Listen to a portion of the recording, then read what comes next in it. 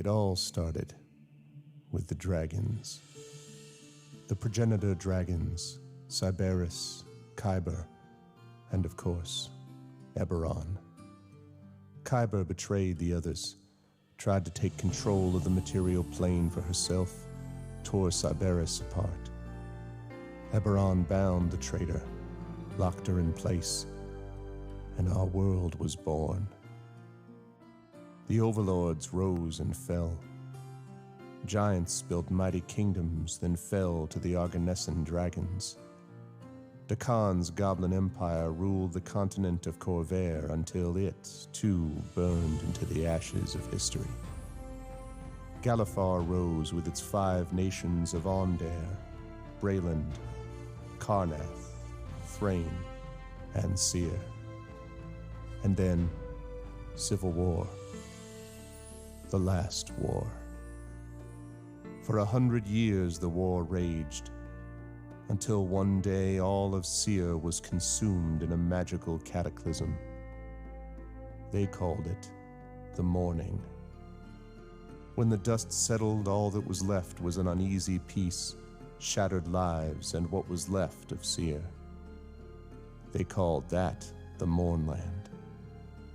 We call it the Gray. So much for history. What we got now is the present, and a group of people trying to survive. Here, in a salvage outpost called Salvation. You can see the Gray from here, swirling, flowing, billowing, never getting any closer or further away. There's treasure there for sure, riches and weapons and power. Salvagers go into the Gray to get what they can and get out while they can. Some of them make it. Most, eventually, don't. But not everyone's a scavenger, because the last war ain't over. Not really. Oh, it's quiet on the surface. But below, the nations are planning and scheming and getting ready for when things get loud again. The nation of Brayland's no different. If we're to survive when the peace ends, we need to be ready. That's what you're here for. The King's Citadel. The ones who do the job no one else can do. In the end, all we got is each other. And if things go different this time, it'll be because we didn't forget that we all need each other. Long live the King. Welcome to Eberron. Welcome to Corvair. Welcome to Salvation.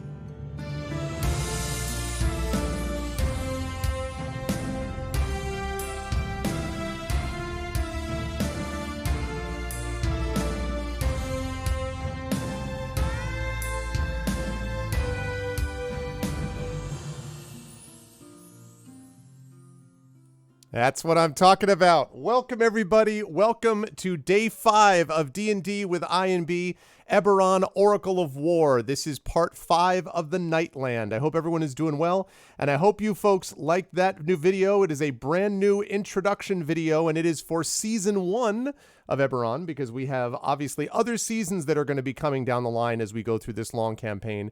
That video was brought to you by Peripheral Mike, who actually produced it. I think did an incredible job. As I said, this is an ambitious video and did an incredible job with it, and an equally incredible job of the music by Chrono Wolf, who of course is in chat right now. That is Chrono Wolf's music, and I think it came out beautifully. So congratulations to Mike. Congratulations to the amazing Chrono Wolf, and I hope you folks liked what is going to be the intro video, although again there will be some changes, seasons, time and time, but that's going to be the case, and I am very excited about this campaign. But we're going to move. I was looking for Miami. All right, appreciate it, Echo. You were overruled, but I appreciate your feedback. But I hope everyone is looking forward to an awesome session. I'm very excited for the session today. Before we get into that, just a couple of reminders. If you haven't done so already, please follow the channel. Please check out our YouTube with !arvtube. Discord is !arvcord. Twitter is !arvtweets. And the website, of course, course, is arvineleron.com. On the financial side, of course, you can always check out exclamation point Arv Shop, which is the merchandise area. Exclamation point Arv Treon is the Patreon, sitting at 22 patrons, $207 per month. Again, it is the Patreon and the subsystem which allows me to make it possible to be able to pay to commission awesome videos and music like that. And so that's the idea. And yeah, basically what Triffid said, that's exactly why we're doing it. The video is going to change from season to season. So the second video, when we get to season 2, which will be the next component of this after the next... We have, well, long story, but anyway, in a few months from now, we'll move into season 2. And so when season 2 happens, this will be altered and changed a little bit. But at least beginning, this is to sort of set up what's happening with Eberron so people know what's going on. And it also makes it easier for new folks to be able to get into the campaign and not to be like, what the hell is going on as much. So that's the theory behind it. Anyway, so the shop, the merchandise area, I talked about the Patreon, and of course, subbing to the channel allows you to get those awesome sub badges and emotes, and also inspirations to help the players, and all of that can be used throughout the course of the month, and all of that also helps the channel, so please consider supporting us there.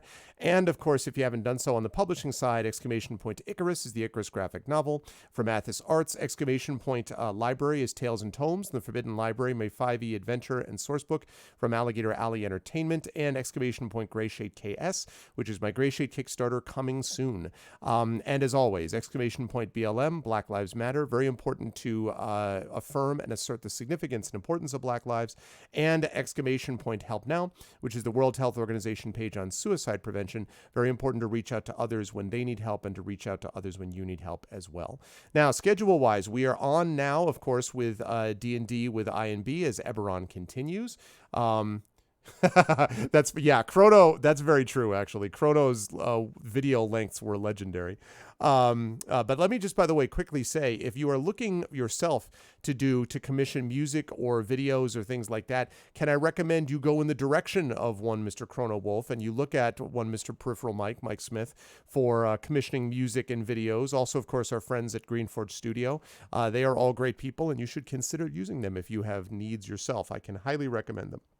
So we've got D&D tonight. Tomorrow we will be off, although I do want to mention that if this is possible, and I don't know exactly how this works, I'm not sure about ReaderCon's registration policy after the fact, but ReaderCon has been running all weekend, and I'm going to be on a panel tomorrow about narrative and gameplay. Actually, the official full title of it is called...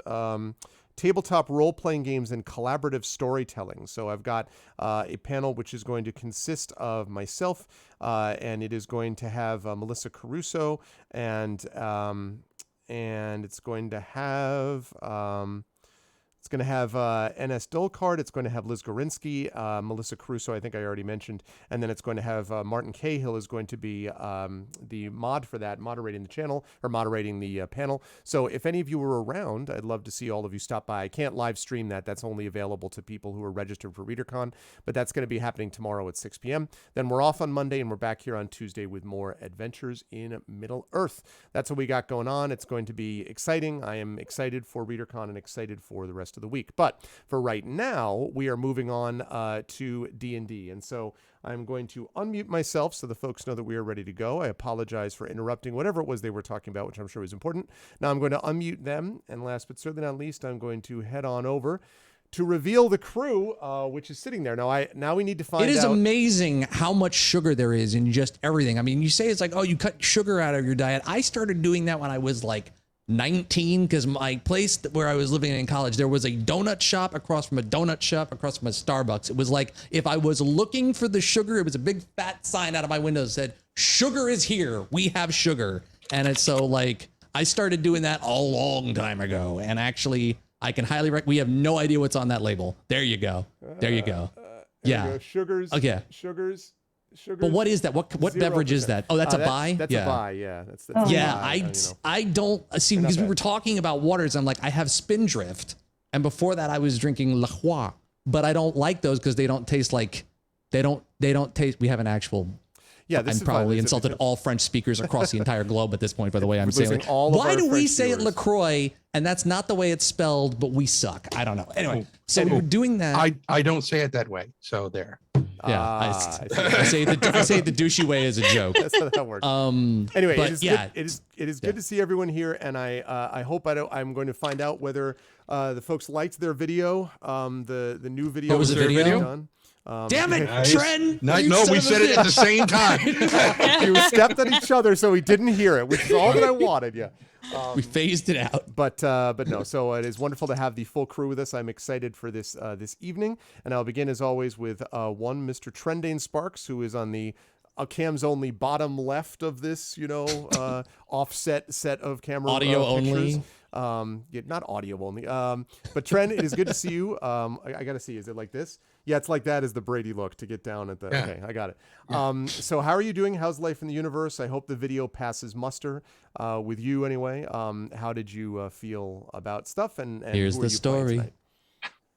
Okay, first of all, for the Brady Bunch thing, for those of you who are not, who don't know what the Brady Bunch is, go watch it. Second, if you want to, calibrate yourself for when you want to do it, usually what I would do is I would just be sitting there with my fingers, interlaced in front of me, and I would wiggle one finger in the camera and watch on the screen to see which direction I should be looking. So it's a very clever. subtle movement. Clever. I mean, by now I'm used to it. So I can just look at the thing and I know which way I'm supposed to look to see that you're up there. Yeah.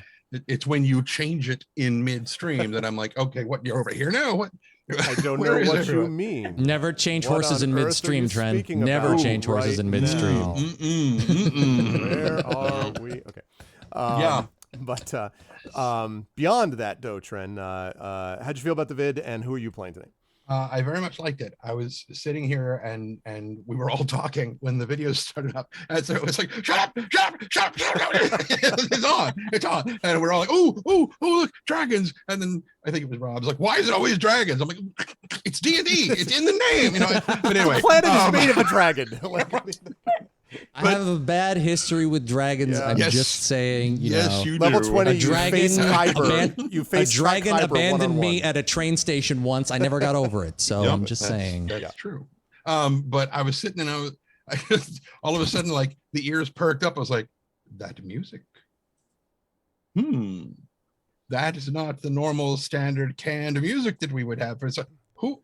And then I see Chrono Wolf in the chat. I'm like, okay. Yes, I told him, give me your best epic Bastion, the game style music, and he was just like, got it, and that's what we got. And so, Yes. yeah. And and of course, I'll try to overlook Echo being like, we need a real narrator. I'm like, look, all right, I can't, just because I didn't have Trend for this one, just because I didn't get Trend for this one, because they're all spoiled now. They hear like doing Espergenesis, and they're just like, when I was a child, they're all like, yes, that's the one. I was like, all right. Anyway. I was sitting there, I saw that comment come up and I was like, oh, Echo, no. That's the first words that came out of my mouth. I was like, no. Oh God. He wants every narration to start in a world. Well, in a world where, yeah. the world does not have that much money. Okay. So I am playing. And we need to revive him from the dead. Yes, true. As last episode was very clearly an indication of that fact. I am fortunately more awake than last time. Good. We'll see how long that lasts. But anyway, I am I playing. meant that voice actor, but anyway, continue. Oh, well. Because he's no longer with us in this realm.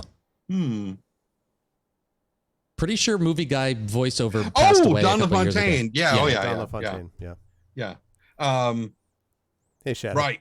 So I'm playing. I was like, where was I going?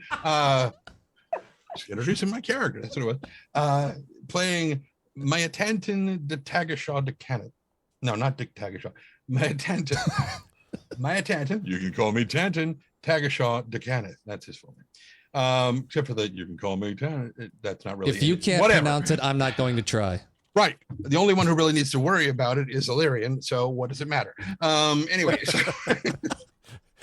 Sean just spends hours all the time doing phonetic pronunciation, like Tagadin, Debrickashaw Ferguson. Tagashaw. It is based off the phrase, I need to take a shower, was what I was thinking. I was like, I need to take a shower. I was like, ooh, that'd be a cool name. Write that down. You know what? Exactly I where completely it believe came that's from. what happened. Yeah, I believe That's it. where it came from. I believe you. I totally believe this. Anyway, he is a human artificer who is still, I believe, for the most part, sewing the skins of a couple of cockatrices together.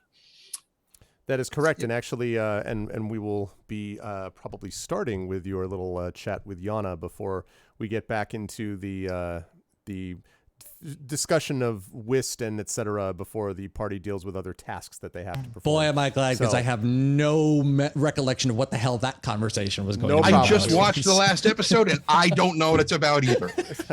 because I know I wanted to have a conversation. That's what I was going to say. You told me, you're like, I was like, we'll start with that. So I better come up with something. All right, I'll be right back. All right, so that's Tren. I am very happy to have, as always, Tren with us. And moving right along, we have, of course, Marie Bilodeau with us, as always. And Marie is looking wonderful as always. Marie, good to see you. And I guess, yeah, how'd you feel? Do you feel comfortable with how you have been represented as a player with the Eberron frame, or do you feel properly seen in this context? And more importantly, who are you playing tonight? It was very cool. I quite enjoyed the intro video. Thank you for that. I had no problem with the narration.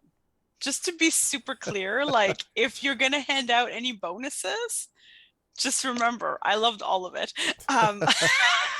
Right. Like, why is Mermaid getting only her getting inspiration? I see. I want to jump over that same gap. It breaks apart. There are 50-inch spikes. What? Why? Natural 20s. Don't bother rolling. Yeah, exactly. Just 20. Just if you feel generous. But no, I quite liked it. It was cool to have the epic introduction to it. And it'll be cool for new people who stumble upon this the screen too. Yeah, very cool. So thank you for that. What a nice treat. And tonight I am playing Mérimée Hawksmoor. I am a fun-loving, shiny bard, which I try to represent by overshining myself every single time. Glitter in the eye is nothing to joke about, by the way, and it does hurt quite a bit. Yeah. Just to be clear. She's practically blinding. She's so much. Take it down like 3 notches. Come on. There she is. On a real side, though, I did get some glitter on my eyelashes by accident, and I keep thinking there are small ghosts around me. Oh no, of the shyness. There are. Oh. You are near the Mournland. God damn it! So if I just scream and throw myself off screen, do not worry, I'll be right back. And I am a bard. I am a Kalishtar bard, which is a fun, like, mind telepathic race specific to Eberron. And I am also a sister to self-adopted sister to Jennifer's character Nisiana. So that's a lot of fun to play as well. I like that term, self-adopted. I think it's more or less true. Like self-delivered, hey, I'm your sister. I'm here. It's rather like one of my cats. Yeah. The little one that keeps showing up, she did that to the rest of my cats when she showed up. It's just like, I'm here now. My favorite part of this story is not only that Mérimée shows up on Nisiana's doorstep, but that Nisiana's family's like, all right, well, I guess that's just how we do things now. It is like, okay, that's life, and that's how we do it. I love it's a Kalishtar. You just kind of do it. That's true. So it's always a pleasure to have Marie with us. Thank you, Marie. And yeah, I love Shadow's reaction of "Sweet baby Bahamut, what an intro." That's the kind of reaction that I'm talking about. No, I'm glad you liked it, Shadow. And so moving right along, down, up and down and back, down and up and back down again, to Mr. John Helfers, who is here and who has pointed out to us on multiple occasions that he is in balmy 78-degree weather, very sort of, nice, comfortable, not over hot, not over cold, just perfect.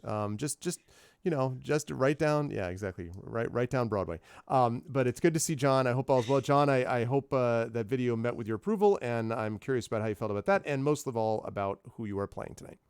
All right. Well, I mean, I spent most of the day doing yard work, so I worked up a sweat, not gonna lie. Okay. But it was nice weather to do so in, so that's not gonna complain. So video was really cool. Overall, I give it, I would say an A-. The art was spectacular. It was really good. Narration, I'm spoiled as well, not gonna lie. But no, Greg, I thought you did a fine job. And overall, just really the effects. I have to say, I did love Chrono Wolf's comment about a Ken Burns documentary. That made me die. So that was just funny, but it's really cool. Really, Mike deserves a kudos on that one to put together. He did a really nice job. Yeah, Mike did a great job. Yes, John Helfers here, Radio Johnny Panda on Twitter and other places. And someone actually came after me for the first time. I had to block somebody. It was amazing. So that was kind of interesting. Yeah, they tried to get me fired from my job. because apparently I'm too Wow. leftist. So, Oh, well, Welcome to listen, the I mean, club. yep, they found you out. Finally. and I said, well, if my Twitter stream bothers you so much, block. Let me help you with that. yeah, I mean, So, really. easy peasy. I love that they're going to go to your bosses too. Like, listen, you have a lefty on your bed. Really? Like, this is the company that is currently producing Shadowrun, right? I want to be Have clear you met about the rest of us? I was going to be clear it about was- lefty politics with this. It was funny. It was funny. We have a wide array, but it was just funny because that's the first time it's ever happened to me. They're like, oh, how interesting. Okay, and then in 5 minutes I was over it. I am playing the aforementioned Alarian, the Starforged Warforge being. Let's just put it that way. And about to, I wouldn't say throw down with Sheriff, but we're about to have a very interesting discussion. Let's put it that way. Yes, which I look forward to. It's going to be an interesting convo. That's right. And also, hi to the people who came in. Thordex, Mommy, hello to Live Suing. Thank you also to everybody, and that includes, I believe, Thordex, but definitely Live Suing, who retweeted this. Besides just the players, it was lovely to see viewers also retweeting it. That really helps us. So thank you for doing that. But always a pleasure. I do want to mention, by the way, one of the reasons that I did the narration and did not have Tren do this one is because you might recognize the voice of the narrator as Lieutenant Hilar Brassel, who is the contact for them. So I thought, rather than having it be, like random person, then it's like, and now here's me, since I'm doing that voice and we'll be doing it all campaign, I figured I might as well have that sort of opening it up. So that's why I did the narration, not because Tren is not incredibly capable of doing it, or Rob for that matter. I mean, why am I getting the Brady Bunch look up here, Tren? I'm just thinking that now we know which character we need to kill. Wow. If you do the next one, it's going to be like, in the beginning, the Eberron King Citadel. Just be like, I want Trent to go total Bane on the whole thing. Just I want you to have a new. I want you to do a different. Molded by the dark. You need to have a different narration, and use a different character for every intro. For every Ooh, intro. there we go. Great. There you go. Outstanding. I look forward Love to the Patreon reaching that $1,000 level. Get on I can that. actually do that. Anyway, pleasure to have John help us with this. Also a pleasure to have Jennifer Brozek with us.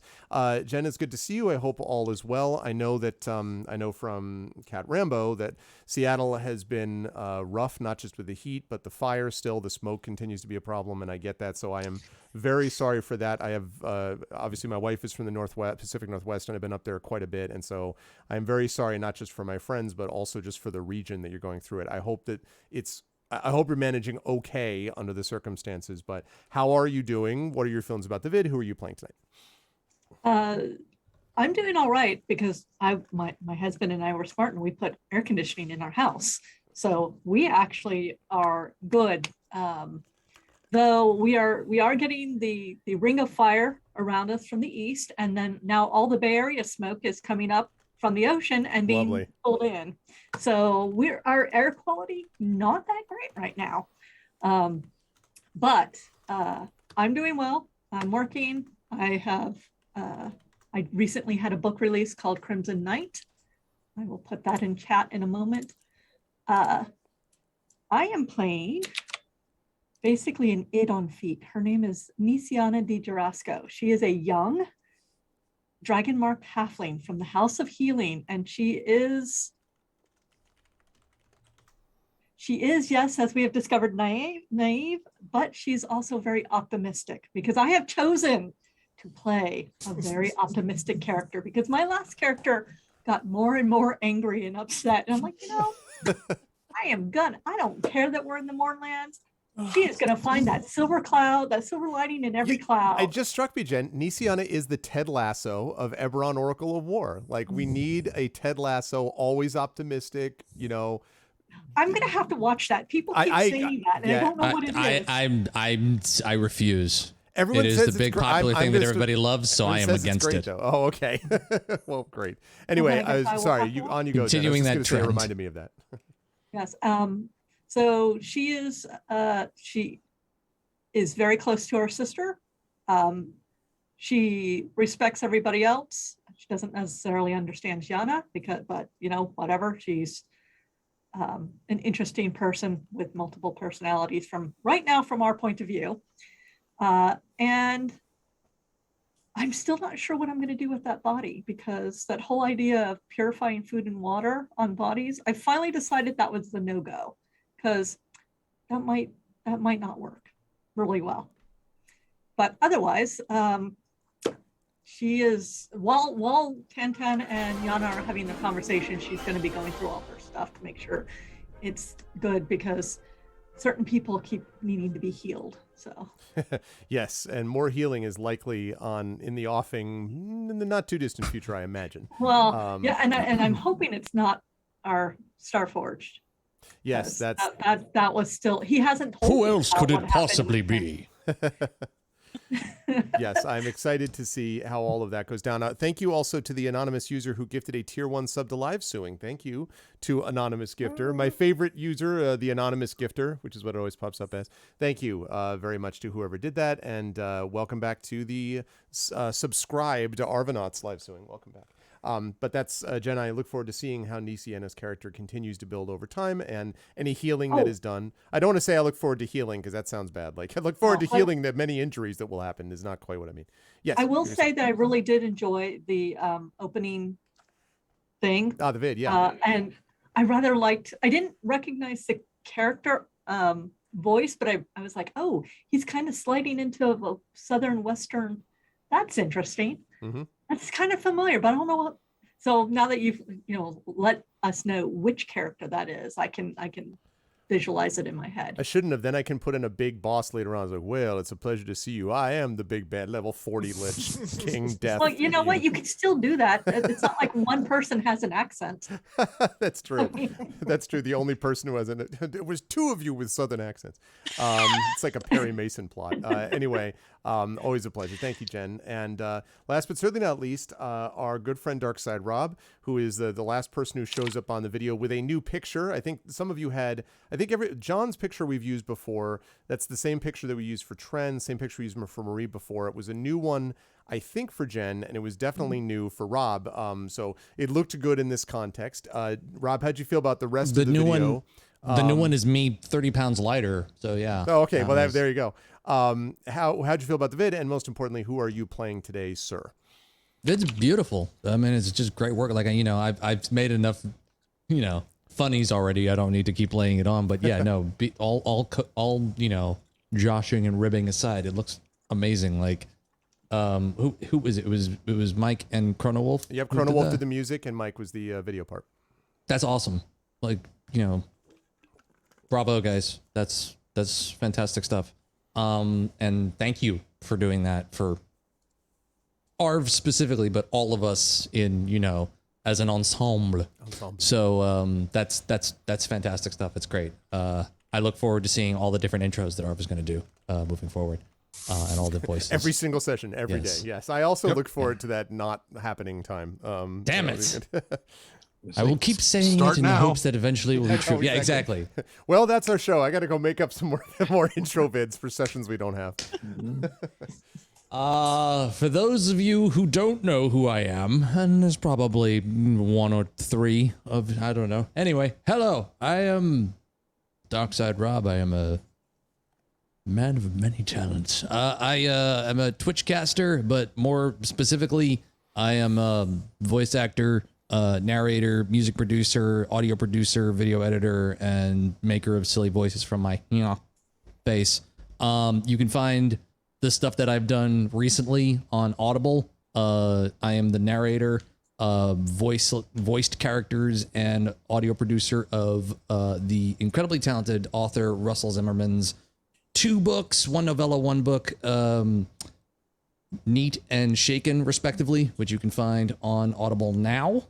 Please go check them out. If you like them, please tell other people about them. And if you really like them, please consider leaving a review so that someone in this phone call, this Zoom call, will continue to hire me, because that would be great.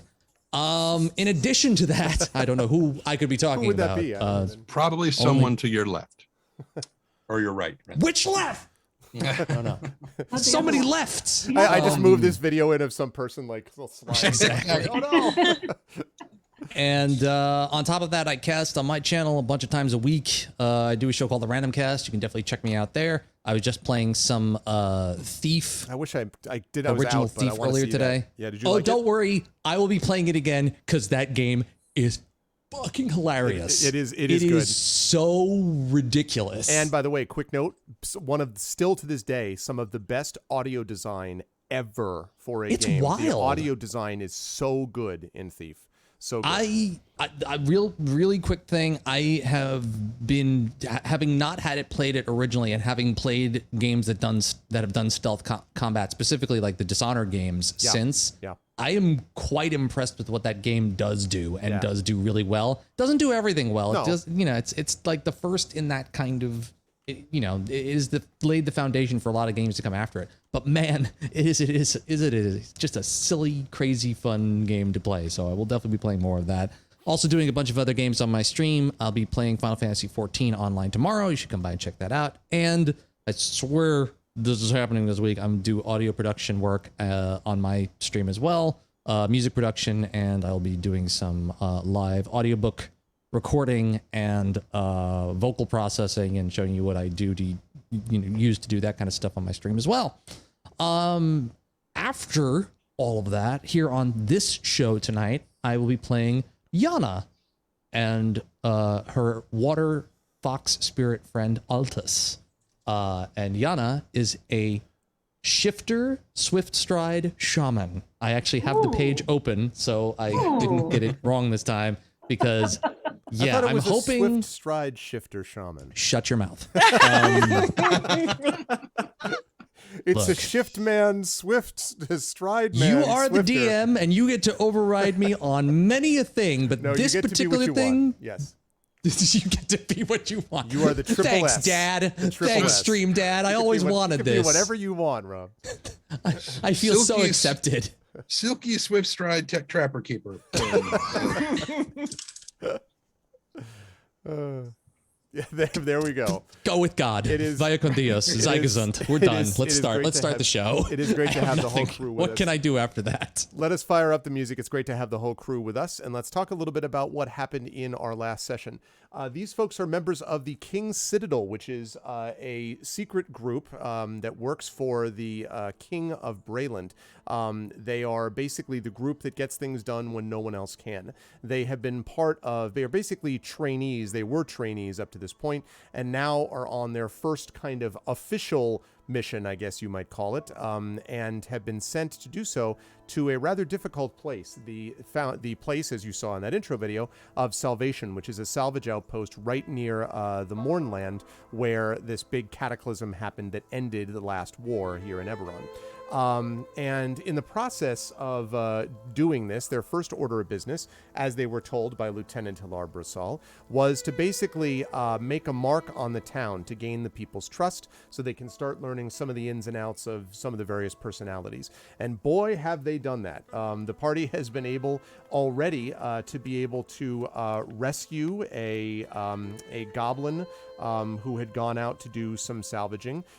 They helped Bellalor in finding Garunda, the goblin, and saved Garunda from certain death at the hands of several cockatrices. We already mentioned that Tantin is currently And Errol. repurposing. What'd you say? Say again? And Errol, her dog. And Errol her dog. Yes, I can't forget that. Of course, how could I forget? And Tantin is repurposing those cockatrice skins as we speak, one might say. Upcycling them, I guess. So we are in the process of, they're in the process of doing that. They also managed to save an artifact for the Chapel of the Silver Flame. I do want to point people, by the way, in chat, if you're interested. I've talked about this book before. Keith Baker who is the maker of Eberron, last year produced a book called Exploring Eberron. I need to share more of that with some of the players because there's some interesting information that I've had a chance to read some of, with more information about the Silver Flame and about what that is all about and why it's so important. But this chapel, which is run by Mother Johanna, had lost this this arrow of truth. And originally, Mother Johanna believed the person who was responsible was a guy named Zodor Terev, who is a shifter and a smuggler of sorts who kind of operates one side of the law, and it's not the legal side. However, Zodor did not actually take the arrow of truth, but was approached by someone else, a person named Wist, who was a changeling, I believe, and Wist actually came to talk to Zodor after having taken the Air of Truth and basically tried to offload it on Zodor. Zodor said no. Zodor said instead, you should go off to this place in the Mournland, gather more stuff from me, I'll pay you a check, and that's enough for you to get out of town and do something with this artifact that you currently have. But something weird happened on the way to the Forum, as they say, because they ended up being ambushed and captured by these terrible and disturbing creatures known as Dolgrims, who tried to basically build an effigy to their queen, the Crawling Queen. The party put an end to that. The King's Citadel managed to stop that from happening, though there was some serious damage done to a couple of them, particularly Ilarion took some hits, and there were some other people who took some damage. But Ilarion survived. Nisiana did the healing. Yana, brought stuff down. Tantan threw stuff. Merime was playing like going out of style. So everybody, contributed and managed to no one was left behind in this scenario. And they got back to the town of Salvation, whereupon they have one task remaining to do. But before they did that, they wanted to do one other thing, and that was that Ilarion decided that Wist, after having spoken to the party, yes, was kind of, on the wrong side of the law, but Wist was not actually the evil person that they might have expected her to be. And ultimately, Ilarion said, I would like to maybe see whether we could add Wist to the law-keeping facilities of this town, which are currently occupied by a warforged known as Sheriff. And so the first order of business was to go to the Chapel of the Silver Flame, make sure that Lady Johanna was okay with that, and basically was okay with not, with this person who had stolen the artifact. And Lady Johanna agreed that would be okay if after some persuasion, if Wist could give her word that she would do what was necessary to do, and she wouldn't run away and steal and do all that kind of stuff. And all was going really well in that regard until right near the end of that little encounter, which was Ilarion, Merime, and Nisiana were there. Tantan and Yana were back at the inn. They heard from behind them a familiar voice. And it was, in fact, Sheriff, who had come and had said something to the extent of, or something the equivalent of, Has my flight just been delayed? I believe this is my job, not your job. I think I should be consulted on who is the law in this town. And that was where we ended our last session. But it is not where we begin our session today. Instead, we are beginning our session with that little mini cliffhanger waiting for all of you to see and be resolved. Instead, we're going to head over back to the inn where Tantan and Yana have stayed behind. Now, Yana just didn't feel like going along and wanted to stay behind and wanted to talk to Tantan. Tantan, of course, is busy working on putting together these cockatrice skins. And just as I handed over the party, I do want to ask Tantan, how far along do you think you are in the process of sewing these things together? Like, is it like well along the line to being finished to whatever you're making, or where are you at with that, do you think? Well, I mean, they'll probably finish the overall shape. Okay. To the point that it could effectively function as a. If you were to ask him in character, he would say, "Well, I could finish a bag, but I won't be able to make it pretty." So that basically would be his.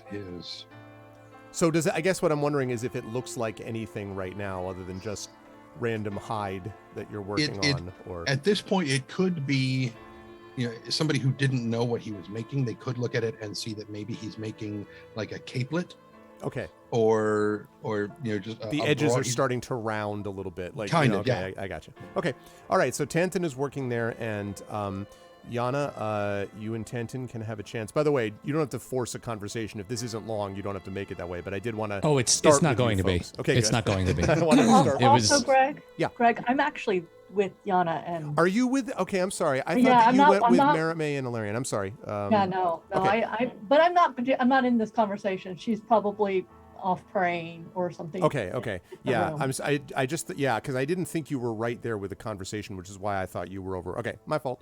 All right, Yana's so not really Nisiana's right next. there in this conversation either, as you will see how this conversation goes down. Then But I will bring it over yeah. to you, Yana. I hand it over to you for what we do next. So Yana's sort of looking off out. We're in this. Where are we? We're in. You're on the second floor of the inn. Yeah. And I'm kind of looking outside with letting Tanton do his thing. And it just sort of dawns on Yana as, you know, we've come back and her sword, her scythe, scimitar, whatever it is. One of the two. It is a scimitar. If it's a scythe, it's I gotta readjust some things. Simiscythe. Simiscythe. Yeah, scythetar. It's my favorite kind Simiscythe, of. swift stride, shifter. Okay. No, no, I will quit. I will I leave. agree. I will be done. I will be with you. Where's Tanton and Yana? We laugh. So she just sort of realizes now that the sword is no longer imbued with this power anymore because it only lasted for an hour, right? Yes. She's sort of not looking over at Tanton, just kind of to the air says, "My sword. How did you do that?" And he's like pulling a thread through one of the pieces of leather and almost hits himself in the eyebrow as how detailed of a description do you want?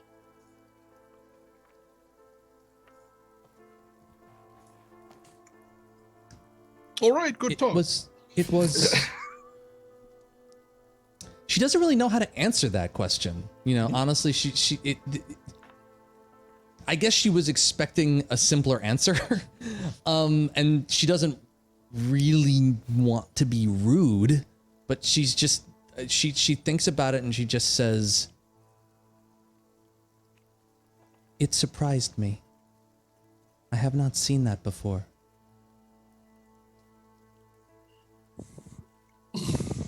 Where is Altus right now? Back on my ear.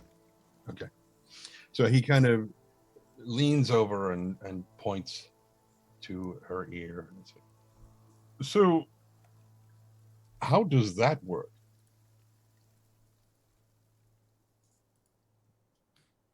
I speak with it. It's not too terribly different. But for me, it's not so much speaking as it is that for a short while, I write magic into something. Have you ever been either to the beach or on the bank of a river and written a word into the mud and then watched the water slowly wash it away? She sort of nods, but she's also thinking she doesn't write very much. Right. So she does not. And also when you say write magic into things, her eyes kind of go wide because she's never heard anybody say something like that before. It's a completely new idea to her. It's very much like that. I can imbue, gift small pieces of things with magic for a short while. But some things last longer than others. Those 4 rocks that I threw when we were fighting the thing, well, 2 of those rocks are still whispering right now. And they will continue to do so until I make 2 more. When he says all this, Yana sort of hops down from where she's sitting and she sort of gets fairly close to Tanton.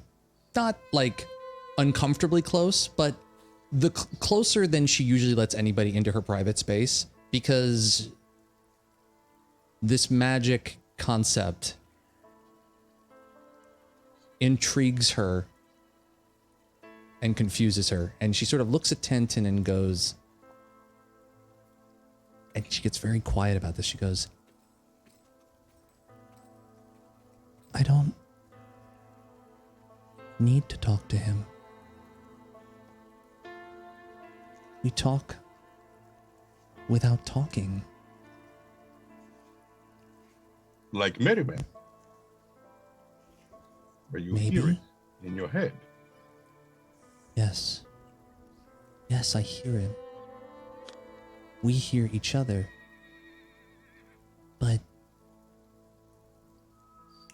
I never had this before. I don't fully understand it. And I don't like that it scares me.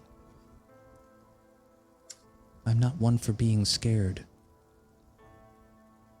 Being Well- afraid is good. Fear helps. To be scared means to be exposed. To be exposed means to be in danger. I do not feel in danger, but magic. It's all very new to me. I don't know what to make of it all. Do you remember the first time you ever climbed a tree? And she hears a bell go off and decides to mute that right away because that's really annoying. And she kind of she perks up when you say that, and she's just like, she doesn't even say yes. She just kind of goes. And do you remember you climbed and you looked back down, and suddenly you were afraid that you might fall? And when you say that, she kind of goes, like, nah, I wasn't, without saying it.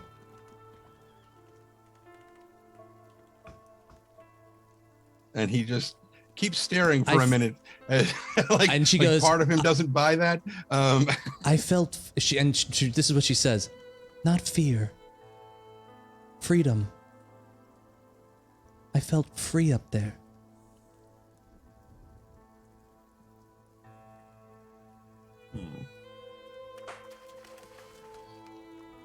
Do you think all of this could feel like that tree in time? In time, yes. The reason that I ask about the tree is that, for example, the first time I ever climbed a tree or got up under the roof of the house, I looked down and was terrified that I would fall and hurt myself. And when I finally climbed back down, or fell and hurt myself, eventually, the point being that eventually I grew accustomed to it. I was now used to it. I'd done it several times, the climbing, not the falling. Well, but as you become more used to it, that fear diminishes and you become more confident in your ability. So like you said, fear has its use. It allows you to focus your senses, to make you more aware of what's going on around you. But to push that into the realm of being terrified, not good. That will dull your reaction because you're thinking about things you shouldn't be. So I do understand what you mean. And to answer your question, yes, you will get better at it as time goes on, just as I have with the things that I make. I couldn't always make these things, but I learned how to, as you will. Learn from who? Learn. Who taught Well, you?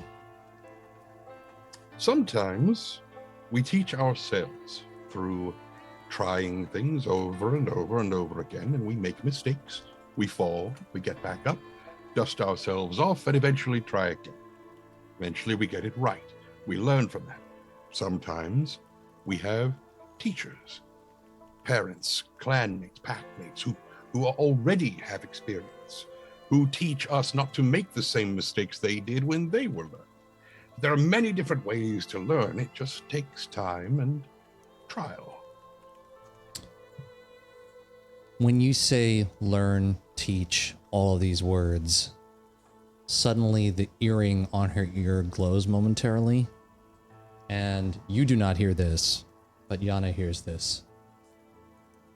Yana, do not worry. We will teach each other.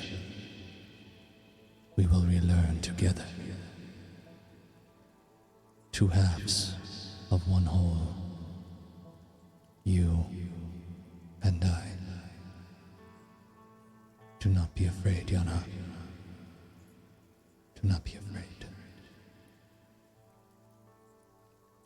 And as you watch her, you kind of see her pull out of the conversation when that happens.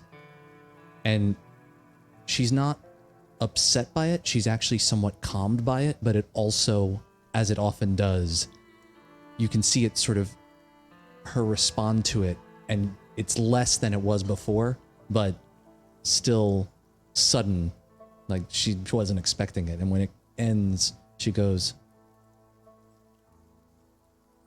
I understand. It is new. It is unusual.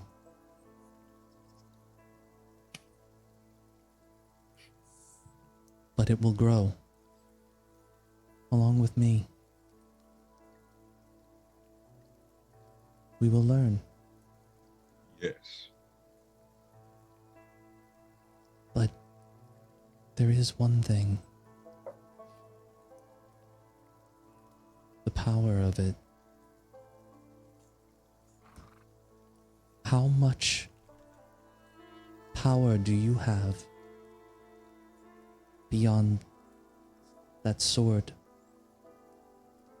What you did to it? How much can you do with your magic?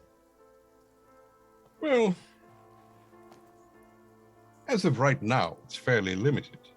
Most of what I do is building and fixing things. The magical aspects are still very new. I understand what I'm supposed to do. I just haven't quite figured it all out yet, which is why I carry my book and I take notes when I need to, and something occurs to me and I write it down, and I know that, oh, I'll be able to use this later on, such thing. But right now, for example, what I did with your scimitar, I can do it again after I've slept, but for right now, I can only do it once. The little things with the rocks, I can do that as much as I want.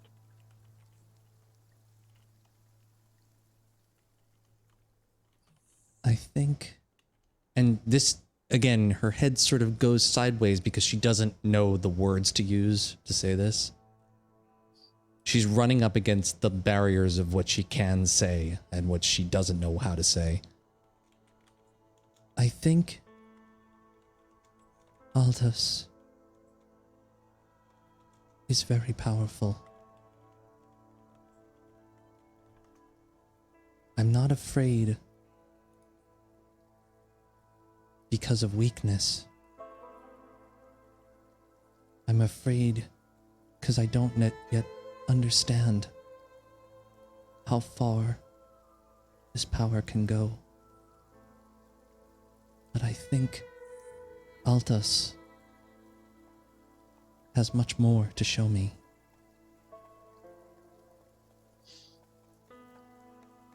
That is very possible.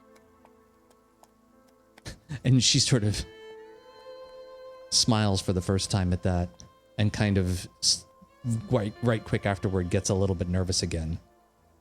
And she goes, "Thank you. Your magic is good." I hope it continues to remain so. Yes. I too hope so. And she goes back to the window. And as she turns and he starts to turn back, once they can't see each other anymore, he just kind of rolls his eyes in a very sort of, not dismissive, but, oh, God, I can't believe this is, and then goes back to work. And gets his face back under control and just goes back to work. All right, while you were doing that, good stuff. Let me cut over to Nisiana briefly. I would like to know, Nisiana, specifically what you're doing. I know you weren't part of that convo. What you're doing before we get back to Merime and Larian, because they're going to be the trigger for what goes on next. So what are you doing in the meantime? I imagine, I can't remember if we ate dinner or not. And if we did not, I imagine she would actually go down, order dinner, get it, make sure it's purified. Okay. Knock on the door, give everybody their food, and then she'll go back to her room. She is a cleric of Eberron, so she will pray. And she actually, the big thing that she's going to be thinking about is Erlarian wants her to do something with this body. And yes, she has dealt with dead bodies before. I mean, the war was only 4 years ago. But she's never dealt with a body like this. So what she is doing is she is going through kind of a mental checklist of medical things, and she has the herbalism kit, she has the alchemy kit, and she's like, okay, what can I do? It would be too disrespectful to try and purify this body as if it were food or water. Even if there are scavengers out there, I am not going to eat this food, and therefore I'm not going to do this. So she is spending time remembering what she's seen other physicians do for autopsies and such. Okay. And what does she remember about that? The corrupting queen, was that her name? The crawling queen. The crawling queen. And what does she remember from a religious standpoint, and what does she remember from a medical standpoint? Because Valerian has asked the impossible of her, and now she's going to deliver because this is her thing. Okay. Let's deal with that first, the medicine part first. So Okay. I would like you, please, to make a medicine check for me, as you were in the process of figuring out what is going on with the actual body that is in front of you. So I do have medical intuition. I'm not actually using the herbalism kit, but when I do use the herbalism kit, I get an extra D4. Okay. So does that count now or not? I think it can. I guess my question is, are you using the herbalism kit to apply particular kinds of herbs? And you don't need to tell me specifically what kind, but no, let me rephrase. I do want you to tell me what kind of herb, but you don't have to give me a name. Is there something though in particular that you're using the herb to pull from the body? If you understand what I'm asking. Well, yeah. So the body is in a amber-like state without having amber around it. So it's almost like it's paralyzed.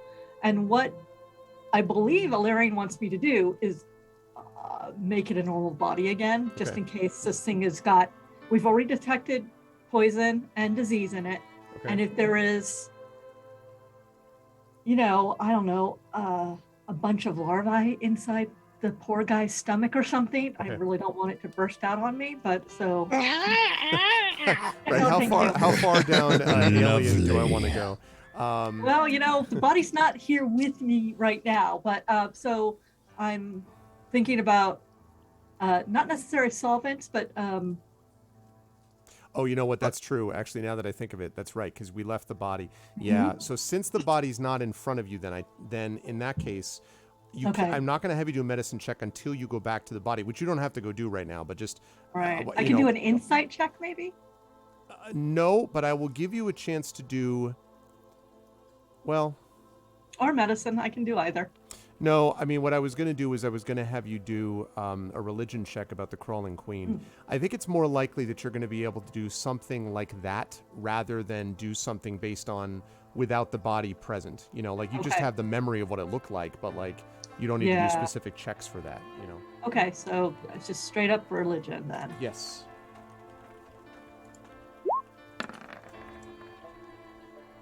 And I rolled a 1. You're like, so religion is a thing. Actually, I rolled a 4. The thing is that there are queens and some of them crawl. No, you don't. Apparently, they don't study. Well, I don't study the crawling queen. Yeah, I don't really pay attention to that. Yeah, no. The only thing that I would say you would know about this is obviously you're fully aware that beyond the things which are provable and tangible, right? Things like, you have a dragon mark. Oh, thank you for the host, Chattermage. Welcome, everybody. Welcome, the host from Chattermage. Thank you, my friend. I hope all's well. So, yeah, you were aware of the fact that there are certain things which are clearly beyond kind of mortally possible, which nonetheless occur, so that the gods are a fact, and dragon mark and your healing ability is a fact. So you know that even if in Eberron, gods do not manifest themselves directly, right? And they don't say, hello, I'm here and here's my avatar or whatever. That's not how it works. And yet their presence is a fact. It's a reality. It's how you're able to heal people. There are also, of course, cultists and cults that exist, and you know of some of these in various places. Some of the old Delkir religions, some of the old religions from the Great Goblin Empire from centuries and centuries ago. You have heard rumors of a massive sentient warforged known only as the Lord of Blades, who supposedly has control over some of his followers because he has broken free, believing that Warforged are essentially enslaved and believes that they should be freed from that enslavement, etc. So there are things like this. But the thing about cults is that, people can believe stuff that they can believe what they want, but it's a bunch of nonsense. The only thing you'll say about that here is that whatever happened to the body, it definitely was not, as you say, a normal process. It is not something you've ever seen before. Whether that is something which was scientifically formed or magically shaped in some way, like with illusion magic or something along those lines, or whether it is actually indicative of some other divine or semi-divine presence that you have not encountered before, that you don't know. You really have never heard of the Crawling Queen before, except in very, maybe you've heard a story here or there, but nothing where you've ever encountered anything like this. But that's as much as you know specifically. Cut it open and see if there's something inside. That's it. See what happened to the inside. After a good hour of thinking about that and making sure everybody's fed and correct, and I do have cold meal for my sister safe to the side, so when she gets back she'll have something to eat. As far as I know, I can't remember if Alarian eats. Alarian, do you eat? Nope. Okay, so I don't get you a meal. Correct. Yeah, that's what I do. I spend a whole lot of time thinking because I am a cleric. It makes a lot of sense to me. Okay. While Nisiana thinks, Tantan works, Yana ponders, we jump over to Merime and Alarian. And the last time that we spoke to them, I just talked about the situation with Whist and Lady Johanna, and you have just heard Sheriff behind you, who is standing there with the lightning javelin, at her back, and the light sort of from it is filtering around the inside of the chapel. And Mother Johanna, not Lady. I'm sorry. Oh, what did Mother, I say? Mother Johanna. My Janana. fault. Yeah, Mother Johanna. Sorry. And Sheriff takes a step forward and says, So, I am sorry, Mother Johanna. This is your place, not mine. But I had heard of an issue concerning the law, and I came to speak to you, Ilarian and Merime. And I see that there are others present. And Sheriff kind of looks at Whist, and Whist is kind of like, kind of eyes slide up to you, Ilarian, like, Yeah. So, if I could beg the GM's permission, what you actually had Sheriff say when they first came into the church last session is what I want to go off of, because I think he said something along the lines of consequences are my department. Yes, and that term is actually important for what Ilarian wants to say. Okay. But the first of all, he catches Mary May's eye and touches his temple. Yo. And as soon as she's got it, he tells her to, through mind link, he tells her to go get Alexa. Pretty much. Say Mary May. He tells her run and get Turn Halar. Warforged off. Sorry. No. Go get Halar and bring him here immediately. I will now play Bon Jovi. No, okay. Because that's how good it is at recognizing. You're like, I'm sorry, that's my thought recognition. Okay, yes. Need to reboot you. Yes. I will give you a thumbs up, and I will. Hey, have fun. I'll be back. Sorry. As you prepare to leave, Sheriff holds up one hand, Merime, and says, "A moment, please, Merime. Oh. I would like to speak to both of you here." Oh, my apologies. I did not introduce you to my friend, Ilarian. They are one of us, and I forgot that you did not get to meet them. They are Starforged, and I believe that you two may have quite a bit in common. My apologies for that, Sheriff. That was rude of me. I have heard of this name, Eberron. I have heard from several in the town about you. And of course, Merime, we already, as you say, spoke earlier today. So, there is nothing to apologize for. But I would like to satisfy some questions. And so, Sheriff, kind of, And now Illyrian actually holds up their hand. Okay, so, and Sheriff turns to you, blue eyes glowing slightly, as always. Merime needs to fetch someone who is integral to the coming conversation. We can wait to begin until she returns, but it is imperative that this person be here for what we're about to discuss. Might I ask who this person is? I believe Halar didn't have any kind of code name. It was just Halar, if I'm not mistaken. Yeah, That's right. Halar Brazel. I suppose that's fine. I assume, Merime, you will be right back here. Yes, you have my word on it. I will just go get him and be right back, and if I can't find him, I will come without him. Okay, and so Sheriff drops her arm and just nods so you can pass by. What? His arm. No, this is the second time you said that. It's a she. I thought at the end of the last episode. I could have sworn it was a he by the end of the last episode. No, that's what you said last time, but no, this is a she. No, okay. It's the way around. Really? It's unimportant. It's she. We're all good. Let me confirm. Hold on. Interesting. No, it says she. Okay, go. All right, that's fine. So I will step out and I'll be back. Zoom. And I'll just kind of ping Illyrian and say, please don't pick a fight. I have no intention to unless she attacks first. But that should not be necessary. Wonderful. Be back. If Illyrian had the same sense of humor as Tanton, it would have been like, oh, I would never do that. But it would all be internal, so Sheriff wouldn't hear it. Right. So many telepathic jokes. But they don't have that sense of humor. right, yeah. So it's Whist, me, Mother Johanna, Celestindros, and Sheriff. Okay, perfect. So while she's taking care of that errand,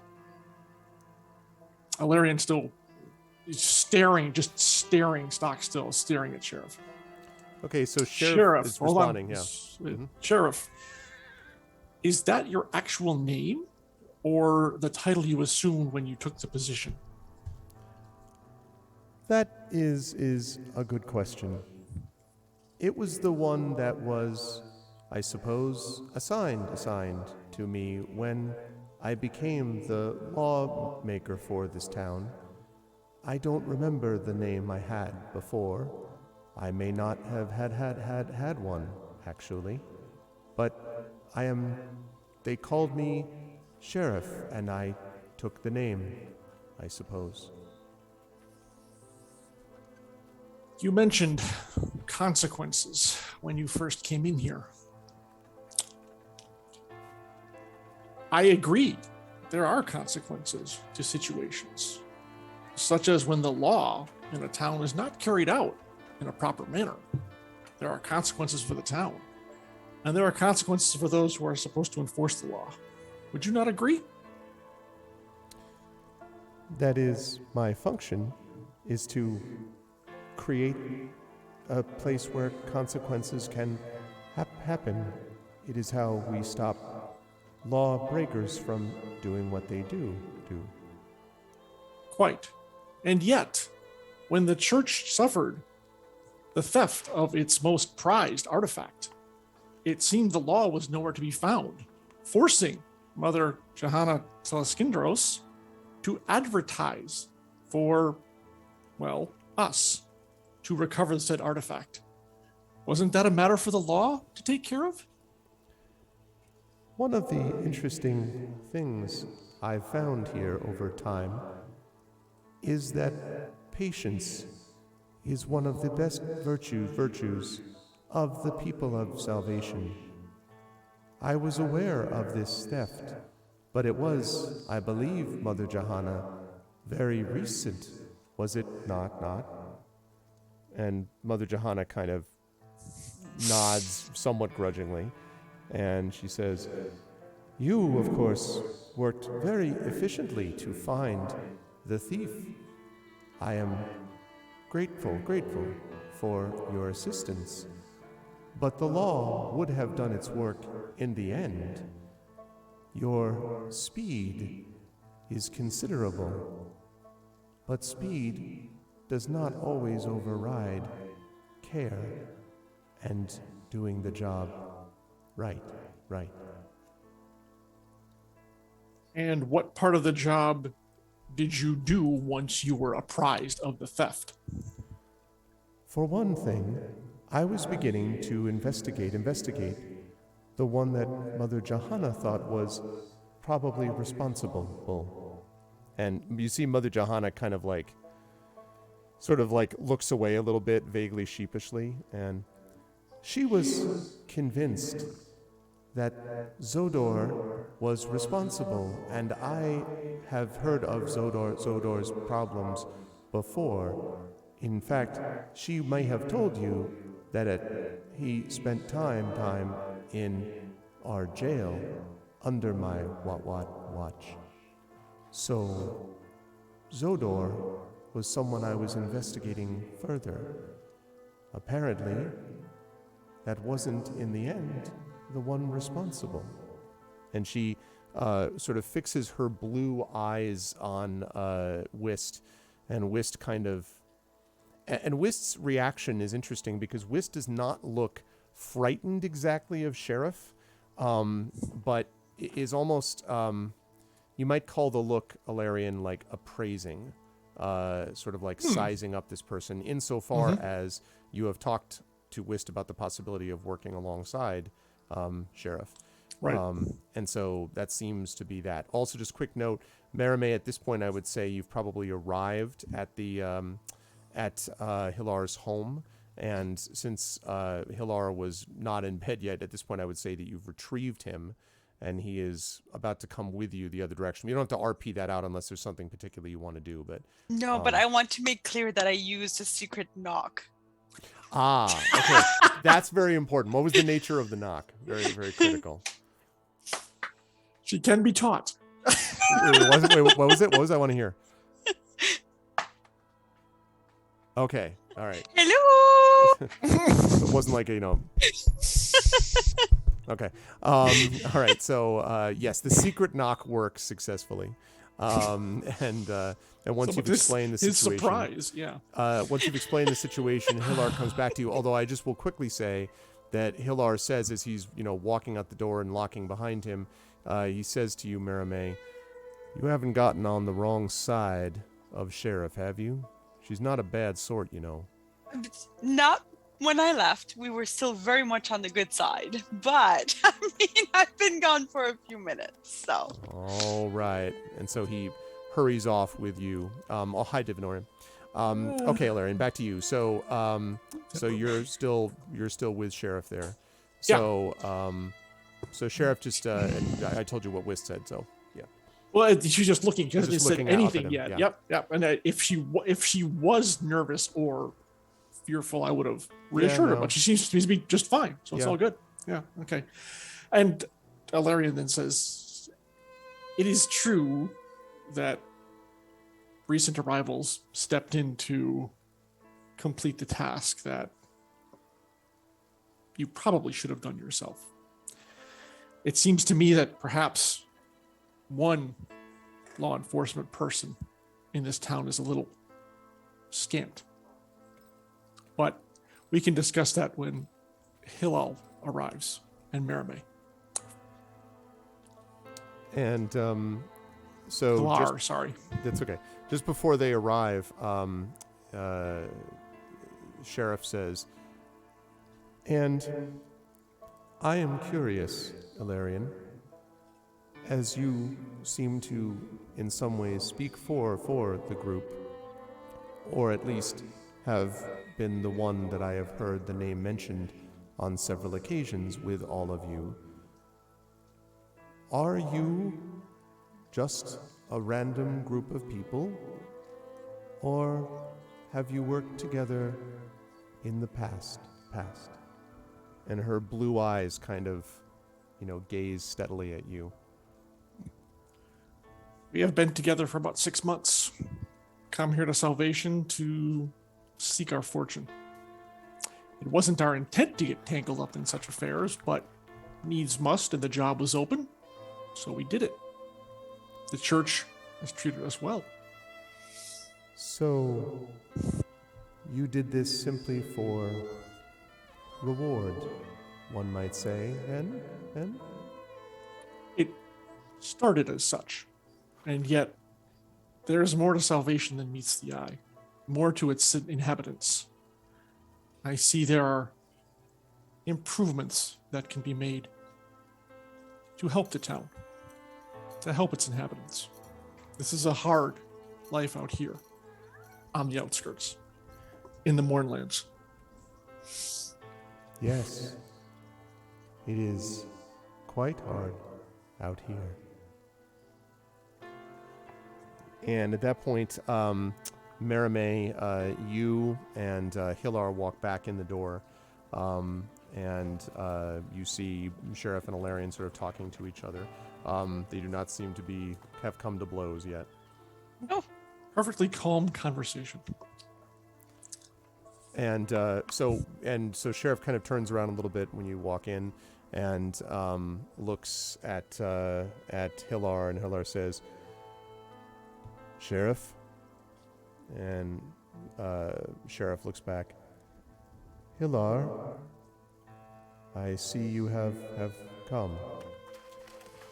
And Hilar nods, and he sort of looks and steadily stands looking at all of you, and he says, "I understand that my presence was requested." I'll take up the conversation here. Okay. So, it is true that Whist here is the thief. She has admitted to taking the artifact, which has been returned to the church, so that matter is closed. The only thing that remains now is, technically, what punishment should be administered to the confessed criminal. I, however, on the way back, after talking with Whist at some length, have come up with what I think is a better solution. Sure, you could throw her in your jail. She could languish there for, 6 months, a year, who knows. On Salvation's dole for food and board and whatever else. But Whist here has particular talents that I think would be better served in enforcing the law rather than breaking it.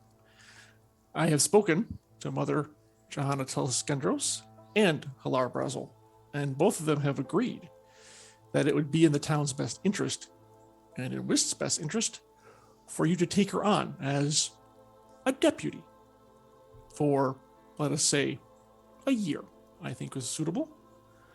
That way she'll be under the watch of the law while enforcing the laws for Salvation. And so Sheriff kind of looks, and of course, there's no, you're not going to get a facial expression, right? You just get the sort of staring blue eyes, and then, as I understand it, you want me to take on Whist here, the culprit, as a law officer, so as to find other culprits? Is that what I understand you want? You are correct. And the blue eyes sort of turn to Whist, and Sheriff walks over a couple of steps. "And what do you say? Are you desirous to work on this side of the law?" And Whist sort of, "Well, more or less, I suppose," and kind of sort of nods, And for a moment, I would say, Merime, you are struck by the differential, right, in size of Whist, who's relatively slight of frame, and of the rather large, imposing figure of Sheriff with the crackling javelin kind of standing over and looking down. And then the Sheriff turns to Mother Johanna and says, "What are your thoughts on this?" And Mother Johanna says, "I have been persuaded that Wist's desire for reform is genuine, and rather than create a situation where he could take things again and perhaps take something from my faith, I think there is something to be said for giving Wist a second chance. I was not aware that the Silver Flame was interested in, what does the term, mercy. This seems a strange development of your faith." And she sort of, Mother Johanna, "Yes, it is somewhat outside what we would normally be expected to do, but I have been persuaded that there may be other ways to reform besides the use of the scourge and the hammer." And so Sheriff holds her gaze for perhaps a second longer than is strictly comfortable, and then turns around and looks at Hilar, who just kind of shrugs and says, "You can see for yourself, Sheriff, that they've solved a problem you had, and there ain't nothing wrong with admitting it. Salvation's gotten a little bigger, more people coming in here of late, and the morning's getting more the gray's gotten more dangerous. Ain't no secret that it's hard for you to keep the law by yourself. You do good by it, don't get me wrong, but there's only one jail and there's only one you. Bring someone else on board, might give you a little bit of help." And finally, Sheriff turns back to you. Actually, no, I wouldn't say that. Turns to Merime first and says, "Are you in support of this idea of your companions here? Are you in favor of this career change? Career change, I like that. Yes, I have seen how she feels reformed herself, how she is willing to change this. She's also promised us that she would be good. And also, if you would like later, I would be happy to delight you with several epics on how redemption is a much more interesting background to any story and makes them resound much more than a story based on simply cause and effect, which is what would happen if we only went to the effect, which is the straight punishment. So this will make for a much better story, trust me. So much better. Might help tourism at some point. So the eyes just continue to look at you, and there's a pause, and then Hilar says, "Well, I mean, she does know epics, Sheriff." And Sheriff, without nodding or doing anything, just turns back to you, Ilarion, and says, "Then I would ask you, though I appreciate your help as I have said, I'm a little confused about what you think your role is in the town. I might need help, but I would probably be the one to ask for it. Is there anything else about how Salvation conducts its business that you are planning to change?" Valerian cocks her head for a second. "Well, we have only been here about 3 days." "You work quickly. Indeed. And it is possible that... Actually, let me scratch out. Let me start again. You and I both know the capabilities of our kind. And yet, it is possible that sometimes we do not see what may be right in front of us. So focused are we on doing what it is we do. It is possible that you may have realized in time asking for help would be necessary. But the situation has arisen that we are faced with now. An advantage for the town, an advantage for you, an advantage for Whist here. I think it is short-sighted to not at least try it, even if it were for a temporary basis to see how it works out. If it doesn't, and Whist here, and at that they kind of clamp a very heavy hand on Whist's shoulder because they haven't moved from her side throughout all Right. of this. Whist slightly goes down a little bit. Yes, Like, yes, exactly. As hold on a second, because I can't remember the last name, as Mara May Hawksmoor had stated, Whist has given her vow to uphold the law and carry out the duties of a deputy as you see fit. And we have spoken with her and let her know that if that were to not happen, not only would she be subject to the punishment of salvation deems fit to mete out, but there would be other consequences, as you heard when you were coming into the church. It seemed like a win for everybody rather than just having a citizen languish in a jail cell. As for other aspects of salvation that may need alteration, I have yet to find them. But if we do, we will address them as they come. I am curious as to what happens if I say no to this idea. The javelin, the lightning, again. And crackles Ilarion looks at slightly. everyone in the room and says, we cannot force you.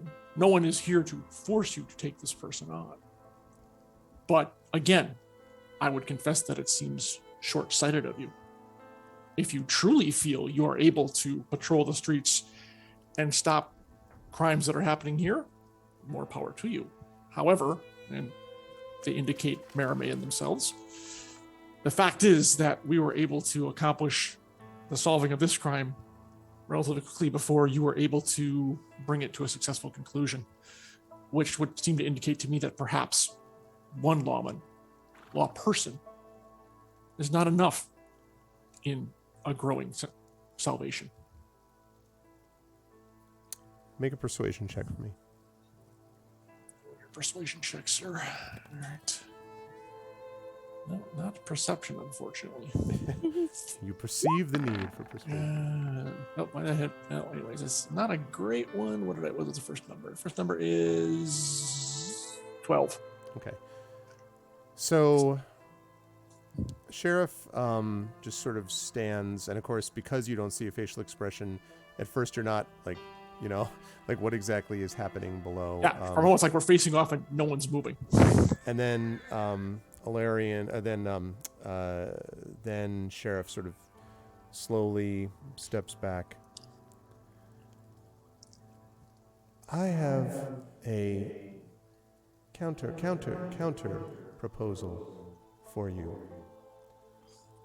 I will allow Whist to take on some services, legal in nature, on a trial basis, as you suggested. But I will expect in return a report from you. So long as you are in salvation, I would like to hear from you regularly. Let us say once a week on your activities here. Not a long conversation, nothing of being placed under surveillance. Call it informational in nature. And if you're willing to do this, I will let Whist try.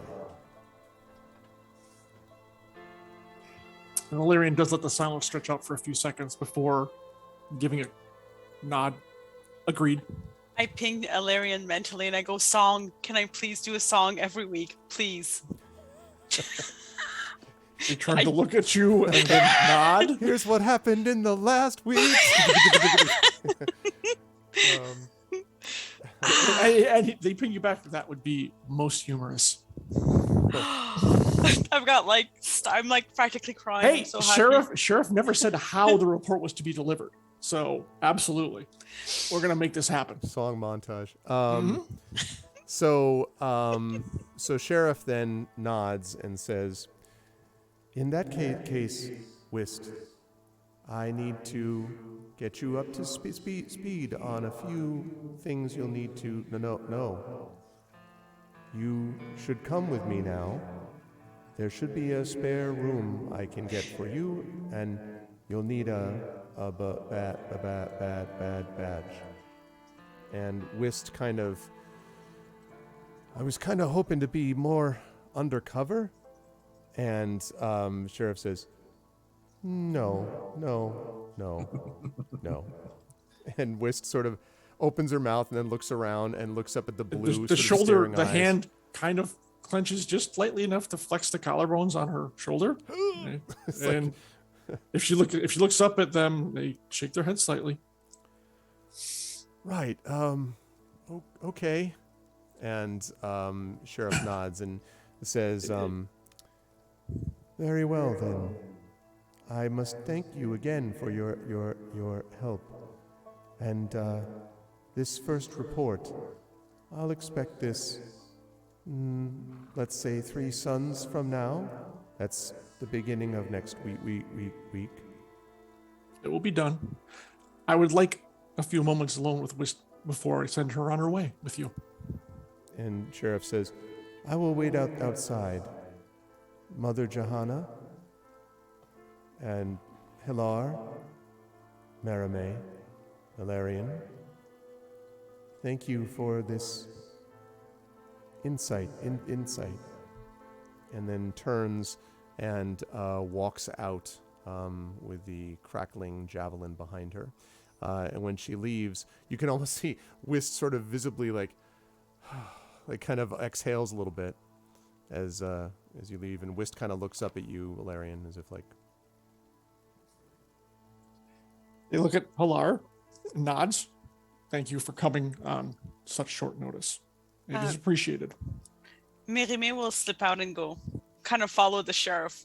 Okay, the sheriff is actually going to stop just like right outside Yeah, so the I doors figured. and Yeah, kind of just- folds her arms and is sort of looking outwards. Just So out. I'm gonna go that way. Okay. But Do you? Well, I'll follow that along for just a moment. Do you say anything to Sheriff, or you just, because she just stops pretty much right outside the door and is just sort of waiting, looking out? can I ask you a question, Sheriff? Of course. Where did you get the cool javelin thing? I had this when they found me. I must have used it in the old times, in the war. It's always been a part of me, but I find I can use it with great efficiency. And sort of almost like, I would say almost absent-mindedly, pulls it out and like spins it and stink, and then falls. And Marame, it looks to you almost as if the shaft of this sparking javelin slides into the hand as if it's been, perfectly designed for it, right? And she holds it and then sort of traces a little bit in the air, almost, again, not really looking at you, just kind of looking almost into space, and then back to her back. That's amazing. And you don't remember much from the old times, do you, from the war? No, only that they were before. Do you want to remember? Do you miss having a past? One who doesn't remember a past has not much to miss. I live in the present now. Always. This present. This present, but did you select this? Is there anything you want to do? Anything you want to accomplish? And she sighs and kind of shifts her duster, kind of drifts in the dust, and she says, what an interesting question, Marame. I do what is before me. I'm glad that I have something of it to do. I don't know what my path would otherwise be. I suppose one who goes down a path must either despair of the straightness of it, or be happy at the journey. I've chosen to focus on the journey.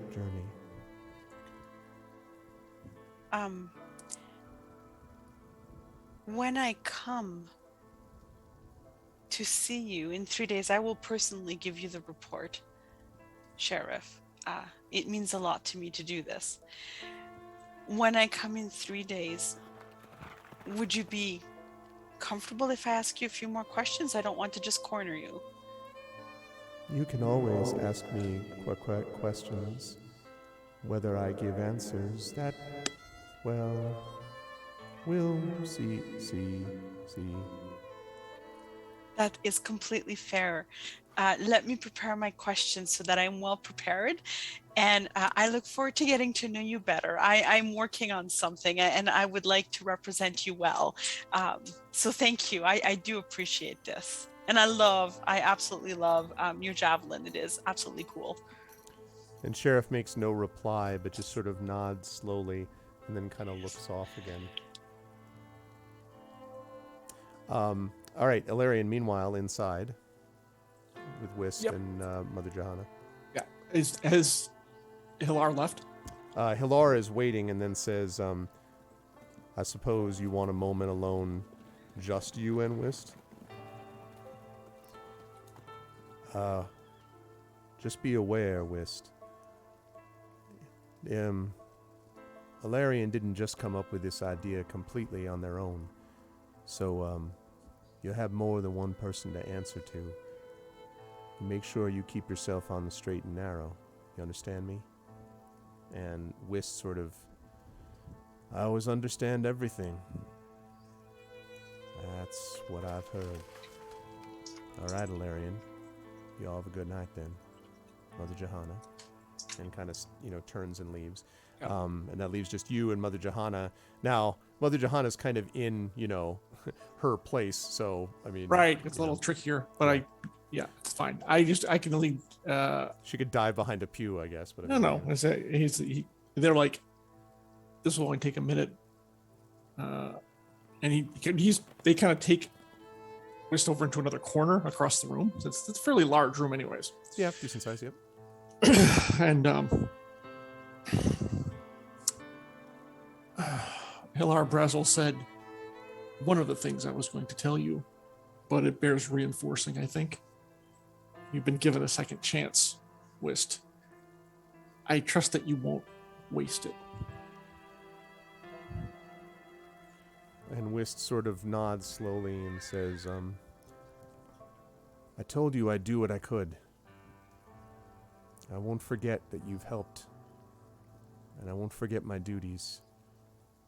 But I want you to know, Ilarion, what Sheriff sees and what I see may not be the same thing. There's parts of this town that Sheriff's never seen. And I'm not going to be just like them. I'm just going to be like her. I'm going to do my own thing, even if it is within the law. I hope you understand that part. They nod for what them would be vigorously and says, that is exactly why I brokered this arrangement. For that is exactly what I am counting on from you. Do not reveal your abilities to anyone, for I have a feeling they will be very useful in terms of what we may need to do. And last but not least, and they take her hand in their quite large ones and kind of like clasp it together. And when they remove it, there's 5 gold pieces sitting in her palm. Remember who you're truly working for. And Whist sort of looks up at you and looks at the coin and says, I'm working for a different path, I suppose. The people who put me on it. I'll keep this as a reminder. But just so you know, you people are different from anyone I've seen here. But I can't be the only one who's seen that. Eventually, you know, the people of this town are going to figure out that you might not be all that you say you are, and not even all that you've said you are to me. So, thanks for the money, and I'll remember who I'm working for. But be ready for people who might find out who you're working for in the end. Whoever that is.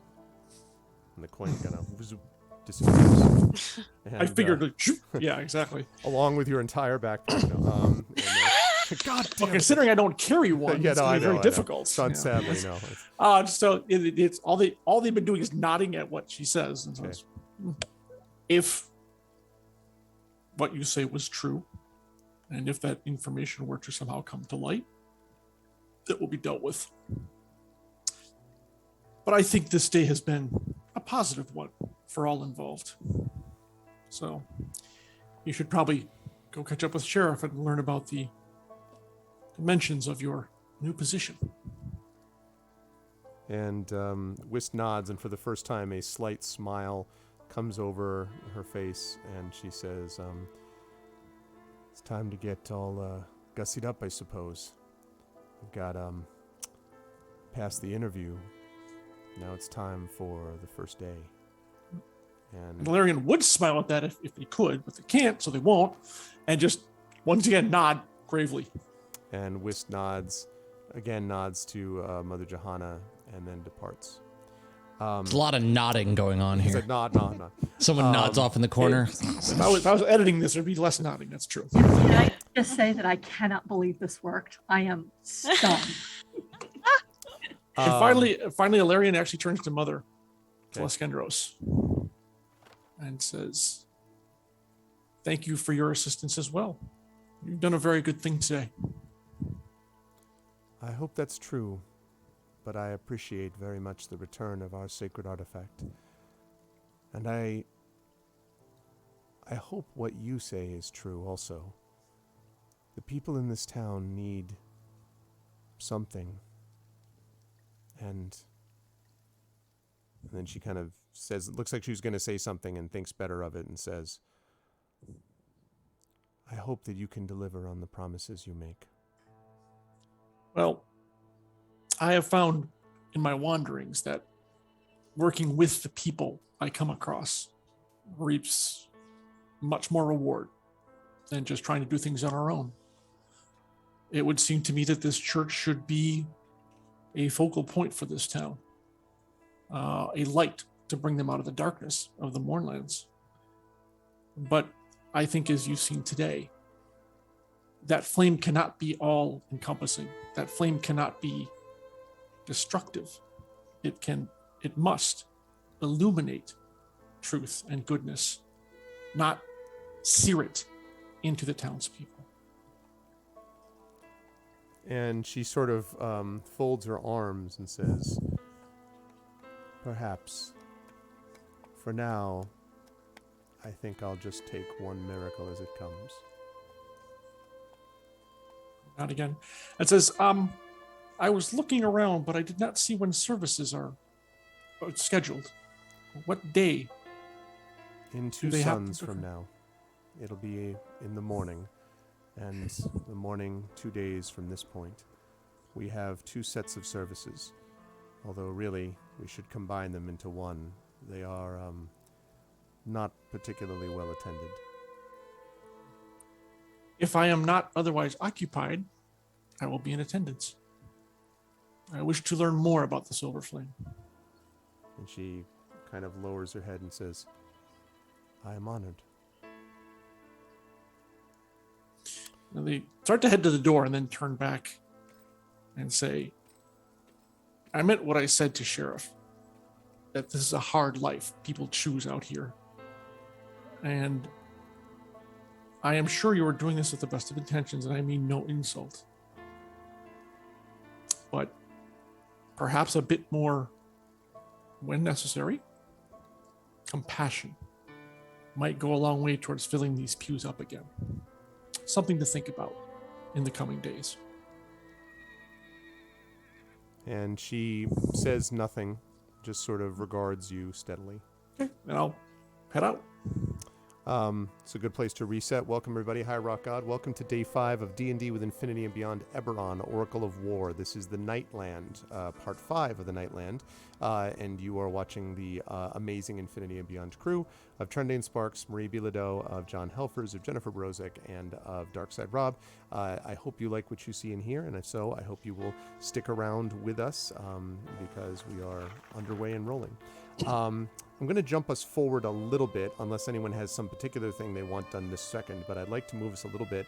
Since it is evening, I would like us to move us to the next morning, right after sunup. But you can add something in the middle. That's fine. You can add something in, but I do want to like direct us there when we can. So, all right, well, I actually need one more thing because I need to do some repairs. So, yes.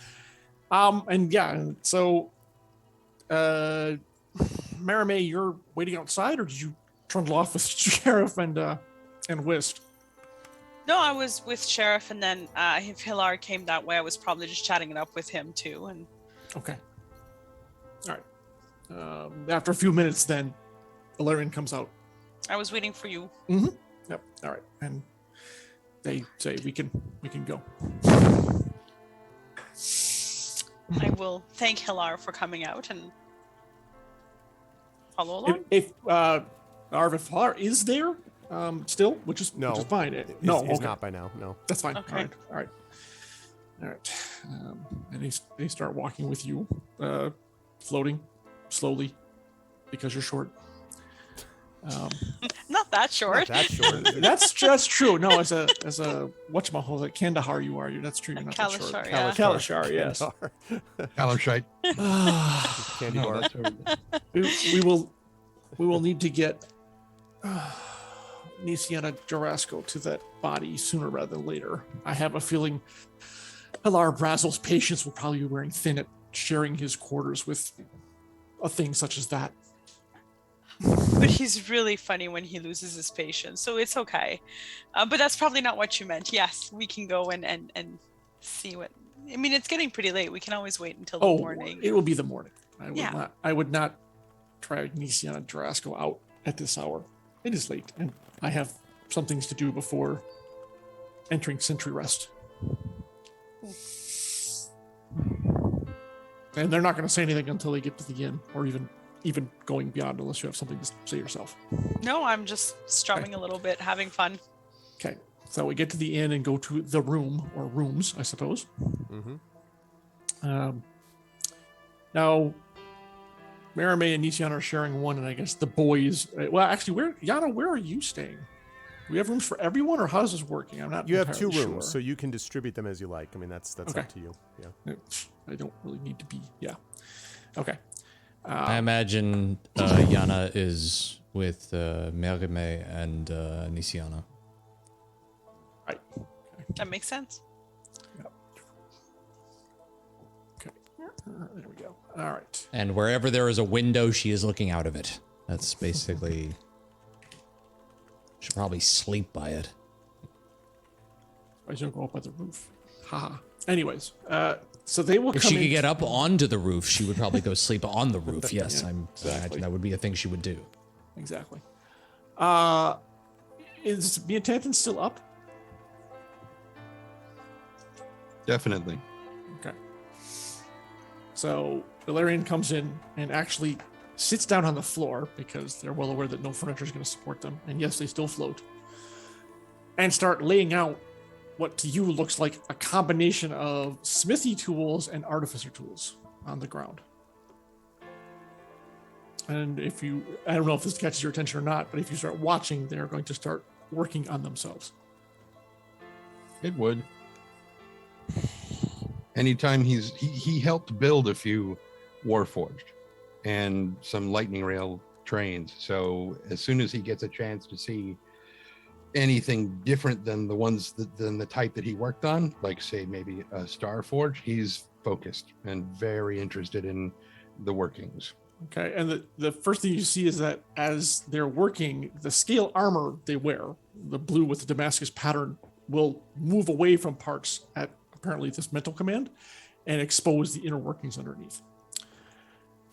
I had a question for you, Tantan, Tagasha, to Kenneth, if you have a moment to discuss it. Oh, certainly, I hope so. It has come to my attention that the combats we have been engaged in recently have all begun at a distance, which I find annoying, as I do not have the capability to cast the spells that you do or move more quickly, such as Yana does. And covering that distance has proven problematic. Mm-hmm. I'm not asking for something to make me go faster, but I thought with your background, perhaps you could create a weapon that could be hurled as I approach our enemies.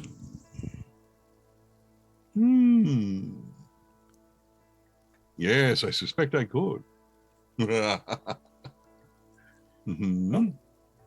I would appreciate it if you could create something.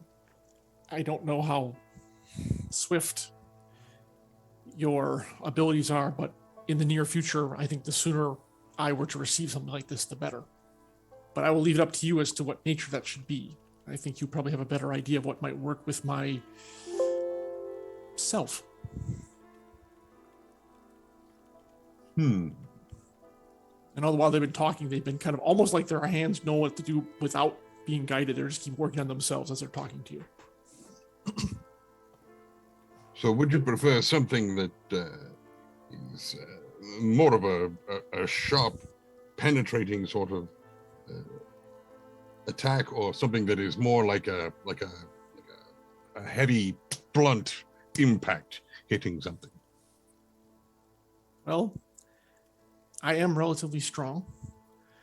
It would seem to me that my strength is the better use of a projectile. So perhaps something that is more of a blunt object that can be thrown that would cause said impact upon our enemies. It's probably for the best. If we were to run into something that were immune to that, I would improvise something else. But for now, I think maybe we should start with that and see how it goes. How honorable are you? No, I'm kidding.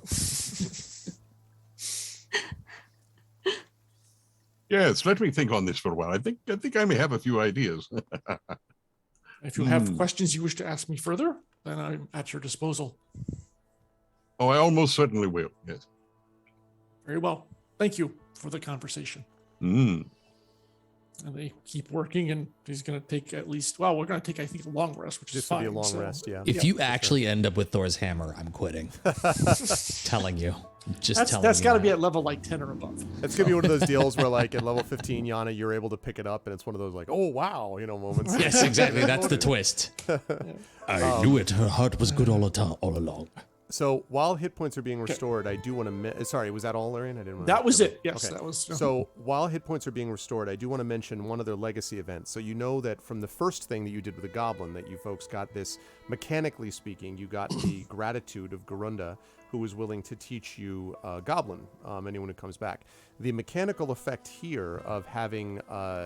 we call this stay of execution, having reconfigured Wist's consequences, to put it in Larian's terms, means that mechanically you will be able to call on Wist once in a future adventure. It doesn't have to be in the Nightland, but in a future, so long as you're in Salvation, in a future adventure, to disguise you using Wist's disguise kit. And Wist is very, very good at this, as you might expect. So if that happens, you will automatically score a 22 on the disguise kit check, meaning that, like, her disguise is pretty amazing. Now, that does not mean that she literally turns you into the thing, right? She's disguising you as something. So it means that those who could see through those disguises for magical reasons or whatever will still be able to do that. But in terms of, like, I need to look like this person and not have people notice from a distance, Wist is very good at that. Now, the only sort of, this just as a note, this only can be done once, but she can do the entire party as a group or one person, but you can't split it up and be like, okay, Merime this time, and then Nisiana 3 adventures from now. Like whoever goes to do this, like when you go, that's it. You get there's a one-time only offer. One and done. One and done. And you need to have 8 hours for her to do this because she's got to prepare stuff and put things together. So I just mechanically wanted you all to make a note of that thing that exists. What is the mechanics called again? So it's called Stay of Execution, and basically what this means is that Whist is able to disguise you if you call upon her to do so with exceptional skill. But one time only, Vasily. No, but what is the whole group of them called? They're called legacy events. Your first legacy Nice. event was the Goblin one, and this is the second legacy event. Yeah. I did not know that there was a thing there. Now I'm gonna keep track of that. This is a specific to Eberron and Salvation. Oh, that's thing. the other thing. We got to schedule our goblin learning lessons. Yeah, got to get your Goblin lessons in. Yep. I was gonna take advantage of that. Yeah.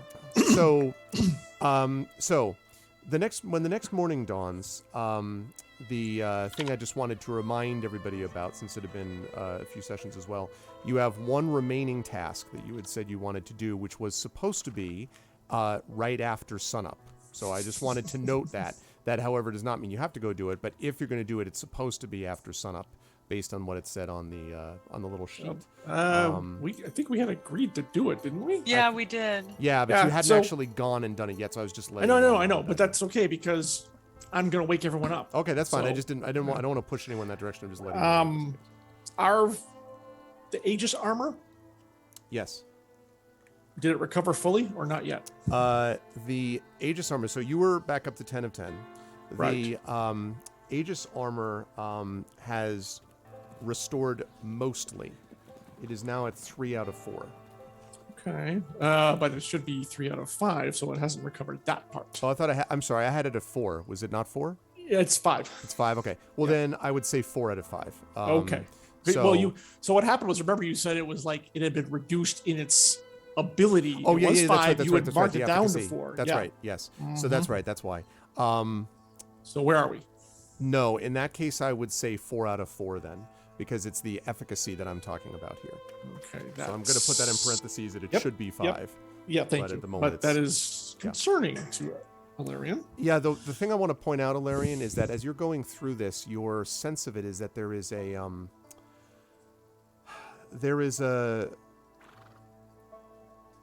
feels like there's a hindrance. I think the way I would describe it is, if any of you, I'm sure everyone has at some point, cut a piece of paper with scissors.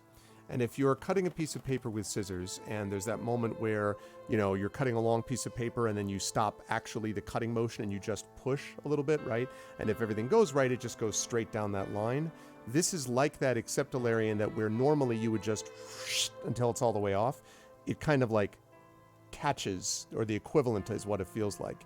It's not the smooth repair that normally you've been used to with your Aegis armor. Right. Okay.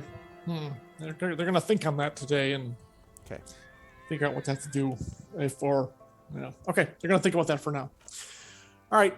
Yes, like a half hour before dawn, then they will go and awaken everyone for the third task. Okay. So we'll go ring the bell at the scrapyard, and then we're gonna go check out the body. Yeah. Do you want to leave the body overnight today, or? Time is, it seems, of the essence. I assume you wish to eat first, so we would have time to take a quick meal and then head to the scrapyard. We will go do the body afterward. It doesn't seem to be in any state of decay, so No, but it may be in a chrysalis. I think I can never remember his freaking name. I think Hilar. Hilar Brazel would have told us if there had been any obvious change to the corpse. A great deal of screaming. Probably, if it is a chrysalis. That was the thing that I finally decided last night, is I'm just going to have to cut the body open. Ooh. Indeed, and I wish to be there when you do. I would actually also would like Mia Tantan there. As Well, we'll all go. It'll be yes. it'll be But- fun. In specific, some of his abilities might. It's maybe more magical than divine. So Agreed. But in the meantime, let us investigate this scrapyard situation. What was on the note again? Wasn't it something? What was it? What did it say? Ring the le- bell after sunup, I think. Yeah, let me and see then if I have the cash handout job. for you. No, but it was some. Oh, it was something Danger about- is like hazardous or dangers involved or something like that. I know there's a kind of a warning. Yeah, I thought I had this up on Roll20, but I don't. But give me a second and I will show you exactly what it says. Back Yeah. to the gray, I'm guessing. Yeah, I looked at it, but I was like, there's nothing in Roll20 for me to. Yeah, no, this does not actually say. This does not say. Back to the gray. This does not involve the gray for a change. I know It you're just deeply disappointed. Dangerous. Yeah. Yeah. So Yana will be happy that we're not running back to the gray. Exactly. Okay. Let's go this way. Right. So let me capture that, and I'll put this on screen. Oh, thank so you. you folks can see this. Okay. And just one moment. All right, so there's this, and there's this, and this. Okay, and this is what you see. So it says, ring the scrapyard bell just after sunup for no questions asked cash job. Expect danger, it says on the sheet. Nice. Yes, that is what that says. This is for those who may not be watching but listening, you see. Oh, Okay. So that's what Shall we? Yep. So, all right. So you set off for the scrap. Thank you for moving it where I was looking. Now I can look sorry. off in the right Well, direction. I was Now not going to it's- like. Now leave it's it in my over line your- of sight. So I'm not yes. going to leave it over your. a bit curious. Are we to expect danger when we ring the bell? That is probably a logical supposition. Although I would assume that would summon someone to tell us what the actual job is first, and the danger is to follow afterward. Or perhaps both. Ooh. I would suggest that we all be ready for anything. Well, that is very difficult. Do your best. So you make your way there. Also, highlight and passion. I didn't say hello when you first came in. What's going on, sir? You make your way to the scrapyard. Now, the scrapyard, you have to just ask a question or two for people to direct you, because No questions asked. You're right. You just go there. No questions. it You is- can't find it there. It is outside of Salvation, but it is not in the gray. It's slightly to the north of Salvation. And a scrap heap outside of Salvation fills the swampy remains of what looks to you as you arrive there of an abandoned factory yard. But that's not necessarily the thing that you notice first. What you notice first is an enormous warforged creature. Now, you've heard of these before, but I would say that probably this is the first time that most of you have seen this face up. A warforged colossus slumps at the rear of this factory yard. Half buried by junk and sitting on its backside, the fallen behemoth is easily 100 feet tall if it were standing, 100 feet in length. This is one of the enormous war machines that fought near the end of the last war before the magical cataclysm brought an end to all that. And so it is there, and near it, at the scrap, or I should say that's the back of the scrapyard area. And at the front of the scrapyard entrance, there, hanging from a post, you can see what is an iron bell. It's the only bell you see in the area, so presumably it's the same one, but in any case. I have to assume that Yana has never seen one of these things before. Probably not. It is quite a sight. She is not thrilled. Yeah. Definitely not moving, but just enormous. And also you can see there are pits and scars even from this distance, and gouges in its front torso. Its enormous fist actually kind of sits, and you can sort of see as you get a little bit closer that its enormous fist now is holding what looks like maybe like a massive post of some kind, as if something has been slotted into its hand now that it's motionless. And the eyes of the creature, of this colossus, are closed. But what's a little disturbing about it is that they do look as if the eyelids were articulated, as if at one point the eyelids could open your understanding of, you've never seen anything like this, but if it sort of looks like Alarian, if Alarian were 12 times Alarian's height. I do see the resemblance between the two, as you're saying. I mean, yes, although, They're not exactly the same. But certainly in the same ballpark, yeah. Is Alarian within earshot of me? I would assume, yep. Okay, so I just kind of... Yana asks two questions at once. The first one being, what happened? And then also realizing that it kind of looks like Alarian, I look at Alarian and go, your kin? They shake their head. I have heard stories of these machines, but they are not of my kind, I would say. I think Miatant and Takasha Kenneth might be able to shed more light on that. It seems like a subject he would know about. Unbelievable. Indeed, and they step up and ring the bell. As the bell rings, actually, she wouldn't say unbelievable. She just goes, huh. That's much more Yana-esque. Yeah. Yes. A little off my game tonight. I'm sorry about that. When you ring the bell, right, you arrive actually pretty much right at daybreak as the sun is peeking over.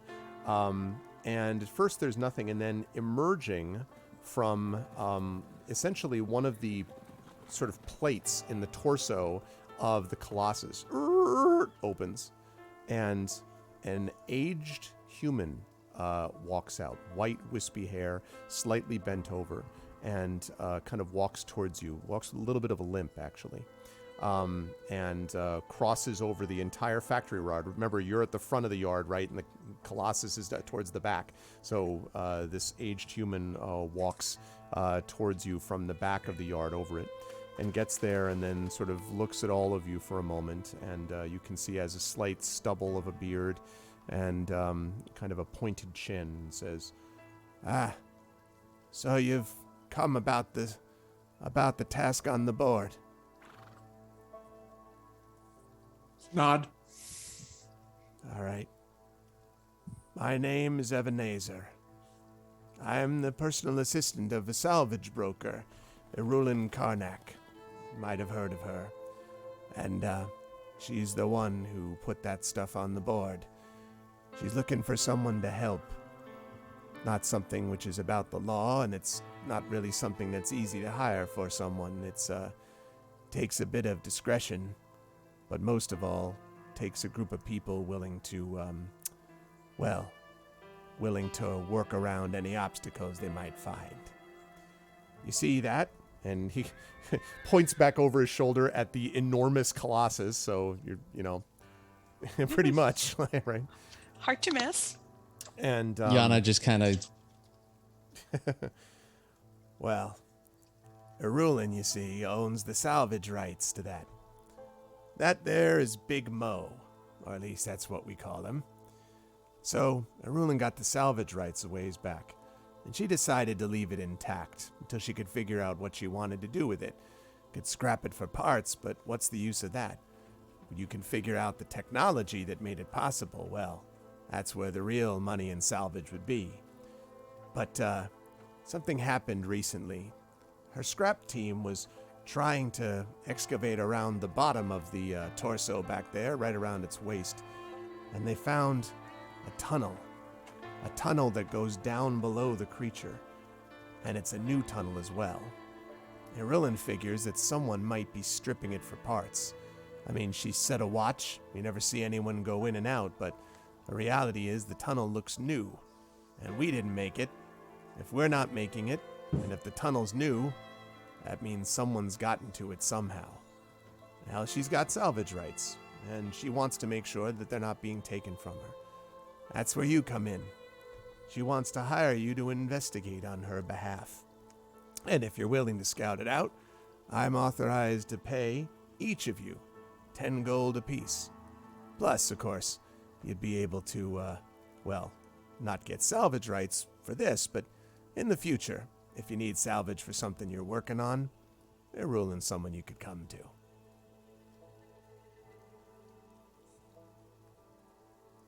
So walk down a tunnel and see what's there. That's basically it. Really simple job if you ask me, except that it is inside a colossus.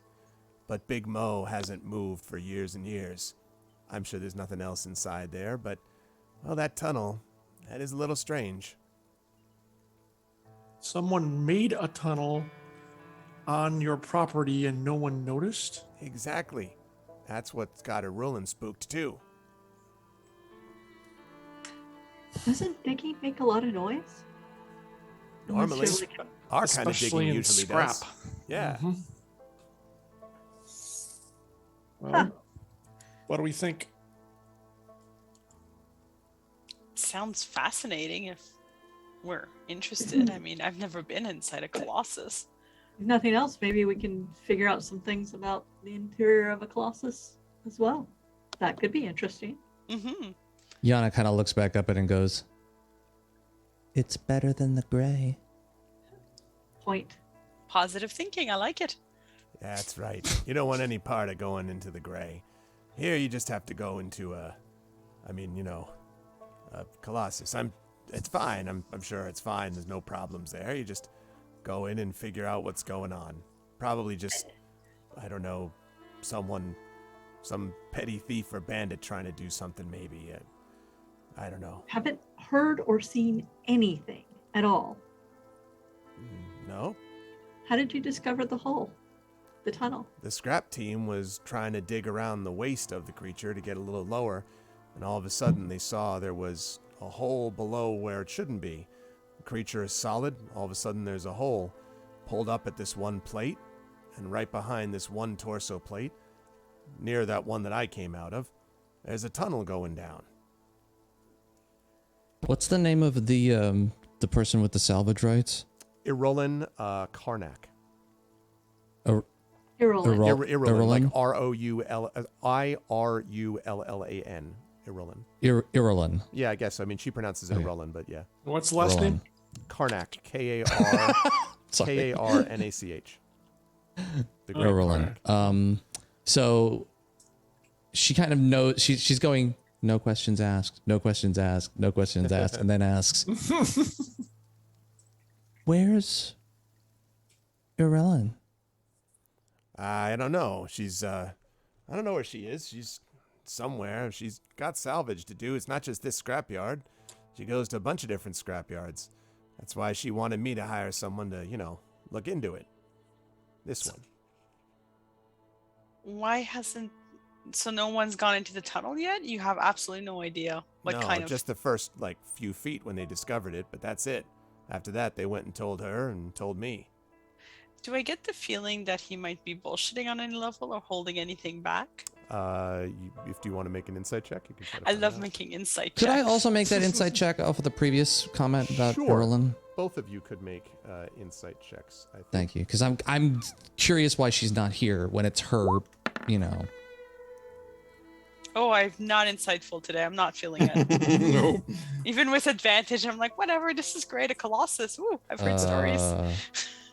They are in alphabetical order, Rob, for crying out. There it is. 15.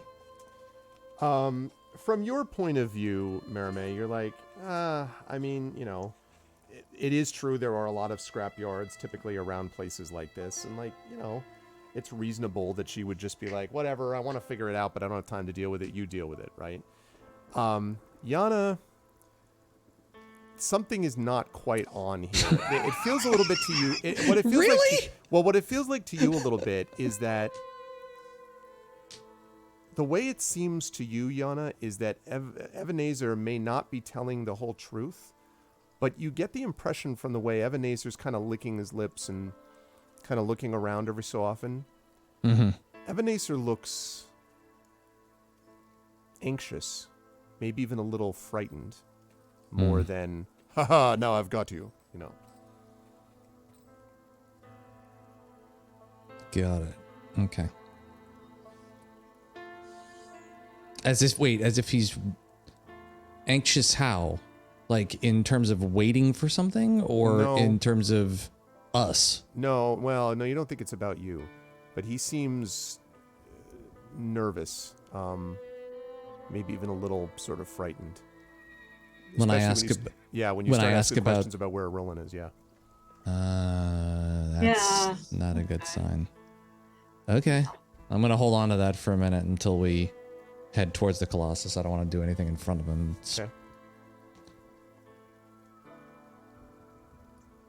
So, all right, you taking the job? Yeah, Tantan to Gasha to Kenneth, your thoughts? Since he's the only one who hasn't spoken up yet. And he is Writing furiously. he's scribbling. Yeah. Just he's just drawing everything he sees and just he's gone. But when the message finally gets through to him, he's like,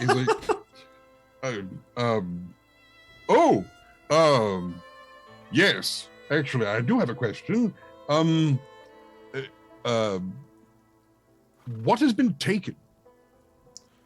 So far, we don't actually know. The part that the tunnel goes down to, we hadn't even explored yet. So I don't know if anything's been taken, not that we would know about yet. Nothing's been taken from the scrapyard or the other parts of the Colossus we know about. So it's just a hole that you don't know how it got there. Right. Yeah. That's pretty While much they're it. talking, I sort of move closer to Merime and kind of just say under my breath, he's hiding something.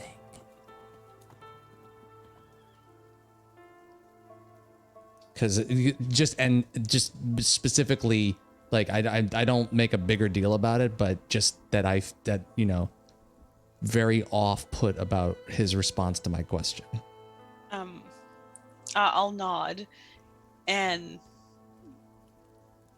I'll ping Alarian. I'll mind link, and I'll just be like, he might not be fully truthful here, but not sure about what. I'll just take Yana at her word. There's a brief pause. Yana noticed this? I didn't mention Yana. Okay. I just mentioned to you. Okay. All right. No, I thought didn't you just say Yana? I think she was said just that? taking that out of character. Oh, Yeah, out of sorry. character. Okay. Yeah, I should have mentioned. Wait, Yeah. I thought I heard my name. Okay. Yeah. No, Merime is taking you at her word. Okay. At your word. Yeah. Like, there's no Okay. question there. All right. So I will observe him more closely. you Thank you. Go ahead, Tantan. You post a message to get people to come and look at a hole. You say to expect danger, but you don't know what kind. I mean, well, yeah, that something's wrong, obviously. I mean, someone's digging it. I don't know. It's not a creature. It's not an animal. It's something. So around here, something, looks like it's not supposed to, and that can be dangerous. Do you have any explosives? He kind of, well, yeah, a couple of things we use for digging. Why?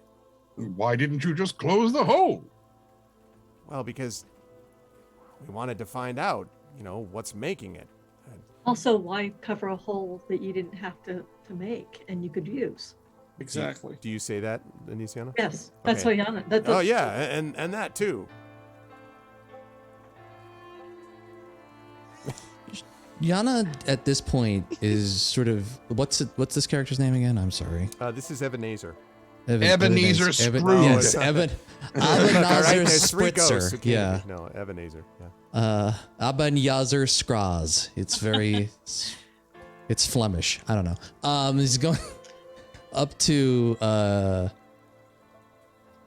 this person with the interesting name, and she kind of just looks him over. She doesn't have any questions to ask, but based off of everything he's answered so far, she kind of just wants to get a sniff on the air around Okay. what's going on with him. I'm not sure if that's a check or anything, but if it's like trying to get a better sense of like what exactly he's going on about here, because he's not telling us everything. And when I you get imagine close, she'd Yana, be able to pick that up. Yeah, sorry. Yeah, I was gonna say no. When you get close, she kind of is. He's kind of like, he kind of like, like it kind of moves away a little bit, like, and just sort of, all right. Well, listen, if you're taking the job, then you can just go ahead and do that. All right. And Just one more thing, sir. How long has it been since you've seen your Boss. that? yesterday sometime went off to do a little bit of work. Look, this isn't about my boss. It's about this tunnel. Right. Go ahead. We understand that you want help, and we want to give you help, but your information seems to be a little bit lacking. Maybe if you give us a tiny bit more, I mean, what we can help you. at this point? Ebenezer is kind of like, what else do you? I mean, what else do you want to know? Like, what's wrong? What are you afraid of? As everybody starts leaning. So he's like, shh, take it easy. So I start looking around like, okay, what's going to attack us? Okay. Make a perception check for me quickly, Nisian, and then I'll get to you, Tant, in just a second. Yeah.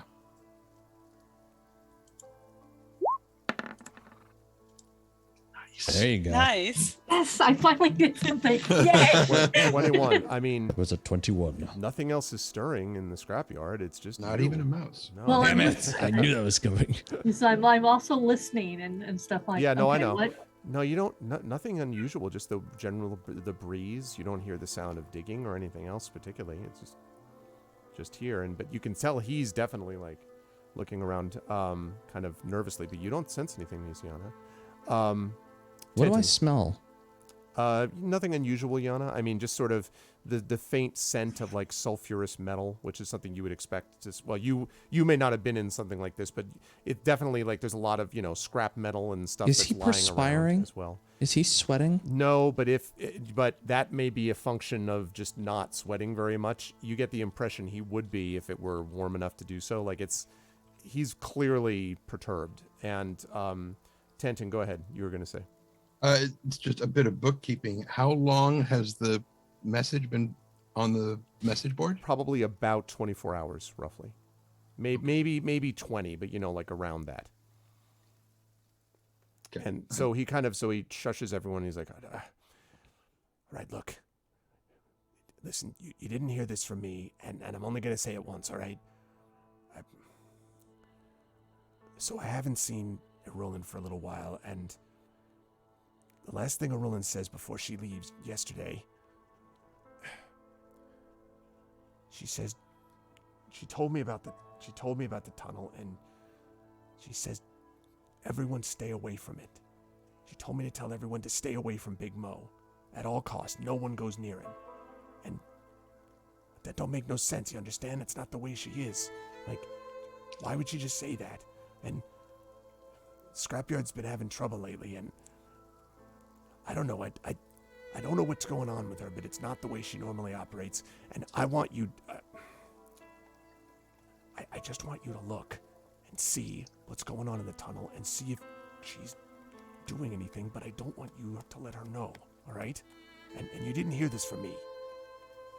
All right, well, now that that's taken care of, and kind of leans back and his voice gets loud again. Yana drops down into a squat and almost like punches the ground. It's just like, damn it. And all right, all right, well, there you go, thanks. And like sort of turns and like basically like limps off with like a couple of quick sort of, and then just sees you and then just like sneaks into, or not sneaks, but like zips into the little torso plate on the other side of the Colossus, not near where the tunnel is that he pointed out to you, and disappears. Yana gets back up and looks at the rest of the party and just goes, lies.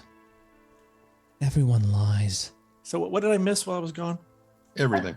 Yeah, Oh, he- obviously. Said you were He responsible. basically for it. said his boss said, got a little weird and said, don't go near Big Mo, don't go near the tunnel, which is apparently unusual for her. and he just wants to find out what's going on in the tunnel. So he does, but he doesn't know where she is right now. And was very nervous about giving us that piece of information for some reason that he also didn't divulge. Well, you know, if she thinks there's something dangerous and she wants to take care of it herself, maybe she's in trouble. Or maybe she's possessed. You never know. Yana just kind of like walks all the way back over towards the other side of the party, looking at the Colossus again, and just doesn't even say words. She's just like so sick of this. She just kind of goes, just is just so sick of this. Because nobody's ever, there hasn't been a single person who's been straight with her yet. And she's just tired of it. Sheriff has been very straight so far. True. Sheriff has been straight. And She hasn't dealt with Sheriff much. it's true. But it's a person you've encountered who's been straight with you. That's the point. Now, those were the guidelines you were looking for. And like, well, Sheriff has been pretty much on the up and up. But we're in a difficult place too, right? People don't know who to trust here either. So I think it just kind of, it trickles down to everyone and everything around it. And they don't know who to trust. So We're going to go into certain danger or what? We're not obligated to take the job. Before you know, do that, that's by why- the way, I just wanted to quickly show, because I liked Shadow's link to this. It's awesome. If you saw it, right? Yeah. So this is from Rising from the Last War. So I like, there's the picture, and then chat. Nice. If you zoom out, like on the stream, that's what the city would look like. Wow. This scale is enormous, and anyone who wow. happens to be a Shadow of the Huge. Colossus fan, ding, ding, ding, ding, is gonna like, scope is what you admire. These, and there were, you know, in Crazy. Lord of the Rings, where it was like there were more than one Balrog, there were many Balrogs, there were armies of Balrogs. There were many, many of these things, and the one that you're looking at was one of the smaller ones. Wow. Oh. That's cool. Yeah. So, on you go. Sorry. I mean, it looks like fun. I've never been inside a Colossus. Trended might appreciate that, but if other people don't want to go play in it, I get it. Who? Hinton. Tenton. Oh, sorry about that. Yeah, Tenton. I have your names beside each other on my little cheat card, and I'm gonna take your actual name off. There you go. How's that? So yeah, Tenton might appreciate it, and we might find something cool. But I'm just looking at the Alarian.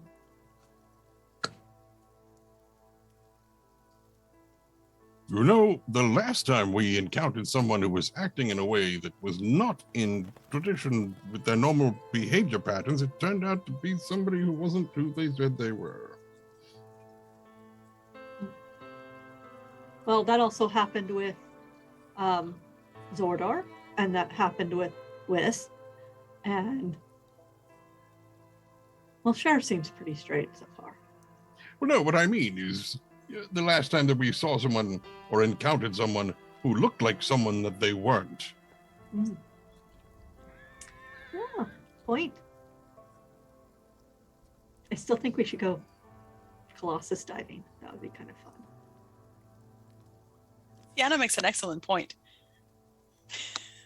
Come on, when are you going to get to go inside a giant robot? Oh, I absolutely want to go. Yes, Come absolutely. I was on. just, And we don't know if there's any actual danger. I mean, think of what you can tell people later. We walked inside Big Mo. Yana is listening to all of this, and she is just like, these people want to get murdered. She just, But we're gonna have fun getting murdered. So Alarian was And- watching Yana watch all the rest of people, the party. yeah, and you can probably make out on her face that she's just kind of like she's not like overly doing it, but it's just kind of like, Oh, come on, you're totally doing the Michaela. a little bit. Yeah, it's a bit Michaela exactly. Maroney. It's Yes, a little bit, but yes. it's like that if a cat were being like held in a tub of water. Yana, do you wish And to wait out here? And she does not answer verbally, but she looks physically offended that you would ask her that. It's a valid question. She just turns away from you by you saying that. I guess we're going then. All of us. All right, you go first, Hilarion. I am unsure whether the tunnel will be tall enough. Yeah, will he fit in there? But we should at least locate the entrance. I mean, So yeah, I'll start heading towards Big Mo. Alarian, can you fold down into a briefcase? Maybe that way that we can get you out the doorway. Cassette recorder, thank you very much. Cassette recorder, got it. If you were Vision, you could just phase in and out. well, also, it's not just because she's naive. I remember what we're supposed to do for King Citadel. We are supposed to do this. We are supposed to investigate things. We are supposed to find out what's going on. This is part of our mission. Maybe I'm excited about that.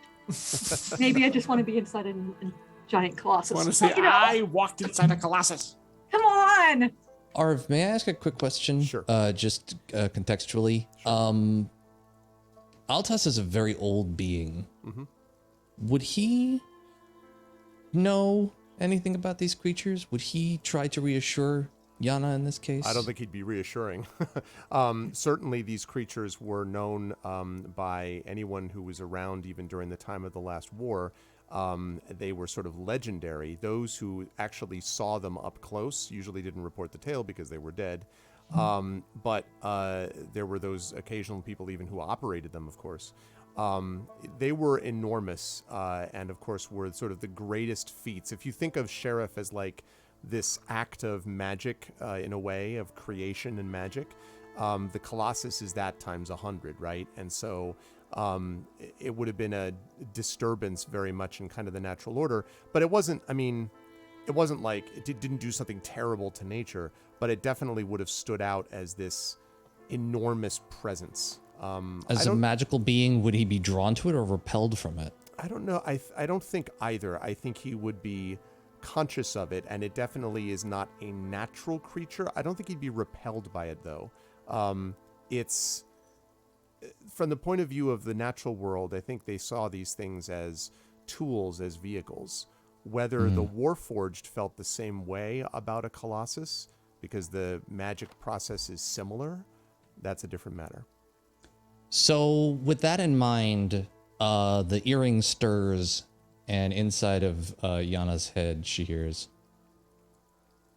Yana, you are right to be concerned. These were beings of great power. However, so too are we. Perhaps not yet, but soon. Do not worry, Yana. We will be together. We will keep each other safe. And she just kind of... And she just inside her head thinks, it's just so... huge. Never seen man or beast like it. It is magic? And Altas responds, yes, very powerful magic. But it is quiet. It is still. And what we seek in there,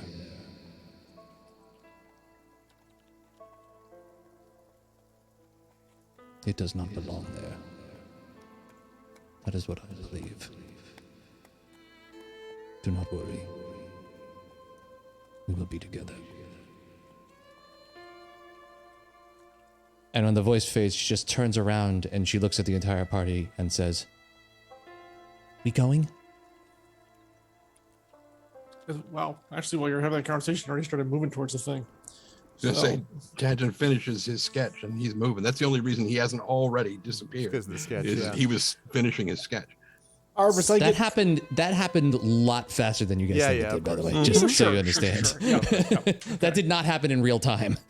So, yes, Larian. Arvis, as we get closer, does my arcane insight spark in terms of magical fields? I mean, yeah, there is definitely a general magical aura around this creature, around this construct, this thing. Construct, that's how I refer to it. Because this don't insult me, around sir. Big Mo.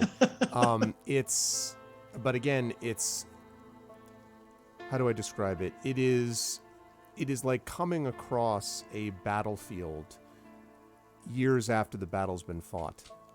You certainly won't get the smells and scents that you would have the day after, right? But you would still get a faint aura of the enormity of what this thing was. Right. And so I would say that's how At it one feels time, in this thing terms was of like magic. massively powerful, and that's kind of lingering here still. Yep. Okay. I am moving forward with the party. Okay. Just to So, clarify that. And Alarian, when you come to the area, when all of you get there, where the tunnel was supposed to be, where they pointed you to was basically one of the huge metal armor plates. And you can see that in the torso, and you can see that the metal armor plates, as you look at it carefully, Alarian, seem slightly like askew. You know, like the plates are all next to each other, and this one seems to be off kilter, almost like a door off of its hinges. Pick it up and move it. Okay. You're going to need, even with your strength, you might need a help of more than you. This is a pretty big plate. It's about 6 feet or so. And so I'll let you make a check if you're doing it on your own. If someone helps you, you should be able to move it away without too much difficulty, but it might be hard for just one to do it. It's a big metal plate. Yana moves up. Yeah, I mean, if you and Yana do it, that's fine, Larry. Yeah. Okay. I believe, don't I get advantage on the check then? You don't actually need to make a check if you're going to have someone else okay. doing it, then that's Sure. fine. I'm not. So- I don't need to flex for anybody. You're like, ugh. Lugging it aside, you reveal a slanted tunnel plunging down into the dark. It has clearly been excavated recently, perhaps by a machine, and it is expertly stabilized with wooden support beams. And as you look down this sloping tunnel, you can feel the breeze kind of, blowing past you into the tunnel and sort of drifting down. And you can, just as you're sort of standing above it, the very faint scent of dirt and stone and some other unfamiliar scent drifts up to you as you stand at the top. And that, I think, is a good place to take our break for the evening. You are watching right now day 5 of D&D with Infinity Day Beyond. 25. I was about to say day Wow. 25. One of my other campaigns. We're still first level level? one. That That We're was very exactly slow. what I was going to say. Almost level 2. hell, No. Arv? No, day 5 of D&D with Infinity Beyond, Eberron Oracle of War. This is part 5 of the Nightland. If you are enjoying this and loving the work of Trendane, of Marie, of John, of Jennifer, and Rob, please follow and support them in all the various things that you can see if you type in !IAB crew. Also, please support our Patreon. We will be back here in, let's make it 10 minutes. So we'll be back here at 10:05 Eastern. We're planning to go till about 11:30 tonight. So Eastern. And thank you all for being with us. And I hope you're enjoying this as much as I am. We'll be back in a minute. Hold tight.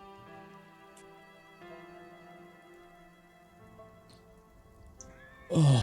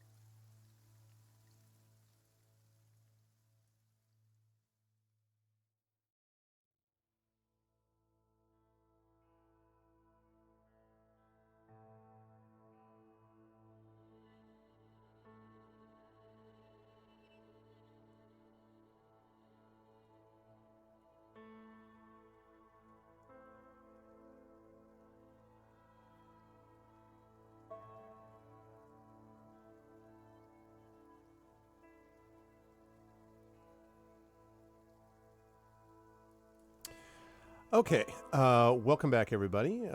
Lighting up. We are Sweet. back in. Because I don't have it either.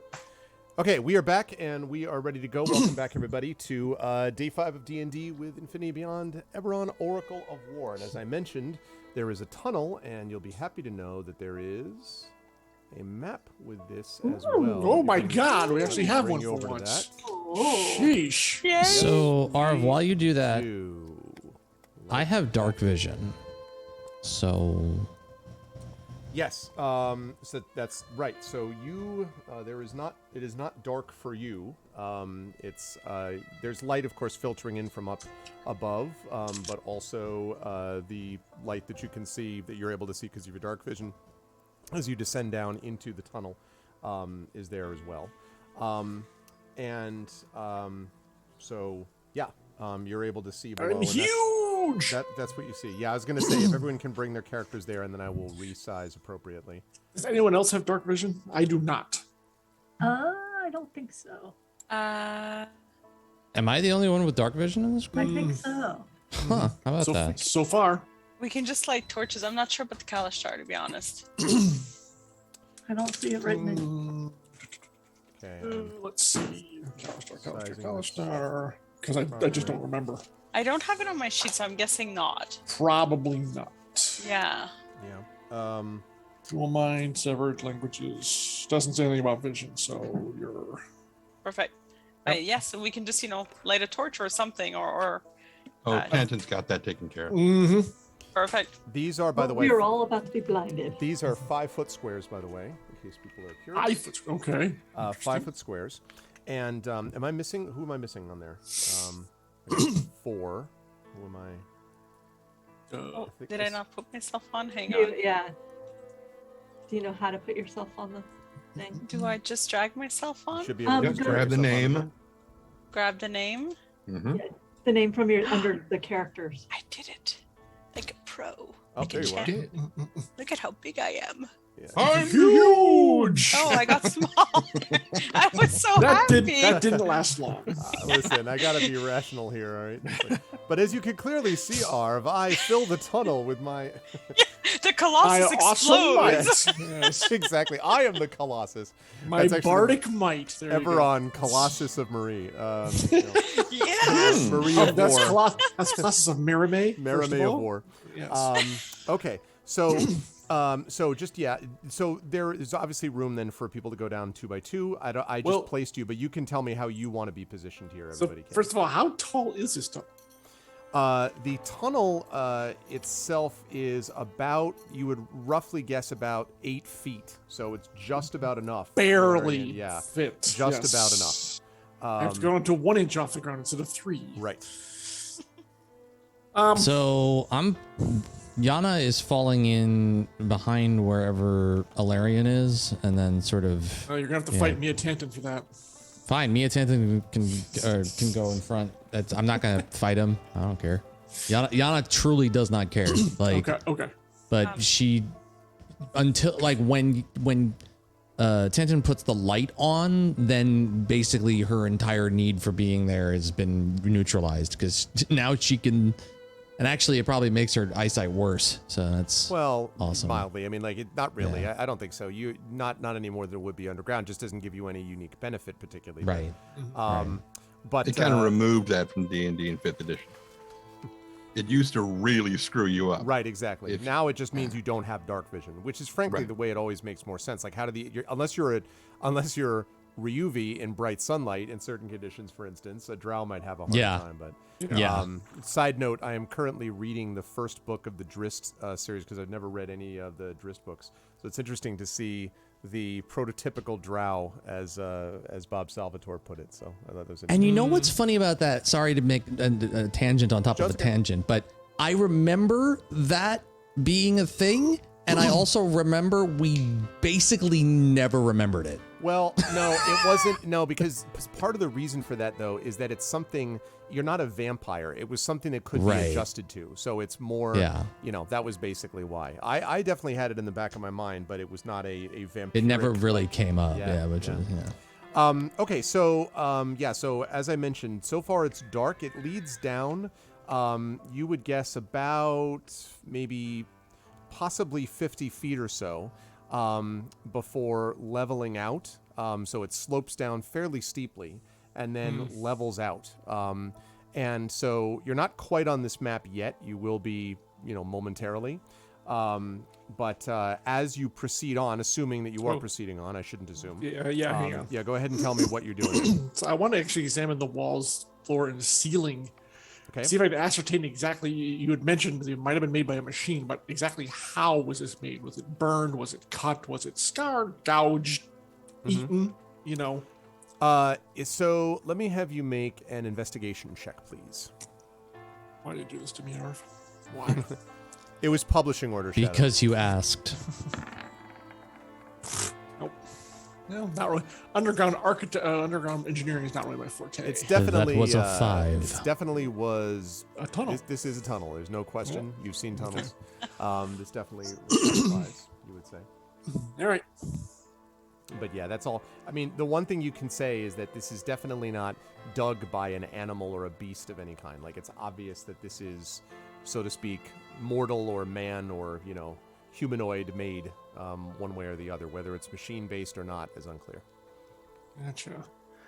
And you said there's supports, not just a tunnel, but it's actually supported like a true mine. Yes. Basically. Yes. And that's wood. Wooden or metal? Yeah, these are wooden beams that are holding it up, wooden support beams. And yes, the term you would use is expertly stabilized. This looks like someone who knew exactly what they were doing to keep the thing from collapsing on top of them and to prevent accidental cave-ins. It's the same thing. Accidental cave-ins meaning things that would make noise and notify anybody else. Like, this is clearly designed to not cause problems later. And it's I don't know that I would call it permanent, but it's better than just a slapdash, let's just get in and get out before everything collapses. It seems more long-lasting than that. Yeah, so I was kind of thinking it's not... Right. Okay. All right. Well, then, especially if Tenton has created that light, which is awesome, then, yeah, we'll start moving down. I'll take the lead. Tenton behind me. I think Yana was taking third, so that leads Meremy and Nisiana to figure out how they want to bring up the rear. I'll be the rear. I'll make sure that Nisiana is ahead of me. Okay. So basically what Tangent does is just picks up 4 kind of rocks about so big or so and takes one of his thieves' tools and carves a rune into it, and it just bursts into light, and he hands it to Ilarion, and then he does the second one, and he's like, heads up, and tosses it over his shoulder to whoever's behind him.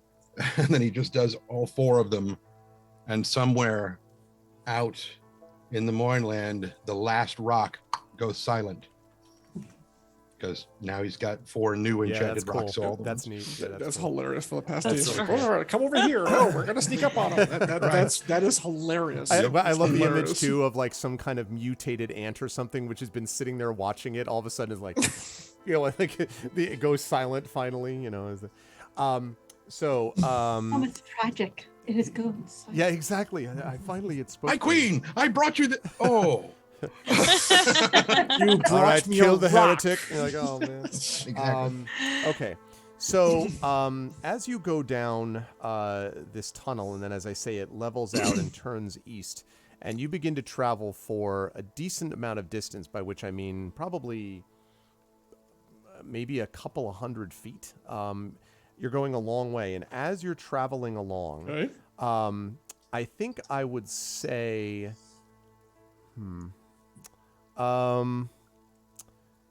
Tenton, what is your intelligence score? Just your raw score? 18. Merime? Intelligence 12. Ilarion? 10. Nisiana? 13. And Yana, what's your just raw intelligence score? Really crap. Hang on. Okay. Can we quantify that? 11. Okay. Tenton. Better than average. After a while, as you're traveling along, it becomes clear to you that you are not only traveling to the east, but you've probably, because remember, everything here is really close to the Mournland, you probably have gone underground underneath the Mournland. So you do not, none of you have the feeling like now you're in the gray, but it is clear that this tunnel goes a good distance. And if you had to guess, this thing probably was tunneled from it to the, up to the Colossus. I was going to ask that. Yeah, if you had to guess. And just one tunnel. You don't see any other paths off it. Fairly consistently here. And goes along the way, and I am now going to be able to actually play with the map, as it were. I'm going to ask everybody to ignore the numbers that you will see. Ignore these. Ignore these. Come to a big one in the floor. Okay. Exactly. Ignore the one. And that's why I mentioned that this was part of the other, that you were on this path for a while before you actually arrived here. Damn. No, not the one. Not the one. Have hard life, probably have hard death. I love that man so much. Okay. Right. So, yeah, exactly. Vesh, there's a whole species of mutant ant that runs about the desert calling out, "Over here!" Like, how did this happen? Okay. So when you get to this, there is a locked, heavy wooden door which is sealing the end of the tunnel. It's a wooden door for sure. And it is heavy wooden and well constructed. Set into a frame and everything. You got it. This thing clearly has been built over time, not just within the last 2 weeks.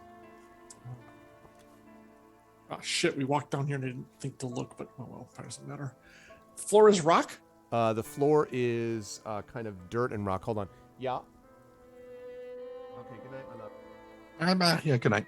Oh, not me. Okay. Night, sweetheart. Love you. That was for you, though. That is my wonderful child. And yes, of course, I also love trying another one. Yeah, whatever. Thank you for the follow. The minute that happened, of course, someone follows. You're like, there's a lot of love in this channel. Let me follow immediately. Okay, so there you are. Good night. Thank you, Dragon Spear. Okay, it definitely, you said definitely locked. But I will actually try to listen at it. Okay. Let me have you make a perception check for me, please. Hey, something I actually have a freaking score in. 14. Would have rolled better if you were right up next to the door, then. Yeah, probably. That big one is in the way. I can't get to it. Right, that's true.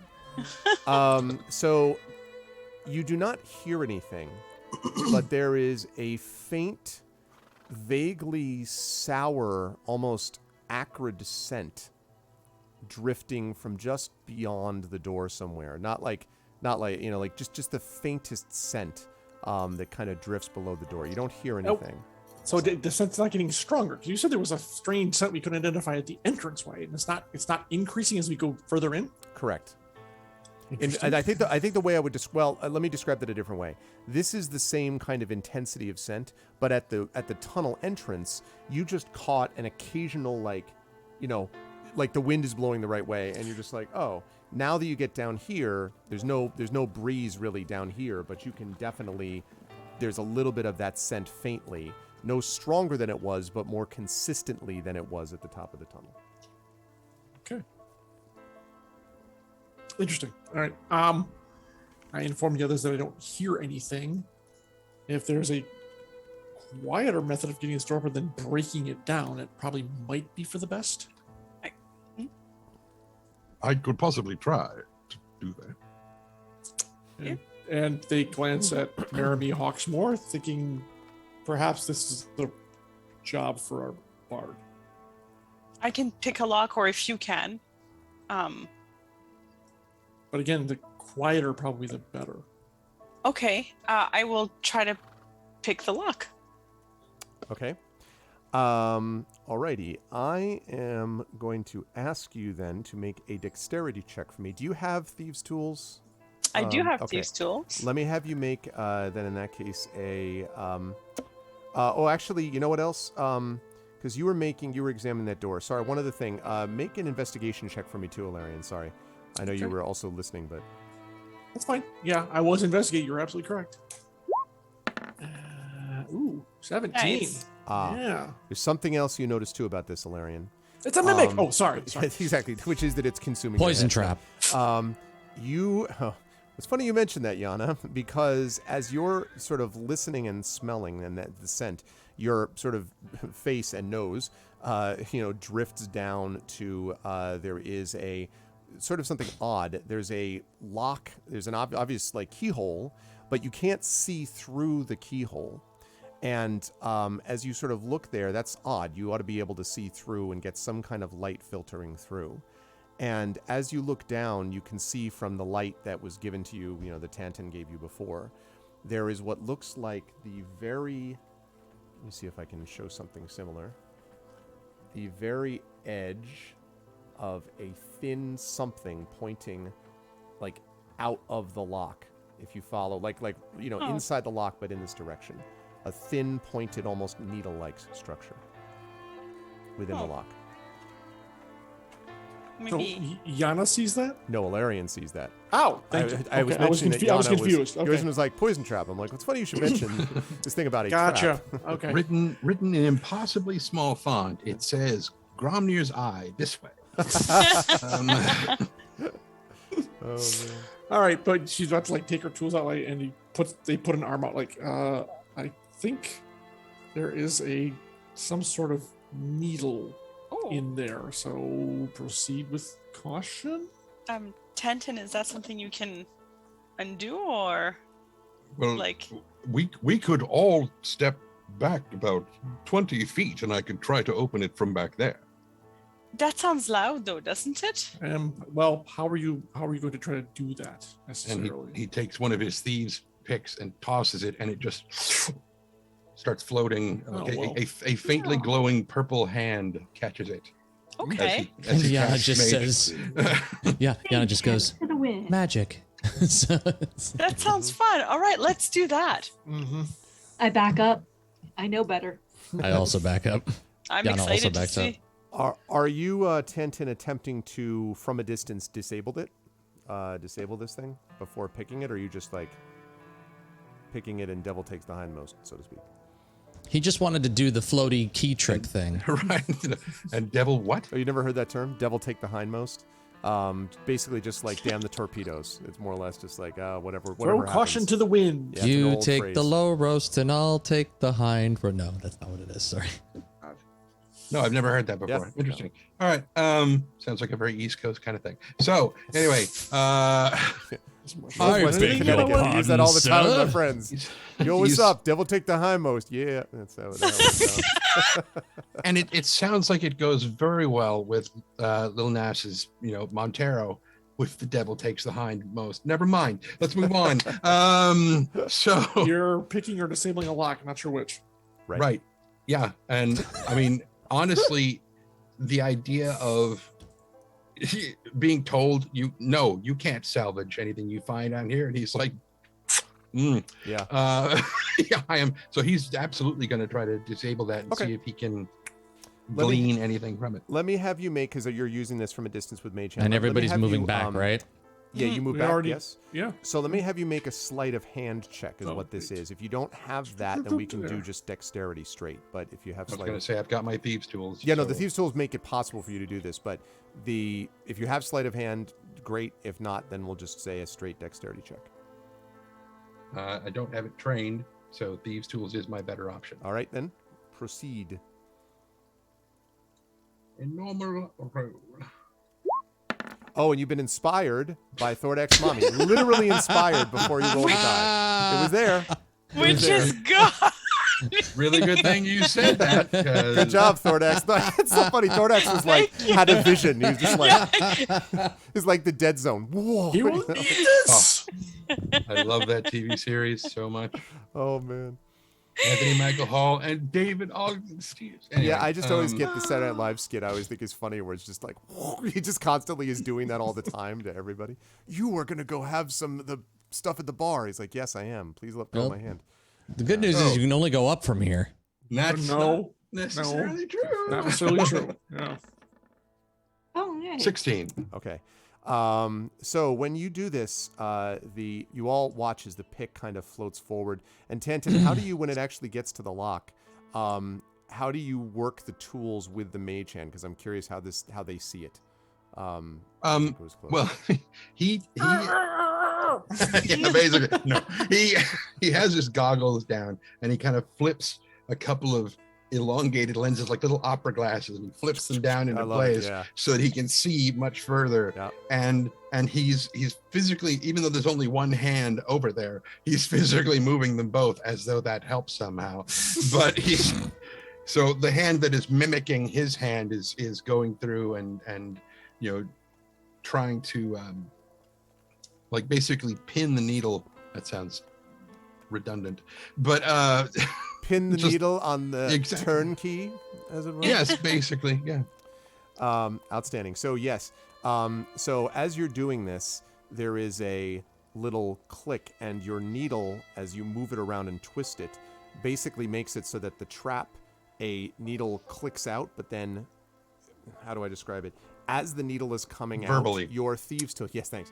Your thieves tool drifts along the edge of the needle, so it ends up just, you hear this slight little tink as it hits the ground.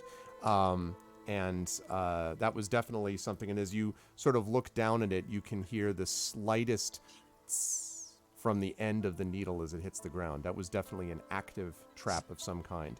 And now it does appear. The door is still locked, but the trap is disabled for sure. Well done. Good. Second clutch roll, by the way, Thordax. Yeah, go ahead, Tanton. Yes, thank you very much. I was going to say, so Tanton turns around. Because you're all right there.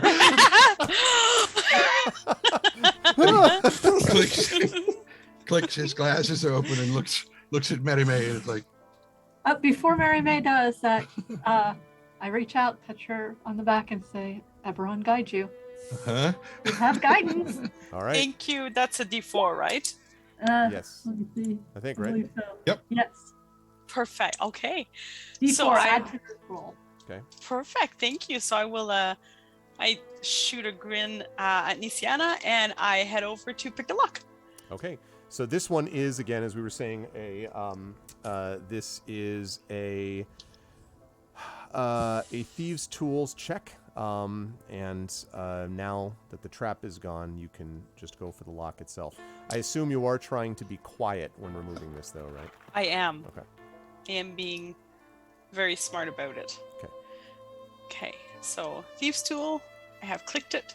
One moment, please. Hold. Please hold. Oh, and I will use guidance Okay. on top of that. A D4. D4. I have clicked it.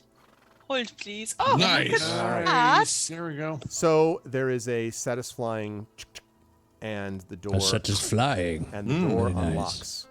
And I will look back meaningfully, whether they get it or not, to Ilarion, as in, I know how to pick locks. And I will back away, and I will not be the one to open that door. They just nod at you, yeah, and then they will come up. Actually, he's going to form the shield. So his armor class is now back up to 18. Not the sword yet, but the shield, just in case. Okay. And making sure everyone is prepared. And the great thing about the shield is he can still hold the light in his hand, which is fantastic. So that really works well.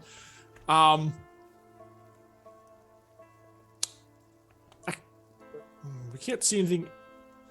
Now that the lock is open, can I actually see through it?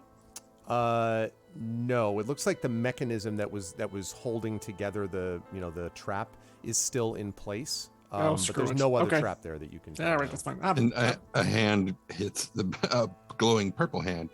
Kind of taps Lariat on the shoulders, like, you might want to shutter the light just in case there's someone on the other side. Oh, he just closes his hand.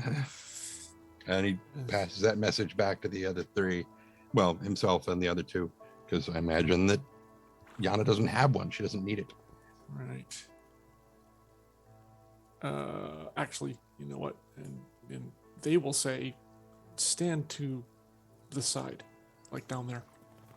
Flatten myself to the side. Mm-hmm. Okay. And then Where? Which side? Just Either's fine. Just not in the middle. Let's not make yourself a target. And then I will open Word. the door. Okay. When you open the door, this is what you see. Keith Haring picture. Exactly Wow, what was in cool. my head. Exactly what was in my head. Lord. So What? there is a large cavernous room that opens.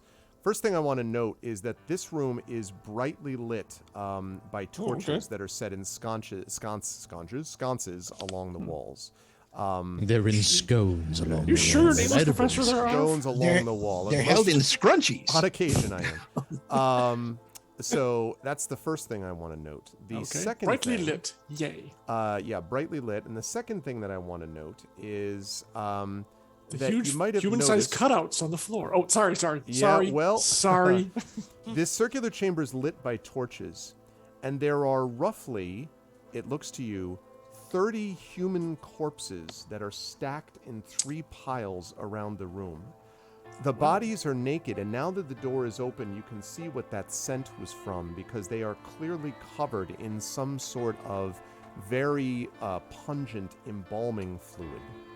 There's no obvious sign from here about what killed them, but they are not super long dead, and they are all covered with this embalming fluid. So you can now tell what this smell that you smelled Is was that coming also from. what's supposed to be all over the floor too?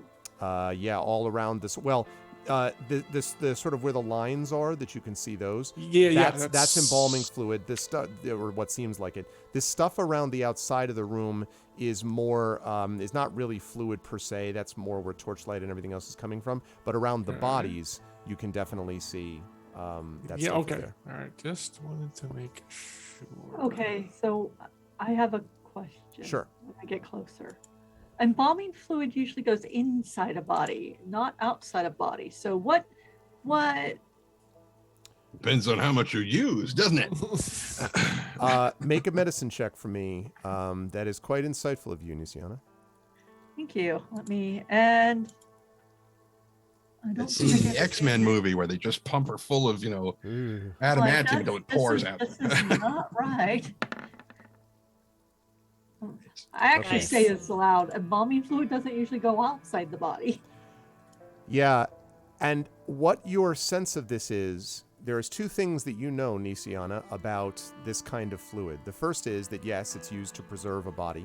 You are right that it usually goes inside the body, but it has one other property which is well known to you, and that is that it is highly flammable. This stuff burns really, really, really, really easily. Like this whole cavern is a giant fireball if we don't watch it. Oh.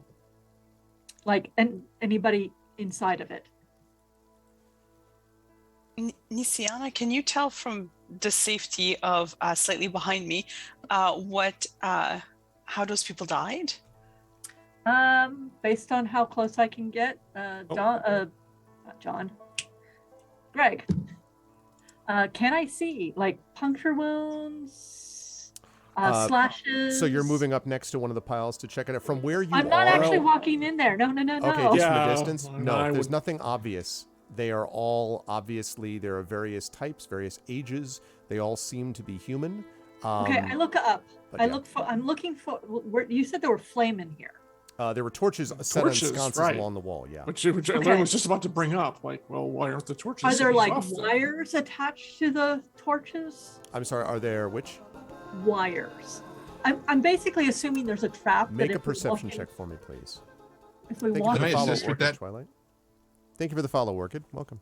Can I assist with that she just rolled? With the what? I'm sorry, with the... With her thing. I just wanted to hand her my goggles so that she could click the Ah. opera glasses do in do we place. talk about what the goggles do, mechanically? No, just that he can see, depending on which way he has them, because he uses them to work on stuff. Right. Or so they have either a binocular thing, so he can see a little bit further, not much further, but then there's also a magnifier setting for when he's working on fine grain. I'll stuff. say that if you want to give those to her, that you can give her a +1 on that. I will say though, and that you can do that in the future. But I'll say that because I know this from long years of experience, just because glasses of any kind will help you, the eyes of someone else that you give it to may not have the same effect.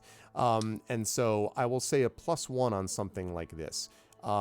You could probably give her. So that would give her 20 if she wants to use that. If it's up to Nisiana if she wants to use that. Great. 23 total. then. Okay. there are not wires attached to these. The torches do look as if the sconces look like very firmly anchored. It definitely looks as if the torches are like not going to fall out on their own. But it does look like, Nisiana, that they could be taken, like they could easily be removed. They're not permanently attached. The torch could be taken out of the sconce and then, you know, used however someone wanted to, but they are not going to fall on their own, and they do not seem to have wires or anything like that that you can see like attached to them. Well, I will still mention that so I don't see this as a trap yet, but this is incredibly flammable here. So proceed with caution. Hillar never mentioned anything about missing people in the town, did he? No, he did not. No. Mm-mm. No But one did. We're also not under the town anymore. Nope, and we did not. But even actually- even so, where would they get these people if not from Salvation? I mean, theoretically, you're correct. They could have brought them from somewhere else, but it seems like Occam's Razor being the closest place to get folks would be Salvation. or they could have waylaid them in the gray. Maybe. We actually have way. no idea where these people are from. Right. Yeah. Exactly. Yep. We did not actually get Erlin's description, so we don't know if she's in these piles or not. Mm. But by virtue of the fact that she said stay away, means she might know about this. So you're saying we have just the lack of information we need to be perfect in this situation. Perfect. Great. Perfectly paranoid. Let's go further. So Alarian uncurls his hand, revealing the light stone, and tosses it into the room. The light stone. Okay. For one moment, That I'm was like, the just like, flaming wait. hammer. I'm like, what? And I was like, okay. I had this image of Batman. What did I just say? Not sure where you got that idea from. You all take Okay. 60 damage. So you just toss the light stone anywhere in you said into the room anywhere in particular, Alarian? Like trying to get to the center, like right here among the three of these piles. Okay. Yeah, I think you can do that. It just sort of, you know, lands on the ground. Nothing happens. The Nope. torches don't fall. Nope. Ghostly hands don't come out and start waving around. Nope. Okay. The embalmed bodies don't start coming out as zombies. Oh, well, that no, none of that does not happen. Not yet. Oh, No. shit, shouldn't have said that. Does not happen. And they say I'm willing to step inside to see if anything does happen. Okay. Since I do not breathe, I would not be under. I would not be in danger of smoke inhalation. Yeah, and I would describe, by the way, that when you step in, nothing happens. I would also say I that hadn't this- done it yet. By the way, Oh, I was posing it to the group. preparing to. Yep. The scent of this, by the way, it reeks, but it's not. I mean, it's very unpleasant, but it is not overwhelming. Like it's not. You know, it doesn't cause mechanical effect on you as of yet, anyway. Right. From what's here. Yeah. Yeah, but it probably can't be good to breathe it in. Oh yeah, not so good. Oh, unless it is acidic, I should be fine. I don't breathe. Well, is the light stone still lit, or is it sizzling? Because you did throw it in the middle of it. Well, I didn't throw it into the pools. Like the pools here, but the floor is actually dry, according to what Arv said. Yeah, well, except for around the Yeah, bodies, it's kind exactly. of yeah. Yeah. So wet, Oh. wet, but the rest of the floor you can step onto is actually dry, which I wanted to be. I wanted to be very clear about that because yes, your trap idea would make a lot more sense if the entire floor was freaking covered. I Not thought that the it, whole thing was covered in liquid, not because of the lines and everything. Right. Also, one note about the floor of this room, incidentally, is it is dirt, but it's like well manicured dirt. It's not mud even in those Packed and areas. Like smooth. it's obviously been Yeah. basically it's been smoothed out, swept, and this whole area is obviously maintained. There's actually a Zen mud garden. Mm. the one thing I do want to see on the walls look natural. The Is it walls naturally formed? yes and no. The walls look formed, but they also look like they have been strategically reinforced in places to in certain areas look as if they've been excavated further. Other areas look like they've been strengthened. So it looks like they went with the contours of what was down here, of the rock kind of undersurface, but did so in a way to make it able for humanoids, to pass by in either direction. So it's natural, but it's been clearly reinforced by, humanoid/human mortal hands. Well, unless anyone has any other ideas, I will step inside. I only had one other thing, but Rob just walked on, so. Okay. Are you thinking the same thing I was thinking, Trent? Throwing. Get Throwing Altus Yana to in? go out there and check it out? No, definitely not.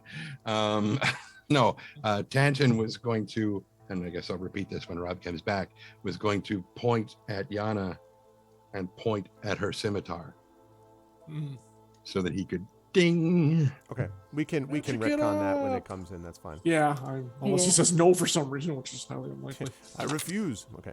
No, how dare you? So you're going to step in, Illyrian? Yeah, hearing no other, no one wants to do anything else. Yes, I will step inside and see what happens. So nothing happens when you move in. Well, that was anticlimactic in a good way. Okay. Oh, part of my panic was I literally thought the entire room was a giant puddle. Yeah, no. So Me too, at first. Ceiling is solid. There are no holes, ventilation Correct. shafts, And anything also like still that. about 8 feet high. All right. Oh, boom. Okay, Yep. right there. And also an Well- occasional wooden beam overhead, Illyrian, that you have to duck your head a little bit that are Oh, cross beams over Yep, this. yep. All right. I am literally, this is what I'm doing, cautiously, like, take a few steps, stop. Because I actually do want to get a close look at the bodies. And it Okay. actually turns back to Nisiana and says, do you wish to get a closer look at these? if you want me to tell you how the bodies died, Well, that would be useful. then I will step forward. Because, I mean, I don't step into the goo, but I don't step into, since Illyrian has stepped in here, most likely, if there's a trap, I won't set it off. So I have less fear. Okay. And then I try and get a better look at the bodies, see if they have any similarities other than the fact that they're all naked and dead, puncture wounds, strangulation marks, weird bruises, more than just the lividity, etc. Okay. So go ahead and move in. Next to I guess Illyrian there up to that pile. When you walk in, you realize to your horror that he was floating, and so no, I'm just kidding. So you're like, God damn it! No, I'm joking. Someday no, that probably will come into play. That will, I'm sure it will. No, you come in next to him or next to them, and in this case there is no nothing happens either. When you come close to the bodies, what strikes you about them, Nisiana, is first of all these are all look to be human. As I said, they are of various ages. And all adults, it looks like. They are of various ages. They all look to be human. And they all have they basically look as if they are, well, make a medicine check for me, because I need to describe this in a particular way.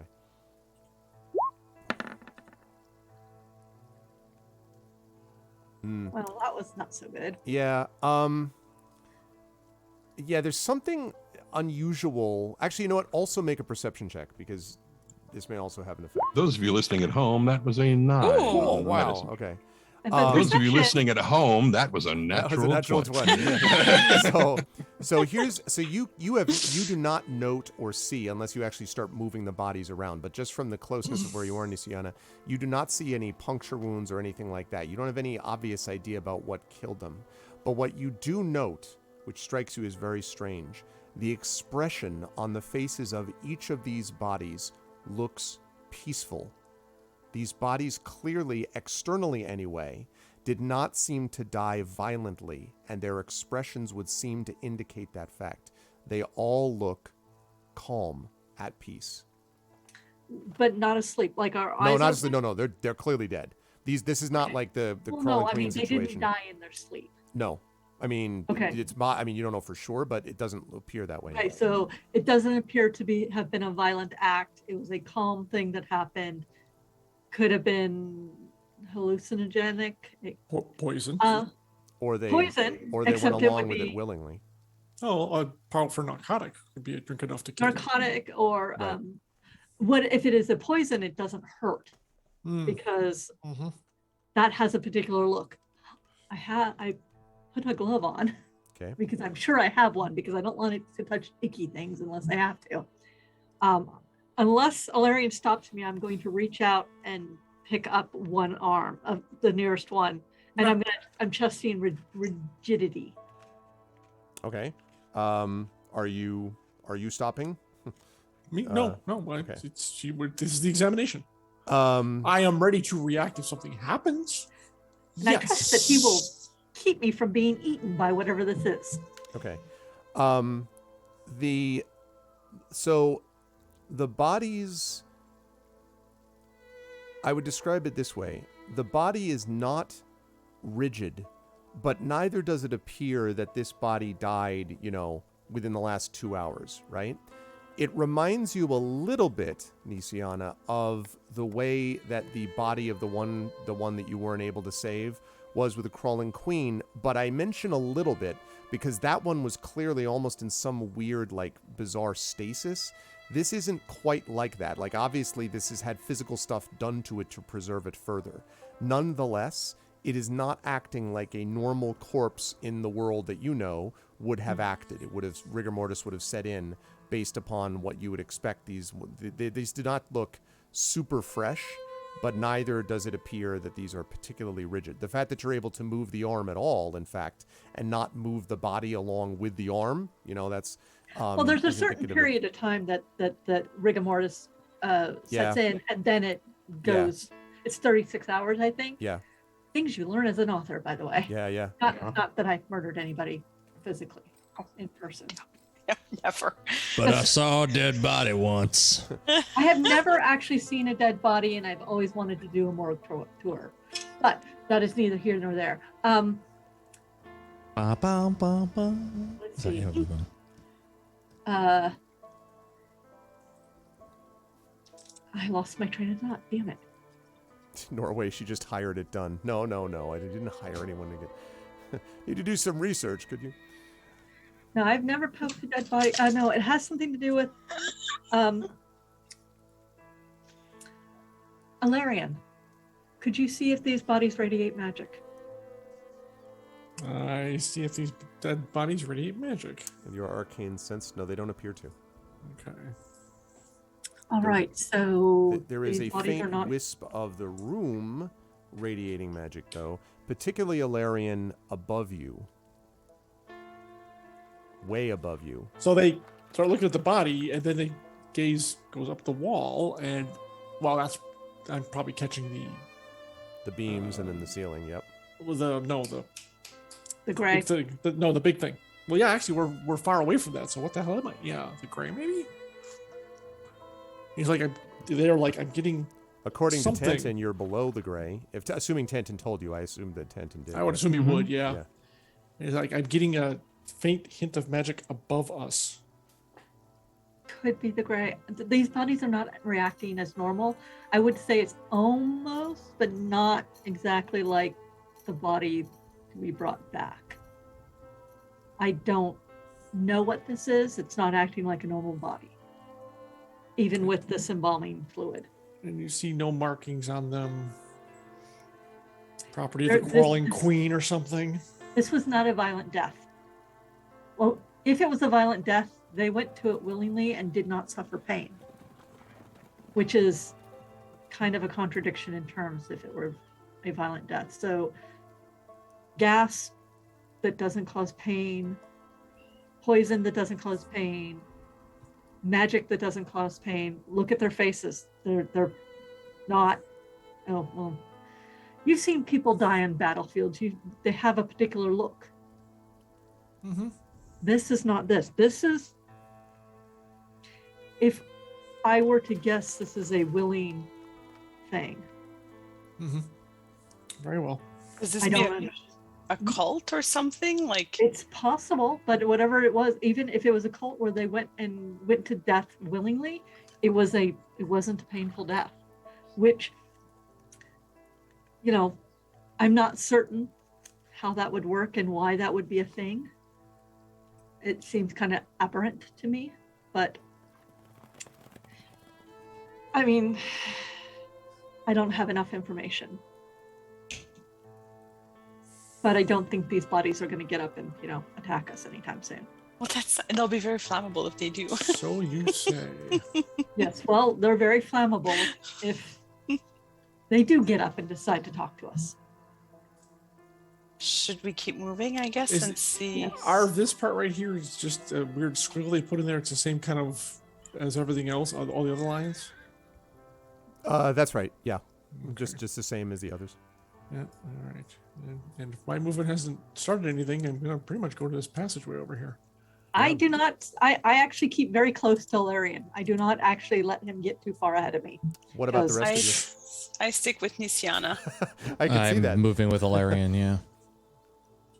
Tanton, what about you? He's going to pick up the rock that got tossed down. Okay. Oh, Make it scream. Leave it there. Sing softly to them. All right. Yeah. Okay. Well, if without Silent other green is people. no other incident, then what door are we facing now? So when you get to that, there are two things to note. This door is closed. It is again a heavy wooden door, just like the previous one. But I would like you to make a perception check for me, please, as you get close to it, Larry. Off the 19, 7. Okay. Yeah, it just appears to you to be like just a regular, Well, I'll look heavy closely at wooden door. is it locked again?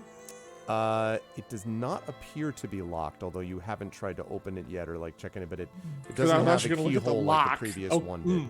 So it looks like you It has a something like a mechanism to open or close it theoretically, Mhm. but it doesn't have that same the same makeup as the door outside in terms of the way the lock mechanism looked. Right. Come back around the corner. Laramie Hawksmoor, I think we need either you or Miatant and Takasha to investigate the door. Given that the last one was trapped, I didn't notice anything, but then that is not my forte. I cast Fort, guidance I on guess both they of say them. it. Okay. I, as they go by, Larian guide you. Think. Larian guide you. I have a cantrip. Guidance. Yay, cantrips. I am learning to use them. Is there a delay between the use of the? Let me just take a look. No. Okay. Here's the thing. Can't do it at the same time. Concentration. So Oh, you it can is- concentrate okay. on one spell, so you can do it on one creature, not both. Okay, so who goes to the door first? Tenton, did you want to go or did you want me to take this one? Maybe have a look if it is poisoned. I was just going to examine the door first. Okay, tag team. Right. Okay. Examine the door. I will have each of you roll investigation for me then, please. Oh, I'm letting Tanton. He can do it at advantage if he wants. Well, then I will guide Tanton. Okay. So you have a +4 plus. Actually, does that stack a plus the D4 plus the +2 for assistance or whatever it is? Yes. Mm-hmm. Guidance. So if I'm being assisted, that's advantage. Mm-hmm. Well, Let me know before I roll. yeah. Let me think about it. Yes, you can do this at advantage, but if that's the case, then it's not the +2. Then it would just be the +4 for the guy, or well, rolling 1d4 for the guidance. Yeah, Okay. but you can do that at advantage. So I'm kind of looking over your shoulder. And, oh, you're doing great. well, Oh, 10 and Roll a 9, so d4. you could add the guidance on one of them. I mean, like on 10, I guess. Or yep. 11 total. Yeah, I mean, the door, so you confirm it's definitely not locked. It does not appear to have the trap mechanism that the previous door did, but it's not 100% certain. But it does not seem to have the mechanism that the other one did. Again, it's a heavy door, but it doesn't look to be quite the same as the one that was on the other side of the room.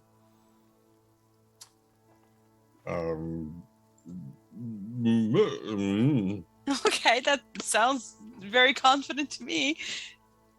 Are you okay, Tanton? As he's pulling his, the lenses aside from where he was, examining the thing really close, he finally realizes that he had the wrong lenses in place and they weren't matched. So like one eye is trying to look way over here and the other one, and it's like, oh, that would be why. Yes, I'm fine, thank you. Oh, I will guidance on Mary May then. Okay. Thank you. I am ready. I have full confidence in Tanton's ability to find traps. Okay. Find them. So you're investigating also here, Mermaid? Oh, Or- I'm ready to pick. You're ready to- It does not appear to be locked. You think you might just be able to open it. I'm going to pretend it was locked and then just look like Okay, I so did super good. Super difficult. Like, oh, yeah. You, it just looks like so impressive. Okay. Now, I want you to make a perception check as well, Mermaid, as you come down to, do this work. Perception.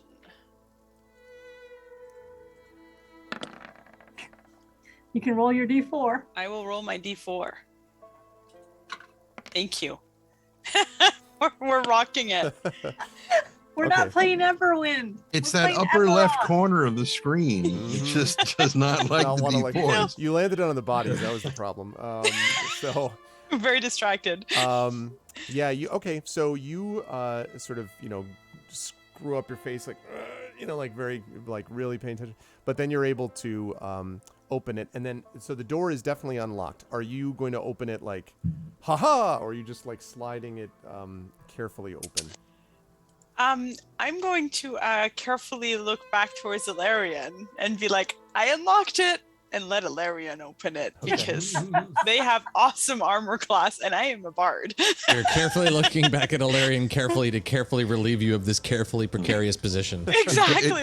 It goes along with all the nodding earlier. See, That's right. Well, I nodding, did yes. my part. You do your part. I totally unlocked it. Arvel, try to listen at the door again.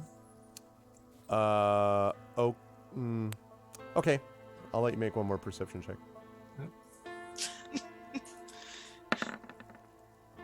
Here we go. 22. You hear all the sounds of the world. Suddenly you're like, no, what you actually hear is... Tanton, are you okay? There are muffled voices coming from the other side of the door. I come back and quietly tell them whomever is behind us apparently is on the other side of this door. So there's a strong possibility of combat once I open it. Are we ready? I'd pull out my crossbow. Actually, do I have a Wait. crossbow? We You don't do. know. Who are they? I said strong possibility. I didn't say it was a guarantee. We're going to try and find out. However, given the lengths they put to keep people away from here, it's highly unlikely they're going to want someone just barging into their room. We're not going in ready to kill people, like swinging at anyone we see. We're going to try to talk to them first. However, I feel they're going to react to our presence very negatively. So Should we be ready for combat, is what I'm saying. go back and To tell who? the other guy? We don't know who it is. All we know is there's a door, some bodies, and another door. I'd like to find out who's behind this. But if they're killing people, that's a problem. Yes. But also, the person who sent us here doesn't know any of this. Maybe it would be good to tell him? I'm not willing to go all the way back there to tell him. We'll tell him when we come back out once we find out who's on the other side of this door. We might be able to talk our way through it. Maybe. She's kind of she realizes that diplomacy is not her strength, and she'll go back to just using I mean, magic. you made the suggestion, and Ilarion's not really all that interested in it, to be quite honest. Yes, we can try. I'm just saying they're probably not going to be very happy with us encountering them down here. That's all I'm saying. And be ready for combat if it arises. That's it. But apparently I can only assume these people are behind what is going on here. And we've been tasked with finding out what is going on here. They should know. Let's see if we can ask them some questions. Agreed. I'm open to other solutions that don't involve going back and telling what's his face. Because all we can tell him is there's some bodies down here and a door. 2 doors. And that's all we can tell him. That's not enough as far as I'm concerned. And people's voices. Which I don't know who they are. I can't hear them well enough to identify what they're saying. So that's almost worse than useless. Male, female, young, Can't tell. old. That part you can't tell, just so you know. You're welcome to take a listen to the door yourself. Maybe you could hear better than I could. I will give it a try. Sure. Go ahead and make a perception check for me.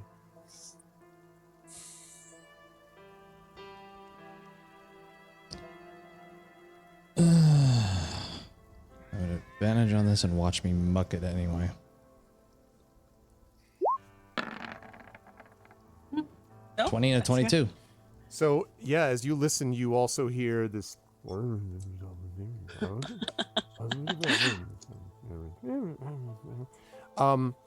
It's impossible to tell, Yana. The one thing that you can say for sure is that it's definitely a conversation of some kind, and it's more than one person in the room for sure. Is it aggressive or casual? It doesn't seem aggressive. It seems very much just like, maybe people asking questions, people answering. It does not seem like. So is it time to start a fourth body stack? I think we're getting a little high on the third one. So yeah, let's that kind of thing. Yeah, it seems much. Does not seem aggressive. So It's I a go couple back of Tanton's rocks. Over here. He's behind it. They seem to just be talking. Not mad, just talking. Will you open the door and say hello? Yeah, I'd say so. I mean, And the now, door's gonna open. now sort of mocking Tanton a little bit. She kind of does the move to the side thing too, but not doing it as gracefully. She goes to the two sisters, having watched Tanton do that. Instead, Alarian will step to the door. I will follow next. Happy to make friends. As Alarian goes by, she kind of goes,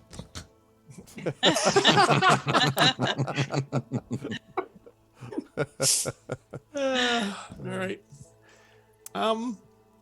Yeah, screw it. I think surprise in this case is actually the best method.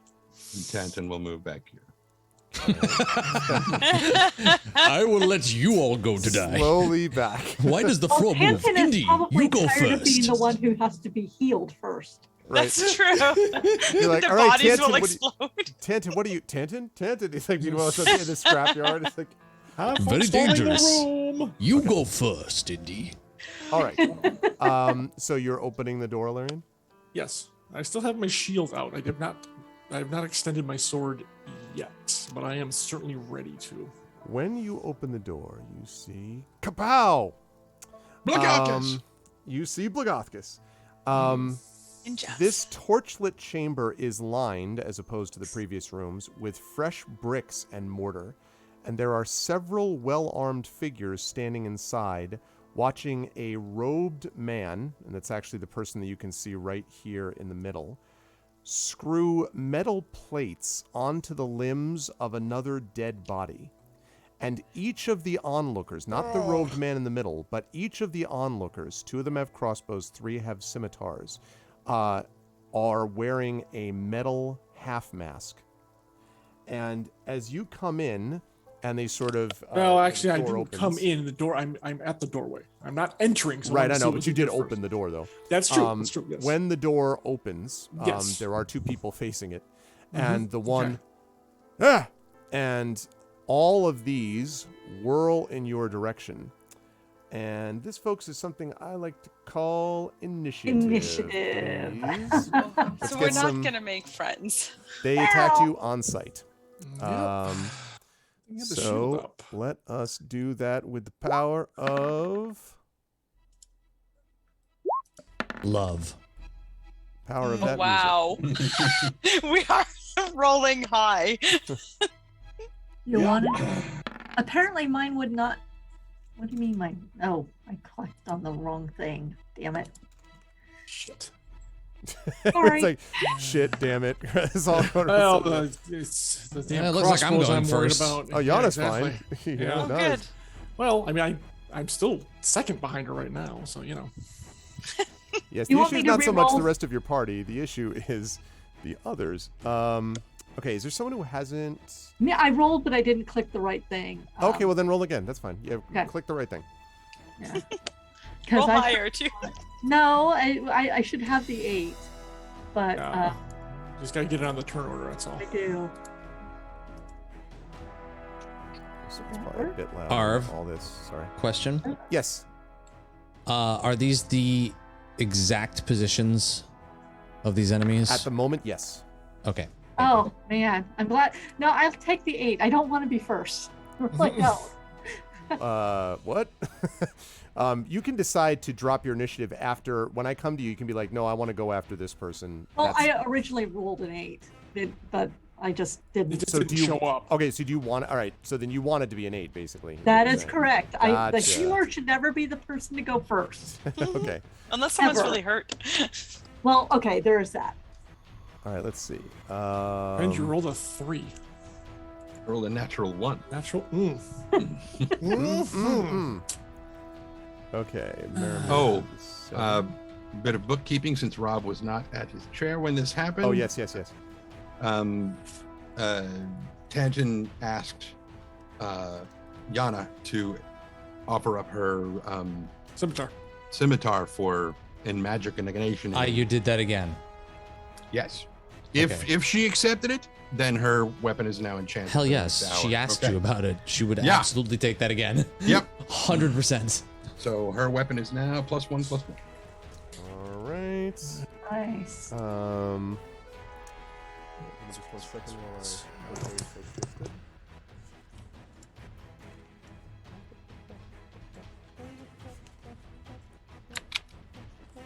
Sounds like you're bordering on. Oh, I thought people were gonna be like. No, there's some Zelda going on in there.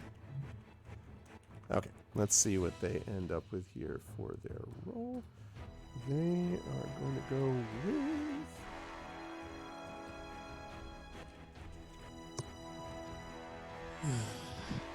Right.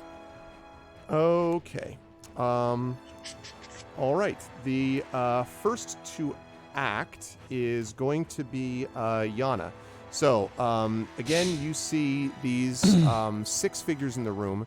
3 of them armed. The one in the middle who's robed does not. I mean, is just sort of like doing stuff with his body in front of him, but does not seem to have any obvious weapons, at least not immediately visible. The other one's definitely armed. Are any of them, aside from the one that's closest to the 3, like, so there's the middle guy and then there's 5 outside? Yes, 2 of them seem to be armed with crossbows. The other 3 with scimitars. Yes. Are any of them within 5 feet of the center guy? Because it looks like the guy to the upper left is. Yes, I would say that guy is. Yep. Everybody else, I think, is probably a little bit of a more respectful distance. I guess like 10 feet away or so. Social distancing. Yes, but that right. Exactly. They're all. I mean, I said masked, right? I mean, they're all. You know, Right. Half mask. So they got half that mask. chin Very diaper stylish. they thing going on. angrily flash So their stupid. vaccination record at you, like, ah, right? You know. Okay, And you so applaud and then continue. I'm going to shout, "Pull them towards the door!" And then I am going to cast a cantrip at the middle one, who I assume is the leader. And I am going to cast Frostbite on that one. Okay. 1d6 cold, DC versus con. It fails. Disadvantage on next attack roll. Okay. What's the DC I'm going for? I know you said it was a con. What's the number? It's 13. 13? Okay. Okay. So, all right. So you see his skin kind of, blues over and free. And he kind of staggers back. Not only does he look deeply affected by it, he also, falling backwards, like it nearly falls onto his ass and sort of like scramble. He does not look like he wants any part of anything that just happened.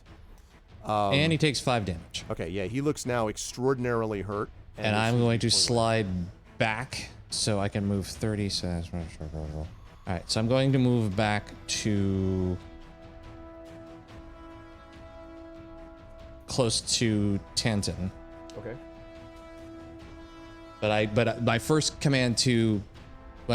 shout out to Alarian was to get them to move towards the door, which kind of a little annoyed he fell back from my attack, but that's still, I'm hoping they'll all move forward. Okay. Okay. Well, we will find out. All right. It is their turn. And so these two... Oh, and before I attacked, obviously, Altus sort of came out and wrapped itself around both my arms. Okay. So, to create the frost spells. Okay. All right. So, by the way, these things around here are basically like stone slabs, almost like plinths, I guess, that are placed up. You can just barely see that there are some markings of fluid and potentially blood. There are no bodies on them, but if you had to guess, bodies would and sometimes would have lain there in other circumstances. This one is just down on the ground here, and that's where the guy's been working, down here someplace. And so, first of all, so he, again, pulls back. He basically practically curls up in the fetal position and is just rocking back and forward, waving his hands and arms like this. The others, on the other hand, do not react that way. This one's going to drop back here, and he's going to drop here. Let's see. So, this one here is going to fire at Alarian, who's in the doorway. And let's see, that is going to be an 18. Yeah, it hits. Right on it. Dunk. And that is going to do 7 points of damage. Now, first of all, that's going to be taken off of the armor first. Well, no, I can distribute it however I wish. Okay, that's right. I forgot. Yeah, you can do both. So 7 is what you're looking at, piercing damage. Jesus Christ. All right. And down to 5 and 2. Okay. 5 and 2. Okay. And then the other one is going to fire at you as well. But that is, I think, going to miss. That's an 11. Miss. Okay, so sort of shoots past you, kind of curses his luck. This one is going to run up to the door. 5, 10, 15. And the open door is going to swing at you through it. Let's see. That is a 17. Miss. Okay. So, again, curses his luck. This one is going to run up next to him and do the same thing with his scimitar. That is an 8, though. Okay. And then this one cannot get to anything, so he instead is going to get out of the way. Down here. I guess let's say down here. And is going to stay like that. And that brings us to Alarian. Nisiana, you were on deck. Alarian, what do you want to do? 2 scimitar dudes in front of you. Yeah, no kidding. Once again, stupid crossbow arrow took me to half my hit points. Dunk. Yep. Did the door open in or out? Door opens in towards you. Towards me. Fantastic. I closed the goddamn door. Okay. Slam. So you were going to try to do that, but one of the bandits is in the way and is going to try to stop you. So you're going to be making an opposed roll here. Okay. You can make a strength roll. If you want to make athletics, you can. They're going to be trying to do the same I thing. will take athletics. Lone Wolf also has inspired you, Alarian, so you know. Thank you, Lone Wolf. I'm going to...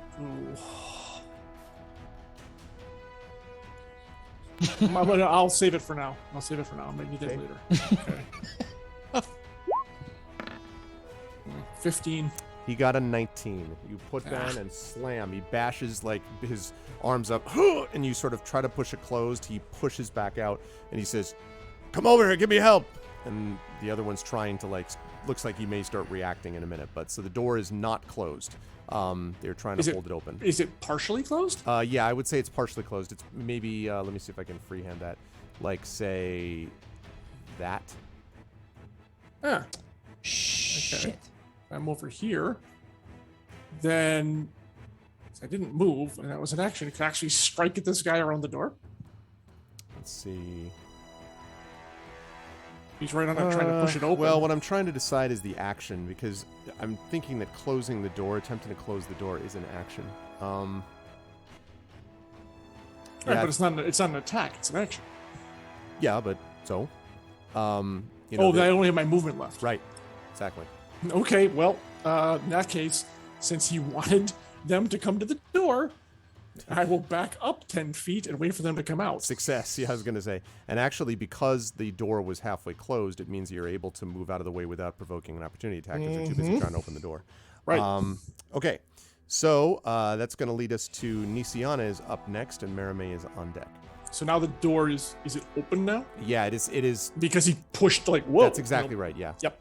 Okay. So I will get rid of that so as not to confuse anyone. There. Stupid arrow. I have this image of you angrily pulling it. God, stupid. No, that's same thing with the guys at the cult.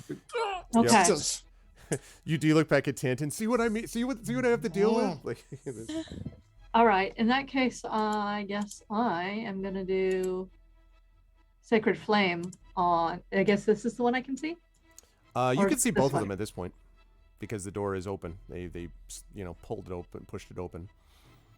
Then the top one I'm going to do Sacred Flame on. Okay. And so, actually, first I have to see whether, let's see whether he makes the deck save. No, he sure doesn't. He zigs when he should have zagged. So Is- you were hit by that damage. It's only 2 points, Okay. but it hurts. Yeah, no, he's And- roars in pain. I'm going to move back another 5 feet. All right. That's good stuff. Leads us to Merime with Tantin on deck. Merime, what would you like to do?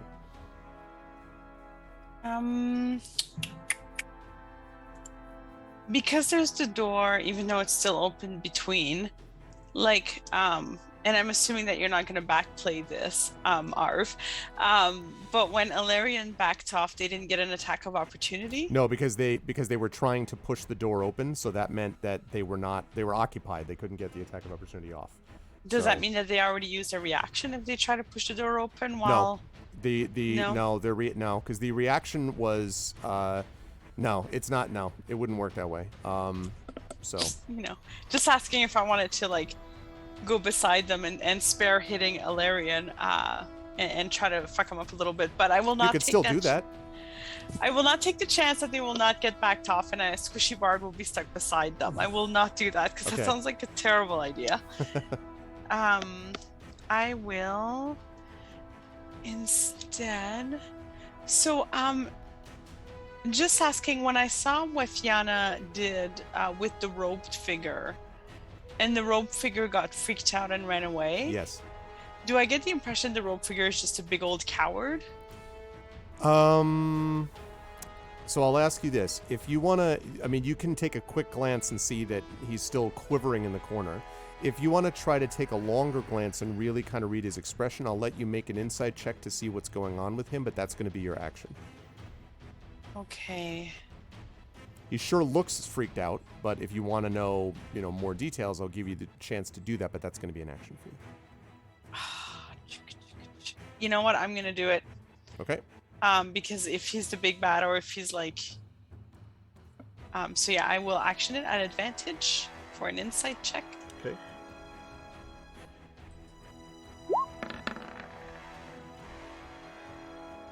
Not super feeling insightful still. Yeah. Combat. Look, he's rocking back and forth and just he may be acting exceptionally well, quite possible, but he sure as hell looks freaked out. For whatever On that's full worth. Dr. Smith. Yeah. No. Yeah. Okay. Straight up Okay. Mandalorian, yeah.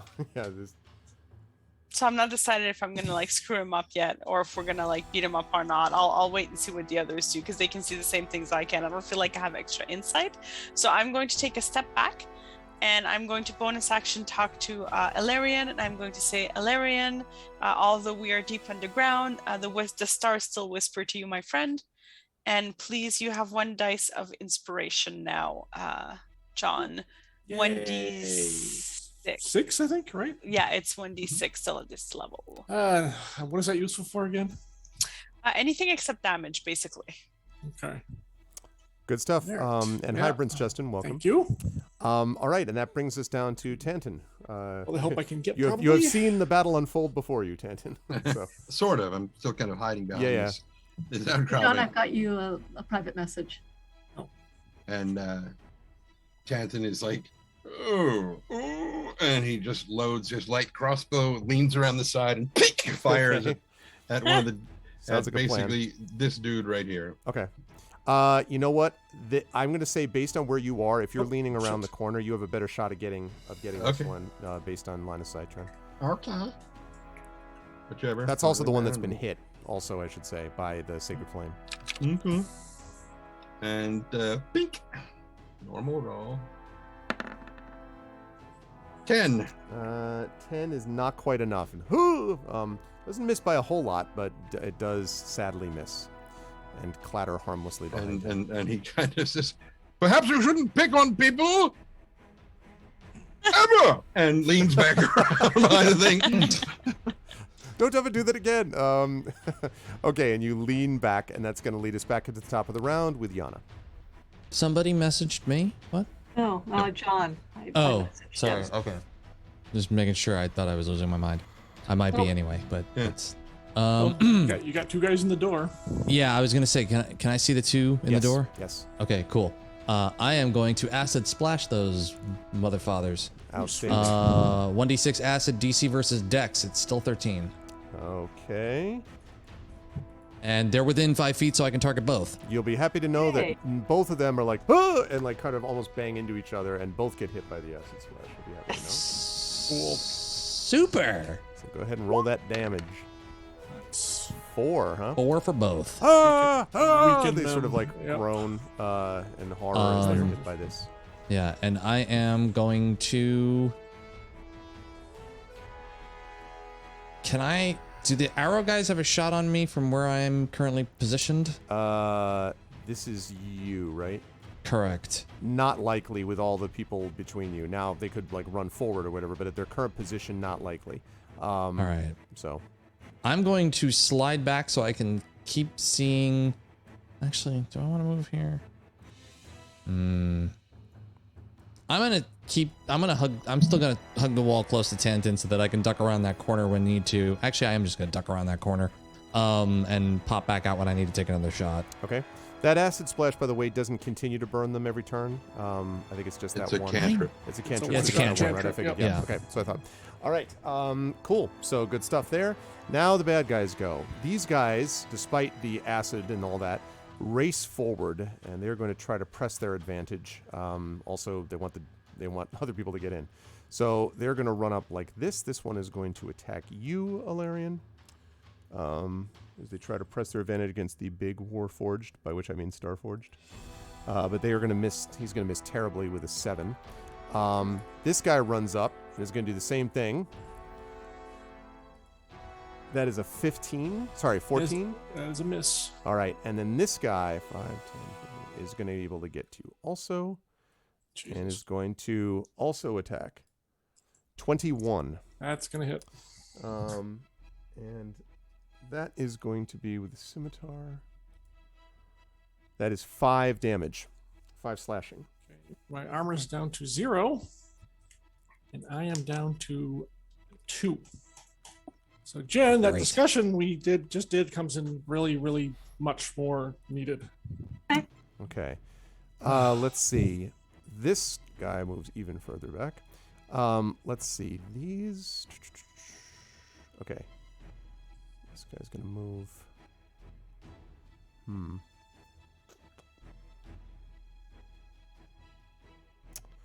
Okay, no. They are not going to do anything at the moment.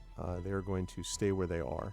That's going to lead us to Alarian with Nisiana on deck. All right, Alarian, you got a bunch of scimitar-wielding masked dudes around you. All right. Well, I'm gonna hope that Mary May can take care of this one or do something to it. So I'm gonna take this guy who I think he was one of the acid splashed, right? No, the one who ran in first. This guy is acid splashed, and Right. Oh no, I'm sorry. You're right. Yeah. Yeah. This guy's North and- north and random. east. It's fresh. Yeah, you're right. Yeah, Yes. I'm gonna see yeah. if I can try. North and east are the 2 acid Yep. splash Quite guys. right. Yep. I got it. Yep. All right. Okay.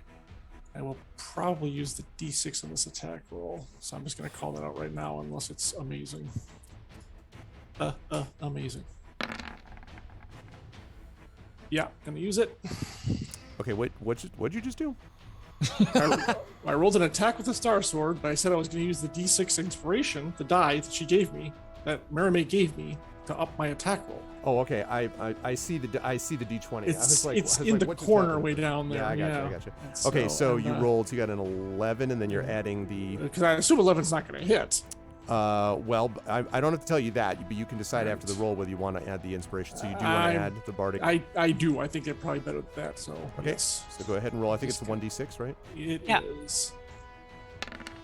Yeah. Okay, that makes a 15. 15 will hit. Okay. Well, 4 points. 4 points of damage. Okay, looking pretty hurt now. That one. Ouch. Quite hurt actually. Not dead, but quite hurt. Well, gonna take this. There's no way I can't go anywhere, so I'm sticking where I am.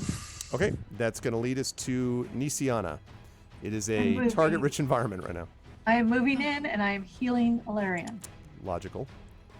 because that 9. 9. Okay. I guess you Well get to spread done. it out amongst. Oh, can he spread it over? I don't think you can repair no, it his doesn't work Aegis that Shield, way. but you do repair his that's- health. So. Exactly. That puts me back up to 10, which is really Yep. helpful. Because thank you. So I moved. I took a spell. That's it. That's all I can do. That's pretty good though. Merime, you were up next. Tanton is on deck. Okay, I don't like the fact the one that's right beside me. Is he injured at all or no? Yes, is hurt. Yep. Does he Acid look- splash. Does he look pretty hurt or? Has taken a solid. I mean, yeah, but not like right on the edge of death, but looks definitely has been He's moderately injured, hurt. but not. Exactly. Yeah. Right. Exactly. I'm going to try to stab him through. All right. Nicely. Stuck. All right. Sounds good. So I roll. One moment, please. Come on, roll 20. You can do it. Canadian leg. Oh, 20. Wow. Non-natural. That 20 will hit. Absolutely. oh wow, and 10. Oh, and the damage is. No, is it? I was Oh, gonna say thought it damage was is not gonna- 10. No, I don't know why it didn't. It was supposed to roll the damage with it, so I'll just. Well, it's max damage though on the critical. No, it's not a crit. It's hit. not a That was- critical. that was- Oh, it wasn't. Yeah, you're right. Okay, so it's 1d8 plus 3, so I'll just roll the d8. Oh, Wow. There you 11. go. 11. So you just like It's and not- turn and pull out and drops to the It's- ground dead. It's +5, not +3, according to your. That's the hit roll. Is +5. The hit. Wait. the- It's a the- finesse. No, it's a finesse weapon. What's your dexterity? My dexterity is plus 3. Yeah, I was gonna say Yeah, it wouldn't be plus so- 5. So Okay. okay, so Yeah. regardless, very dead. Good. Quite dead. helps. Drops to the ground dead. Okay, and you're right there, so you could theoretically still move if you want. You have a move left, so Can they attack on the diagonal? They can't sure. they? Yep. But they can't attack you. None of them is close enough. Right, exactly. You can move into if you move into. I'm saying you could move into range if you want, or move further away. They're going to get to move though. I'm gonna assume that they're gonna come towards me instead of Nisiana, but I'm not gonna take that chance. I'm gonna move forward one. All right. Good stuff. That leads us to Tanton. And Tanton leans back out around the thing and sees how things have shifted, and is like, "Oh, May, could you lean to the side just for a moment?" Of course. And I'll allow that. Go ahead and make a roll.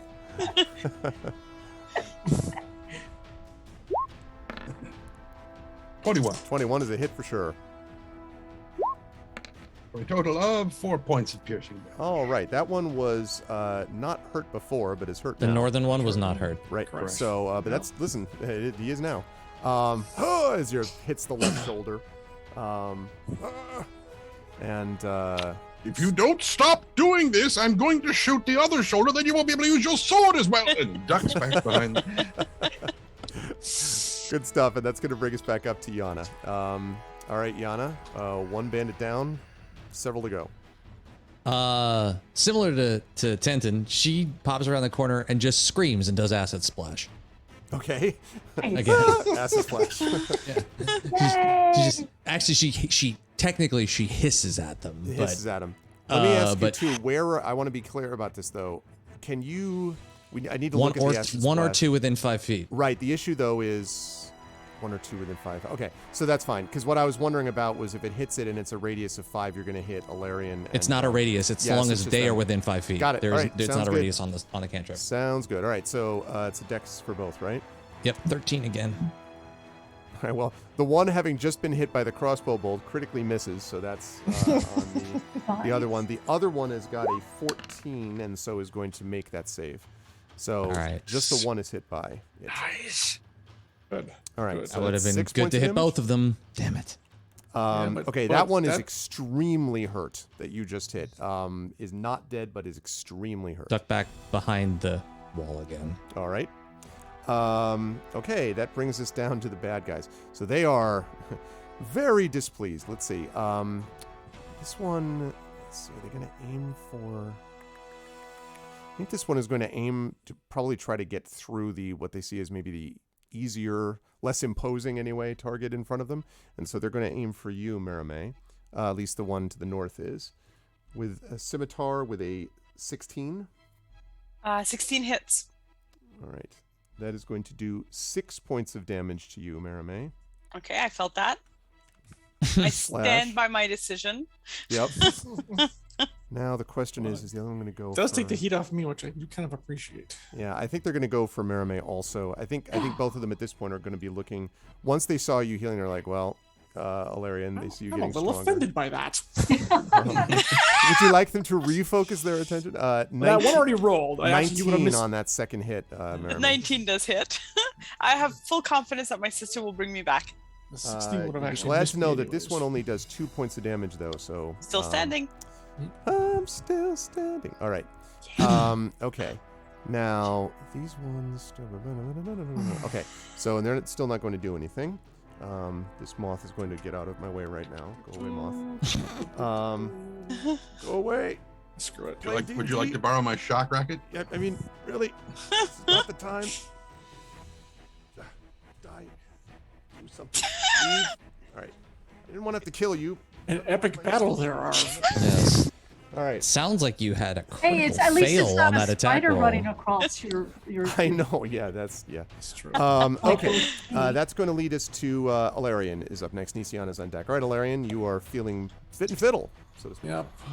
Kill them a lot. I'm going to go to advantage. I'm going to use the inspiration on my attack roll. Okay. Kill them I'm very doing- much. Do you want the doing the one one- who's extraordinarily hurt or one who's very hurt? This one down here. Okay. I'm gonna try to finish The him very off. hurt. Yep, the very hurt. Star sword to me. I have the power, or whatever. There we go. It's a 17 Will hit. and 6 points. Dead. Your Excellent, sword yes. slashes through them, Yep, and they thank- drop to the ground with a groan. Thank you, Lone Wolf. Yep, very helpful. Okay, now the odds are 50 to our favor. I like these odds. All right. Yeah, Lone Wolf strike with Forever, by which you meant Forever. Forever. Um, Hey, I will strike with Forever. Okay. Now, Forever, now, Forever. now and forevermore. I assume, Alarian, you're staying where you are? Or not? Yes, because I don't want them to get. Actually, I will press. I was going to say you could slide forward and they wouldn't get in. Yeah, but that puts me in the crossbows, and I really don't want to get taken. Well, actually, that's a good. Actually, now that that's okay. So when that one drops, these two fire because they had a ready to action when they got a shot on any of you. They were going to take it. So yep. they are both going to fire away at you. That's going to be a 9. Oh God, 9 from one and a 7 from the other. So much for that idea. Excellent. King. Yes. Miss. All right. Then I will press because I don't want this guy getting. And she looks very hurt too. That's not good. So yes, I'm going to draw his attention. Let's put it that way. Nisiana, you were up next. Mermaid's on deck. I am healing my sister Thank you. because, and I'm very irritated now. So you get 6 points back. I'm doing much better. Thank you. I'm almost back to full. All right. Thank you. Nisiana doing that work. Okay. And you're staying where you are, Nisiana, or are you sliding back out away, or? Actually, how many? 1, 2, 3, 4, 5, 6, 7, 8, 9, 10, 11. I have to stay where I am if I want to hit these guys with Sacred Flame. So I guess I'm staying where I am. All right. That's going to lead us up to Merame. Kill him. I'm going to stab the guy beside me Okay. because they're not nice. Accidentally hit Alarian. No, not that guy. The other guy. 22 They look will- almost the same. 22 will hit. It's like a mirror. So Danny it's- DeVito and Arnold Oh wow. Schwarzenegger. Wow, this damage. So it's 11 because yeah. it's plus 3. Yeah. That is very dead. You destroy. Oh, like and so quite dead. Okay. I will stay where I am and Okay. kind of see what happens because I'm comfy here. I will note that I am out of healing spells. Level 1 healer. Just Yeah. putting that out there. Just putting it out there. Tantan, you're up. Well, Tangent is going to peek around the thing and be like, "Oh, Every time I look, it gets better. and he's basically going to be like, so in this square right here, is there like a lip to the door that he could theoretically get like half covered behind, or Yeah, I would say if you're here, you could kind of like, sort of like, well, and if the door opens inward, right. he could effectively be hiding behind the door. That's true. Now you drew it earlier, coming from the top down, swinging open that way. Like that.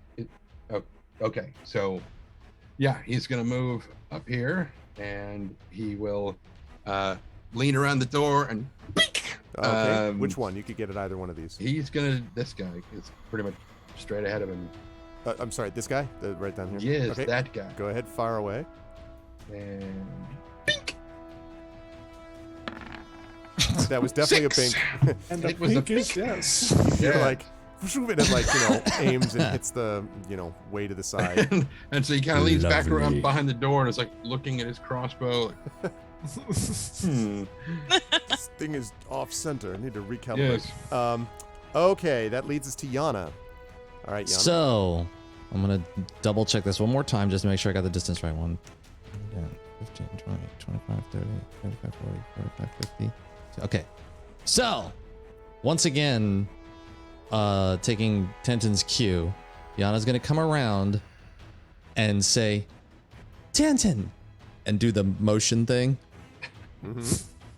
And she's gonna fire off Ice Knife at this guy. Okay, I was gonna say because that would be Yeah. the only one you're able to. Yeah, it's a but shot, that's you can do perfect it. because they're within Yep. 5 feet of each other, and this makes this going to work. Because okay. I will, for those of you who do not know, on hit, target takes 1d10 piercing damage. Hit or miss, the shard then explodes. The target and each creature within 5 feet of the point. The ice exploded must succeed on a dexterity saving throw or take 2d6 cold damage. Outstanding. All right. So It's one of those good Nice. spells, top spells. All right. So, but you have to make a ranged attack roll, I'm assuming. 23. Well, that will get the job done. That is definitely a hit.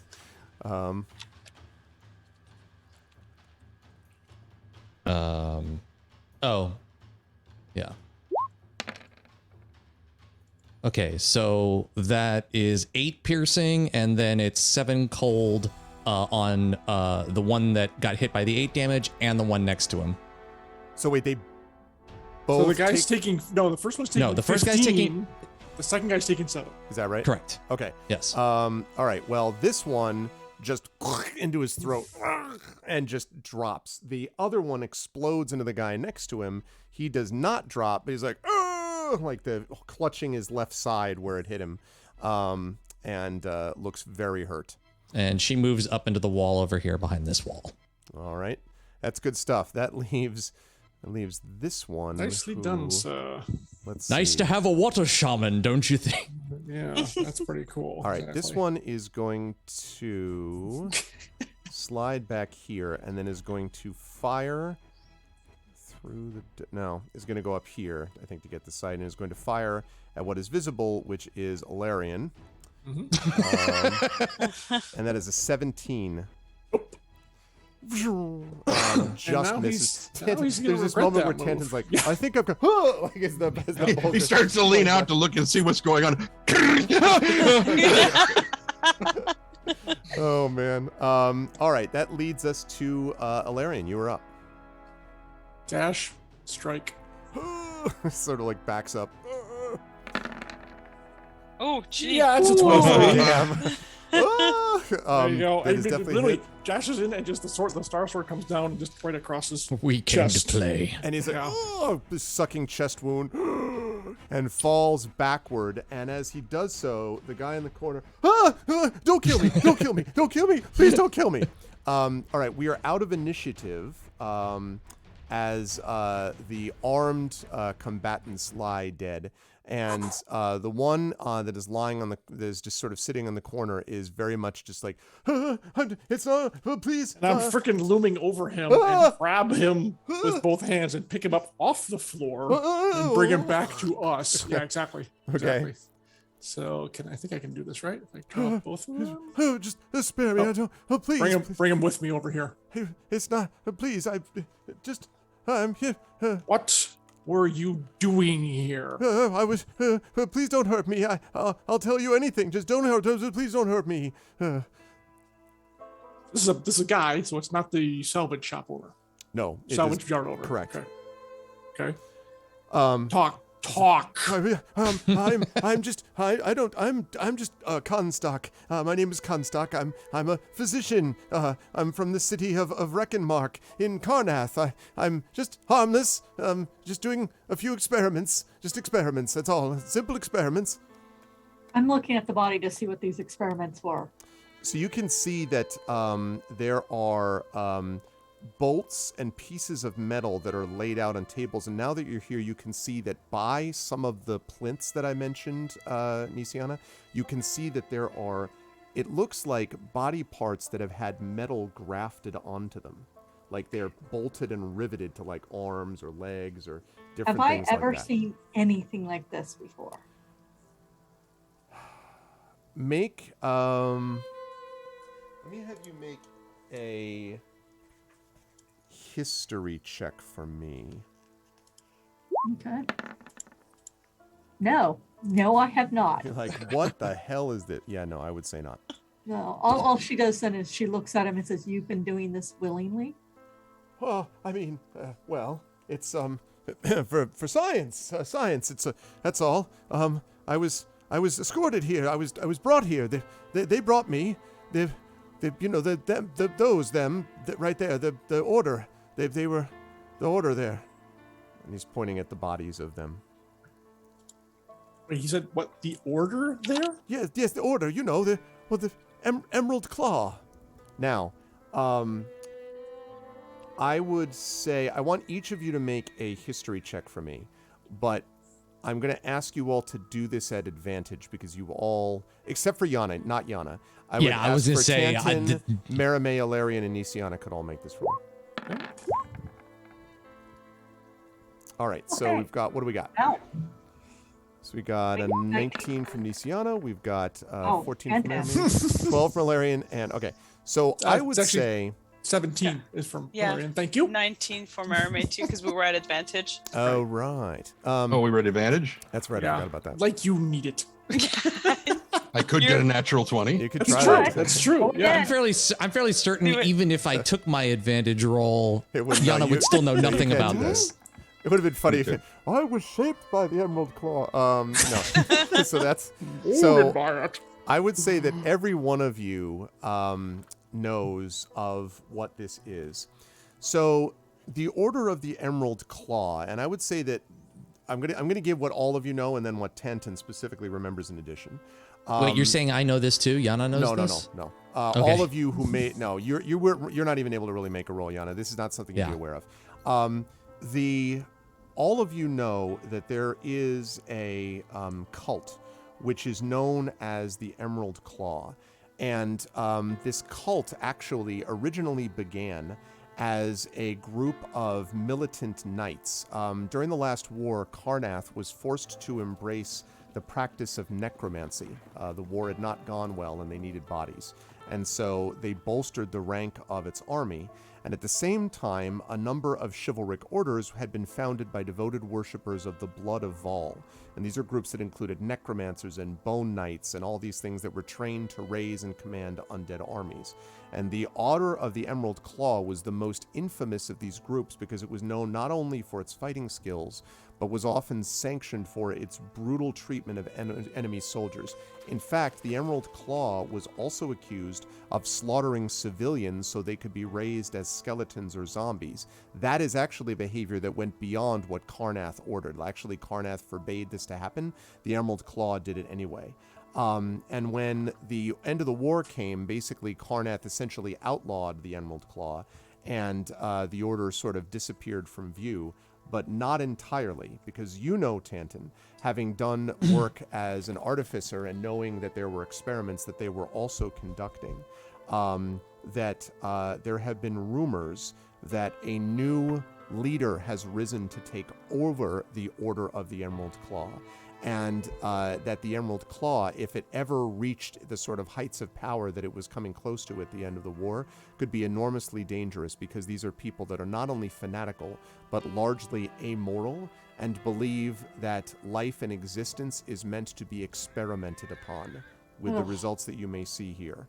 So if it's true that what you're seeing here is the Order of the Emerald Claw, and they're coming from Karnath, not that Karnath sent them, but that like they're emerging from Karnath, that ain't good for Rayland, is the way I would describe that. And so he says, yes, the Emerald Claw, they escorted me. They wanted me to study the magical effects on corpses, you see, from the Mournland, the corpses here. Yes. Do I notice their reactions to when they say that, even though I don't understand what Emerald Claw is? Like, when he says Emerald Claw, do I notice the rest of the party react to that in some way? Check. I was going to say, Tanton's would have been very clear on his face. Okay. Because he also knows that the Mournland is a haven for necromancy. 17. You got it. 17, yeah. I mean, definitely, Yana. Yes, their reaction, like, I would say some of them react more strongly than others. Tanton is like, you know, but they all, no one looks happy about it. Like, no one's like, oh, that's great. You know, they're all clearly like, What is the Emerald Claw? They make the dead move again. Aberrant.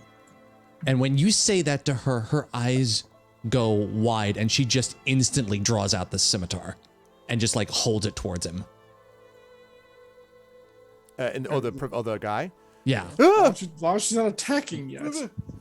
No, she goes, I didn't do it. I'm just science thing. Be clear.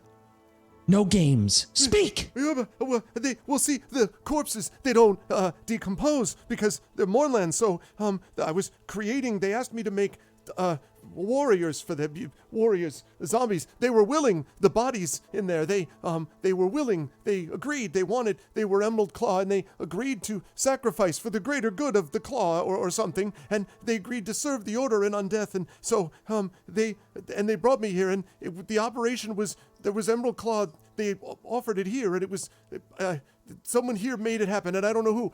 That's all I know. Are there more of you here? How many more? Who else do you know that's here? I don't, well, there was, someone facilitated this from Salvation, but I don't know who it is. I have no idea who it is. They never told me. They just said, come with me. That's all I know. There's no one else that I know from it was just these people here. And he's sort of staring down at the dead bodies of the previously living cultists that you dealt with. We need to find Erulin Karnak immediately. Why you? Oh, when him? Well, yeah. You see, I have some small level of renown. I'm very interested in these scientific things. Oh, I'm not in the Emerald Claw. Please understand, I'm not a member of the cult. Well, it was a chance to learn things, and you look as if, and he sort of takes in your goggles and stuff. He's like, well, you look like you have some scientific interest. So they found me, and they told me it would be wise if I went with them, and well, for science. That's all. They were already dead. I didn't kill anyone. They wished to die. I didn't kill anyone. They were already dead. It was their Emerald Claw. You're with them. No, I'm not. I'm just. I don't have any. See? No you weapons. Are with them. Well, he just sort of dissolves into Okay, we can't kill him. We're taking him back to Hiller. Hiller needs to hear this, and the witness here is the best person to tell him besides us. Fine. I'll tell you anything. Well, I'll tell them anything. Yes. That's right, you will. And Those Sorry. corpses, should we burn them on the way out or should we leave them? Tanton looks around the room. Is there any way into this room other than the way we came in? You could do a longer inspection. It doesn't look like it, but they must have somehow gotten here at some point, but it doesn't, at least not obviously look to you as if there look like, I guess what I would describe is there seem to be several areas where there might have been some loose digging, but there's nothing obvious like that's an exit at the moment. But again, you don't know for sure. That's just from a cursory, look around. Yana's gonna put the sword away, but before she does that, she sort of brings it back up to his throat level and gets really close and goes, "Don't run." I won't. And then she puts it away, and the two sources of water that were around her, or water and ice that were around her wrists, as she backs up, they just sort of float around her, and then it goes around her neck. Okay. And she just sort of stares at you wild-eyed. And she just sort of is looking at him like, try something. Try something. I don't know if there's a word above thoroughly cowed, but whatever it is, this person is Terrified is good. Yeah. Terrified works. Yeah. So when we were on our way down here through the walking through the thing and eventually realizing we were under the moorland and whatnot, I remember you saying that it was clear that the tunnel was dug to the Colossus. That is correct. So clearly somewhere there has to be another entrance into this room. Precisely Tanton's thing. Yes. Yeah, I'm looking around. Okay. You can go ahead and make an investigation check for me. Actually, just one quick note, and this is fine. I'm not in any way saying that if you don't hurry up, it'll cave in or something. But just so you know, it'll take a little bit of time. I'm just letting you know to do that. No problem. Okay. So go ahead and make an investigation check. The dungeon will disappear in 30 seconds. Right. Okay, go ahead. When despawn. So Tanton reaches over and gives. Since I'm looking at the camera, I can't think clearly. Tiziana? Thank you. Tiziana gives her guidance. Thank you. All right. And you mentioned that you were going to do this, Anicia? Yes, I want to look around and see that they have to be able to come in from somewhere else. Okay, so I'll say, Nisiana, you have an adventurous spirit, just like the time where we decided to go into the forest and start poking at those gnomes. Remember that? That turned out badly, but this will turn out well. Take 1d6 of inspiration. That is brilliant inspiration.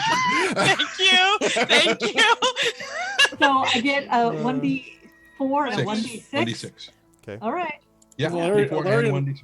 Alarian looks over at Meremy and says, "You poke these gnomes?" Oh, It was really funny. Oh, thank God I have a d4. Really, really bad idea. Bad idea. God! Oh, A D6. D6. No! So we got a total of 9.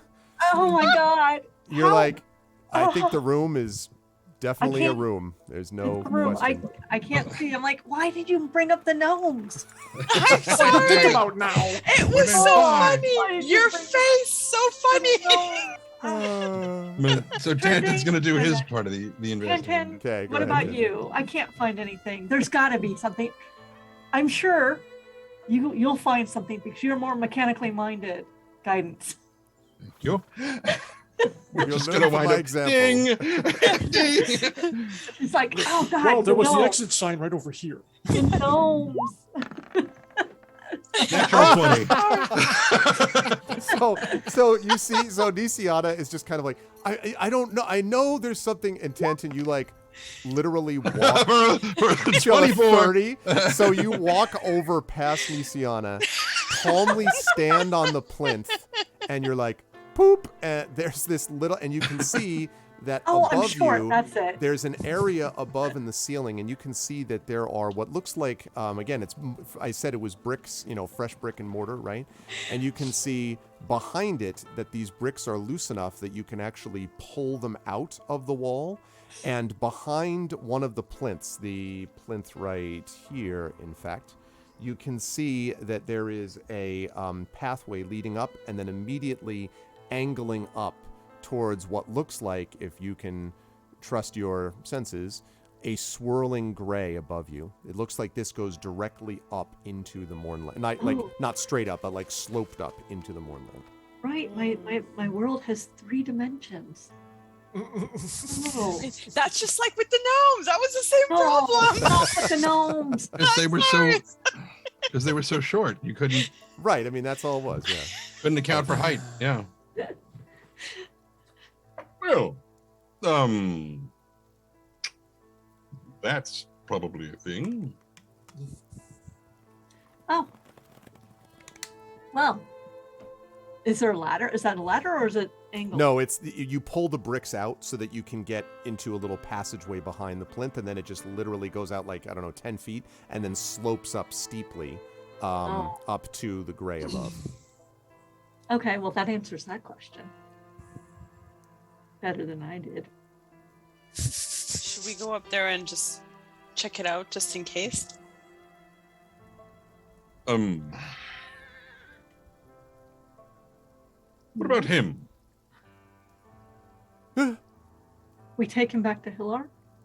Taking him back to Hillar. Actually, I have an out of character question. Okay. Emerald Claw is outlawed, illegal? Oh, heavily. It's even illegal in Karnath, let alone what it would be in Breland. Okay, so if we bring this guy back to Sanctuary, we need to also take him to Sheriff, right? That's correct? Hillar will tell us what we need to do with him. Okay, so Hillar may want to bundle him off to the city, say, hey, the Emerald Claw's back. It's very likely he may take him. It's basically, we're basically doing a citizen arrest right now, and it's okay. Yeah. Yeah. Okay. Because if we take him to Sheriff's likely to kill him.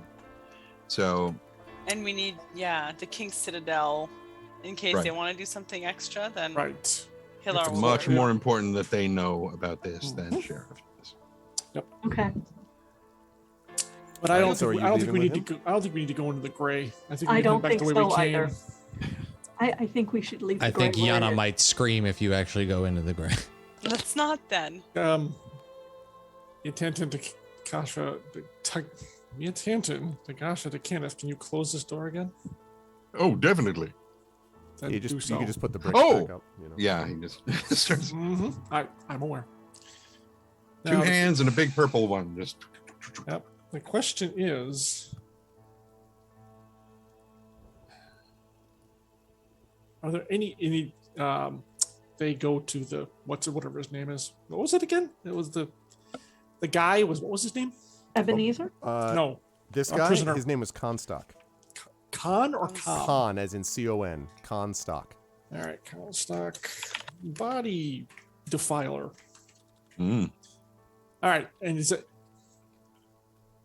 You are obviously not the only one, and I'm looming over him as 8 feet of Starforge can do. Yeah. Answer. Only one of what? Scientists, you mean? Oh no, Yes. the Emerald Claw has others. Not here, not yet, but they're growing all the time. There's more of them all the time. But I'm not in the Claw, you know. I'm just a freelance, not even. But you can make contact if you were to have a breakthrough. Surely your superiors would want to hear about it, wouldn't they? Yes, but these were my superiors. He kind of points at the 6 guys in the ground. And whoever set this up in Salvation, but I don't know who it was. I never met them. Yes, we have a strong suspicion as to who that is, but you may still be useful to us yet. Can I poke some bodies to see if I find any hint of who might be their contact?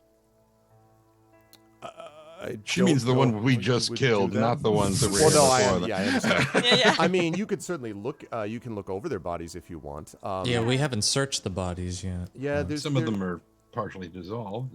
That's right. I did acid bath some of them. Yeah. The only thing that you really find on them mostly are crossbow bolts. The crossbows are in decent shape. The scimitars are in decent shape. They have leather armor. Nothing particularly unusual. The only thing that's most notable about them are these half masks that they wear. And you do notice that all of them have somewhere on their person something of green or emerald. There's always a cult and a fucking mask. What is it with this game? Yes. So nothing obvious, Mermaid. Okay. So, but the emerald seems to be some kind of like potential giveaway. It seems. Okay. All in the same club. That's exciting. I don't know if exciting is the right word. It's something. So you're heading back out? 1 second. I gotta look something up real quick. So if we leave like all the leather armor and the scimitars and everything here, the scavengers will come out. No, that's the last time. I was going to say, though, I was thinking about the fact that you have scavengers. I mean, it totally, I wish. That's a game that Trent and I both like called Solasta, which is like you can, in this game, you can, once you get rid of a bunch of stuff or find things, like you can leave and this guild called the Scavengers basically goes through and picks up all the stuff you left on the ground and then comes back and then they sell it and then you can take it from them and they take a small cut of what it would cost. It's very quality of life improvement for a game. Anyway. Are these hand or heavy crossbows? These are light crossbows. They are not hand crossbows, but they're light. What is... There are 3 different kinds: hand crossbows, light crossbows, and heavy crossbows. There you go. Oh, they don't have light in the player's handbook. How interesting. Oh, I have light. That's Yeah, me too. Yeah, light Alright. crossbows is what I use. All right. Well, I will take one of those and all the bolts. As Larry continues to be like, I'm going to figure out how to hit these guys Well, from a at distance. this point, yeah. It's Okay. Right. So. All right, you can do that. And are you, in case you're curious, between the two, you'd probably have, you can probably get, I would say, 12 bolts, 6 from each. Nice. Okay, and then all of you are Take the one out of departing. myself. Break So it. Damn what it. I- Throws it away. The only other thing is, I say, we should deal with those bodies. they're very flammable. We Yes, should I deal was. with I those was bodies. going to suggest. Well, We can just set fire to them and close the door again. I mean, And when you say that, she goes, Yana just goes, yes, fire. fire, I go to Comstock. fire. No, she doesn't say that. I go to Comstock again. It's like, so this was your group and no one else ever came here. It was just. No, we were the You- only ones. It was built up and dug over some time. I don't know who those workers were, but they didn't stay. They're part of the Claw as well. The only ones who were here when actually doing investigating, experimenting were myself. Actually, I think they said some of the people who did the digging are out there, and he points out there. Once they were done, they then gave themselves up. I understand, but I didn't see any of that. This was all built by the time I arrived. This is a terrible club, just to be real clear. And Yeah. he kind of Okay. blinks. We can. Yeah. We can burn it on our way out. And I think we should. Yeah. Agreed.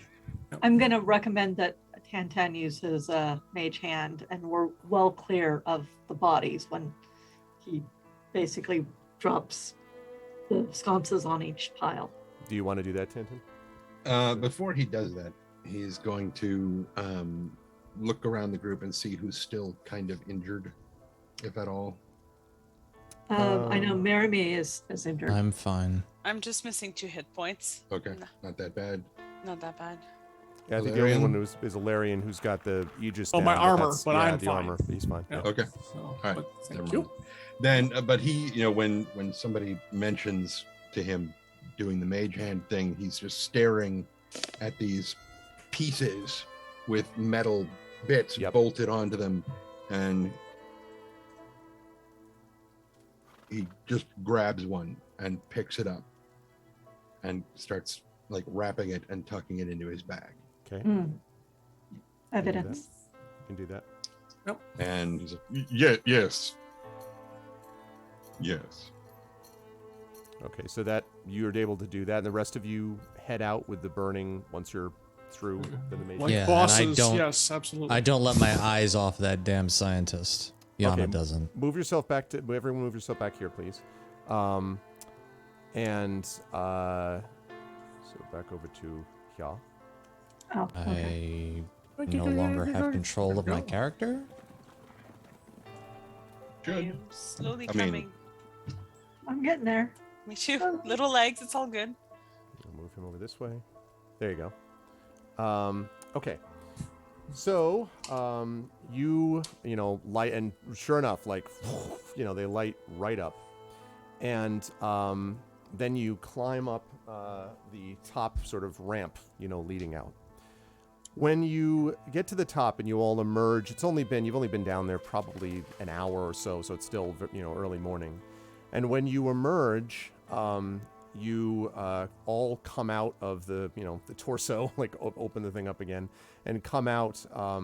And as you sort of walk forward, you see what looks like Ebenezer sort of over by the scrapyard bell. But something looks odd to you, and you notice two things simultaneously. Oh, The crap. first is that as you're looking at Ebenezer, you see his body Yeah. slump down next to the bell, pierced by arrows. And at the same moment, you hear thunk, and Comstock gives a gurgle and drops dead with an arrow in his neck. Yep. And as you look over, you can see there are two archers that are in near the piles, basically in the scrap piles. And as you look around at the dead bodies around you, we are going to bring this session to a close. I knew it. Lovely, lovely. What a great fun session with so much cool stuff. This was a great session. Great stuff, everybody. Really well done, and I want to give you all kudos for working extremely well as a team, with people being like, you do this, I'll do this, do the other stuff, everybody do things. So it was cool, and we've got a whole new, the Emerald Claw. These people, oh man. The Curse of the Dragon Emerald Claw, yes. It is very creepy stuff. familiar with it. And also, you're all the King's Citadel, and these people are coming from the Emerald Claw, which is supposedly banned in Karnath. I mean, now it is true, Karnath supposedly did ban them, but I'm just saying, So lots of stuff to think about. This was awesome. I'm going to start with the gentleman on the right, angled over to the right, and that, of course, is our good friend Rob. Rob, listen, Yana was doing some work with that acid splash, for one thing. On multiple occasions, I think that hit 3 times. I didn't miss. Yeah, and the ice I didn't knife, miss with too. anything that fight. So you definitely hit with a lot of stuff, and also your reactions to things, I think, from an RP point of view, made sense. Certainly in terms of what you see around you. I love the reaction of you being like, oh, big Colossus, that's cool. They brought the dead back to life? What is wrong with you? Those reactions were very interesting to me. So good work, both, combat efficiency-wise and also RP-wise. How did you feel about today's session? Where will the lovely folks find you next? I think it's very fun playing a character in a world that has magic, but it's different than what we've encountered before. Yeah. But she is very magic in it. And she's the reason I wanted to have that conversation at the start with Tanton is because, which was very nice on both your parts, by the way. It's a very nice convo too. Forgot to mention that. It really wasn't it wasn't sort of like teacher student. It was just more like, hey, I found this creature. I don't know what it is. Have you seen one before? Mm-hmm. Yep. And it's like, is it gonna hurt me? On some level. Yeah. And yeah, it's fun to play that because, and I hope I kind of portrayed it. I didn't quite go to plan, and I also need to apologize. Not really apologize, but just I feel bad because I've been having sort of an issue on my end of the cast most of the night. I've been dealing with the world's worst panic attack for most of the stream, so that's been a hell of a lot of fun, but I'm okay now. Amazing that it would time itself right to the end of the stream, because that's perfect and it happens every time when that happens. Man, it's like, it sucks, dude. oh, stream's over? Okay, cool. Now you can feel normal again. Thanks, body. That was great timing. Anyway, but yeah, she's because she really doesn't have a history with this, and I guess there's in every shaman's life, there comes a time, but no. Where, you're encountering this magic, it sort of speaks to you, it calls out to you, and you respond to it, and that's how you find out that you're sort of have that gift, so to speak. But she has not only to do with not her not, whatever she can't remember, but also this is not what she normally encounters. She doesn't have any frame of reference with any of this.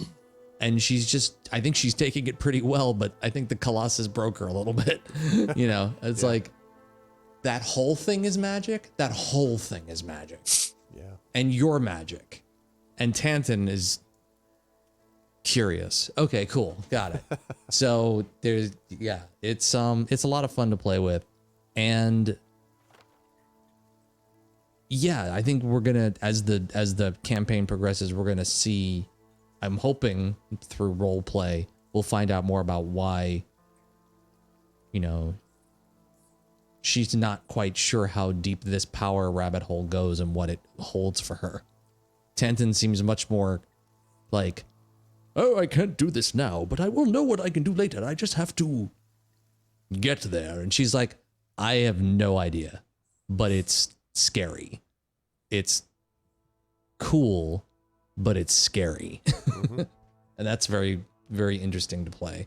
I had a great time with this tonight. I thought this was one of the best fights so far. I actually got to do the thing that my kit allows me to do, which is to do stuff from range and hit multiple characters at a time without actually, for the first time in a campaign, not hitting my own party in the process. That's a cool. It only took me 3 campaigns to figure out how not to do that. That was great. But yeah, this was a blast. Of cold air and ice. And look forward to the next session and seeing where this goes. And like I said, much like Constock, not Comstock, where there's always an emerald and a mask, there's there's always a girl in a tower. Sorry, that's a spoiler. Anyway, I can't wait to see where all this stuff goes. If you want to see more of my silly face and funny voices, be sure to come check out my stream tomorrow. I stream a lot throughout the week. My schedule is sort of in flux right now. But for those who know me, for those who don't know me, twitch.tv/darksiderob, RAHB. I do voice acting, music production, video editing, and live streaming on Twitch TV. And you can find all of the stuff that I do here, there, and everywhere on my channel. Go follow it. And I hope to see you guys on the next stream. And once again, amazing time with the party. Arv, incredible DMing as always. This has been a lot of fun. And until next time, stay safe, everybody. Thank you, my friend. Good stuff. And yeah, we now have a command, which is just literally !Shadow Rob. And that allows you to find out about Shaken and all that other kind of stuff. I'm only cleared to read Shadowrun novels. That is that's all I am capable of doing. No, please go check out. Yes, crew too. So please go check out Shadowrun, Neat and Shaken by Russ Zimmerman. I'm telling you, like, I am having an absolute blast reading these novels. This is not just me blowing smoke. I am the most critical when it comes to like books and reading and stuff like that. The Kincaid novels are so much fun. The character I'm absolutely in love with playing, and I've had so much fun working on these projects. So please, please, please check them out, buy them, and definitely review them if you feel so inclined to do so. Good stuff. Thanks, Rob. Good work today. Jen, Nisiana was, again, same kind of thing, I feel like. First of all, mechanically, Nisiana was hugely important to Alarian's health and Marame's. So that was very important. Sacred Flame also did some good work in that fight, at least to get things started. And beyond that, you had a whole bunch of CSI stuff going on. For example, this idea of, this is like, especially the thing about the embalming fluid and being like, this does not go on the outside. And the fact that was unusual. If you had triggered and sort of made enough noise that you brought the bandits in, fighting in the room with the bodies would have been a lot harder, because there would have been a lot of stuff like lighting the corpses on fire and like all this other stuff that would have caused all kinds of problems. So your insight into that was definitely helped quite a bit in that regard. And we got to see you from a healing point of view and from a medicine figuring this stuff out point of view today. What did you feel about the session today? Where will the lovely folks find you next? I felt actually pretty useful today. And now I have to also, I have a couple of How Done It books as a writer, one on poisons and stuff, but I need to find one on a How Done It on medical terminology, because then I can start really diving into things when we find corpses and getting obscure. I enjoyed it. I will say that Tantan hasn't been hurt in the last 2 sessions. It's now Illyrian is up at the top there. So I am keeping track of who is getting hurt and how much money I would be making. So I think I'm gonna to put it together after each like you said, there were 20 steps or 20 sessions or 20 whatever Right. parts to it. After each part, I will give a summary. I'm Jennifer Brozek on Twitter and Facebook. If you want to see more of my cats, I am Jennifer_Brozek on Instagram, and it's literally mostly cats. My most recent release is the third and final book to my Battletech trilogy, Crimson Knight, Rogue Academy. It's getting some really good reviews, which I'm quite pleased about. A bunch of 5 stars and a one 4-star. And yeah, thank you all for coming. And I'm working on my next Shadowrun novel. So Good stuff, Jen. Thank you, and you should definitely check out Jen's work. And good stuff today. And I think I am beginning to see this, I don't know, like the CSI feel. I don't know how many piles of corpses we're going to find in this, but I'm going to have to be prepared. Plus, it gives me an excuse to go buy a new book, like medical terminology. Right, for exactly. writers. I need this book. It's for research. I need this book. Yeah, no, absolutely. Thank you, Jen. Always a pleasure. Good stuff today. John, really good stuff with Alarian as well. I mean, first of all, Alarian had a couple of big damage moments. It is true that you took it on the chin or in the body, as it were. And you needed to be able to use your full Aegis quality. It's a good thing that you decided to set up the shield as being a big part of that. We got a raid in the middle of the closeout stuff. I wondered about that. Thank you. Of course. Thank you, Panda Pandemic, for the follow, and then Panda Pandemic follows up with a raid of 18 people. Thank you for the raid, everybody. We are just wrapping up our Eberron Oracle of War, but I hope you will stay around and see our video that we're really excited about and hear the sort of end stuff with this. We're also wrapping up. We actually just wrapped, Panda, but we're just finishing up with these last things.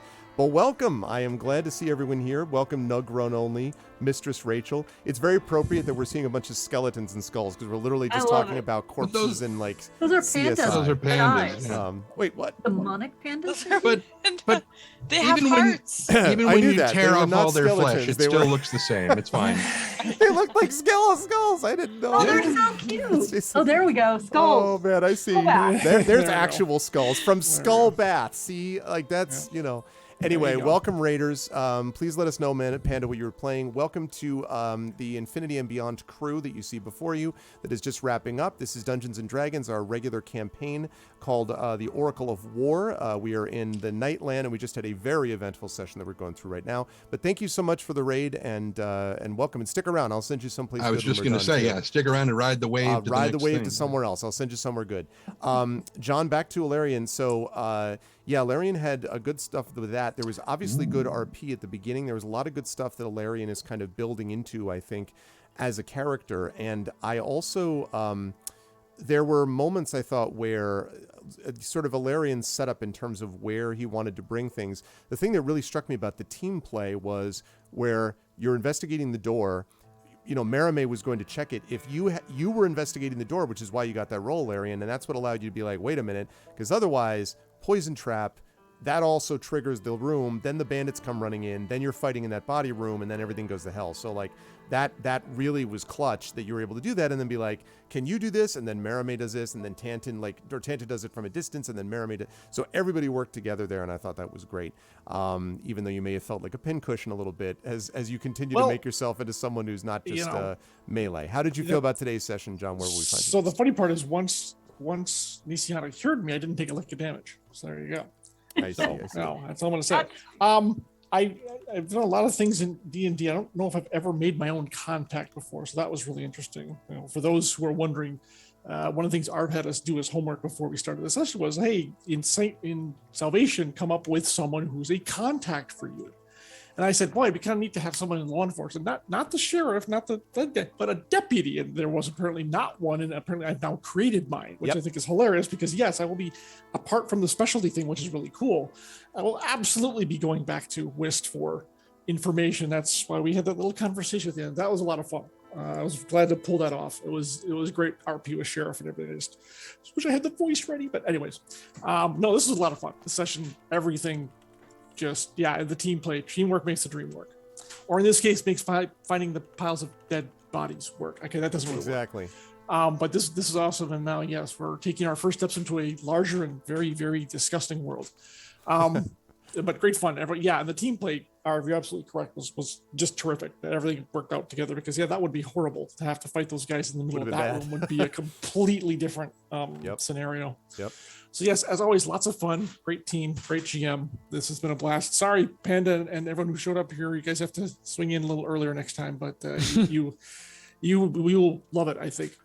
Show up on the 28th. I think is our next session. Show up in 2 weeks. Yes, 2 weeks. And if you're playing, if you are playing Wildemount, then you'll definitely want to stick around because there's a lot of good emphasis on both combat, but also a lot of emphasis on RP in this group.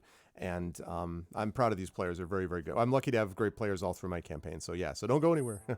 Sharon is amazing, by the way. So cannot wait for 2 weeks from now. So good stuff. Thank you, John. Very good work today. And again, I'm gonna sound broken record. Marie, the Merime had a lot of chance to do some good stuff. First of all, I liked the connection with Sheriff that you were also trying to build with her. Sorry, I really liked that impression that you were leaving. And also, of course, the work that you did mechanically. I mean, like as a bard, you were doing some good stuff with adding things. I mean, everybody was throwing guidances at everybody, so that was or inspirations. So that was a lot of fun. But also, just not only mechanically, but in terms of what you were able to do with picking locks and so forth. There was a lot of kind of varied play where everyone got to be involved, including you, and kind of making you stand out as a part of this also, including being able to get into that room quietly. So you had a lot of stuff that you had to deal with, including once getting hit for a fair bit of damage, but your sister was there, so it was fine. How did you feel about today's session? Where would the lovely folks find you next? I had a lot of fun today. Good RP with everyone. Great group as always. Of course, great DM. But it was a lot of fun. It was fun getting to play with the different skills and kind of the different ideas behind it. Plus, we got to go in a giant robot or Colossus, which is just like, come on, and we found piles of bodies. Like, what more can you want in one soiree? It just it ticks all the boxes. Also, I liked getting to inspire Nisiana and how badly the inspiration. Oh, that was hilarious. So good. Remember this? When it didn't work? Why did you remind me of that? This will do better. And then all of the rolls were crappy. So bad. It's like some kind of anthem for a group where you're just like, remember the time they all died. You won't do that this time. This kind of. But it inspires Mirime's mirth, and sometimes that's all she can go for. And don't forget, we're going to have singing reports to Sheriff. So I know. Sheriff's once a week. Singing reports. Mirime's album from this campaign is going to be triple platinum. I'm sure. Absolutely. Right. Exactly it's going to be great, and it's good too because she has a good deception score. Just so you know, she can weave a lovely song. So I had a lot of fun. Thank you. You can find me online, mariebillado.com, and then Facebook, Instagram, Glitterbomb Billado, and on Twitter as well. I did hint last time that I had an announcement coming up regarding Epic Fantasy. That will be this week. So just brace yourselves. Okay. Yes, the announcement will be this week. So I'm announcing the announcement. All right, that's good. It's everyone on my channel is familiar with me making announcements about announcents. Yes, so I'm announced. Yeah, it's gonna be exciting. I've teased at it on Facebook and Twitter, but and Instagram, but it's going to be announced, and I'm very excited.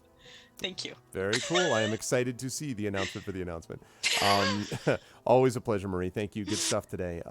And last but certainly not least, Trent Tanton got a lot of good stuff in there too. First of all, I loved the conversation from both you and Rob at the beginning. I love that relationship, and I really like Tanton's character because I feel like there are elements of certain, obviously, previous characters you've done, but in his own way, there's something else about Tanton. There's a kind of there's a kind of warmth, and it's not like I'm actually Santa Claus. I get that, but there's also sort of like, it's not the kind of everything sucks and I'm bitter about everything. Like there's a genuine enthusiasm about certain things, and your discussion with Yana was interesting without being patronizing. I understand that you still have some things you're thinking about regarding what Yana thinks is doing and all that, but still, like I really appreciated that. And then obviously, what you were able to do with disarming the trap once you knew it was there. You were also, I love the sort of moments of the crossbow, firing at various people when needed, and the light that you gave to everybody. So I felt like Tanton was involved in almost every aspect of this along the way also. So I feel like I'm just saying the same thing, both mechanically and RP-wise. Tanton was real good today. How did you feel about the session today, and where will the folks find you next? Today felt very different from normal, because normally Tanton is utterly distracted with what he's working on. And he's not engaged with anything that's happening with the group until everybody's like, all right, let's go. And he's like, what? What are we talking about? But, since he's effectively run out of bag space, with all the stuff he's been making, and now he's like, where am I going to put this? New bags. So, right. And he's like, wait a minute, I've got all this caricature skin. I can just make another bag. It's all okay, fine. And so, he's just stitching a thing together. And so today, all of it was just beautiful.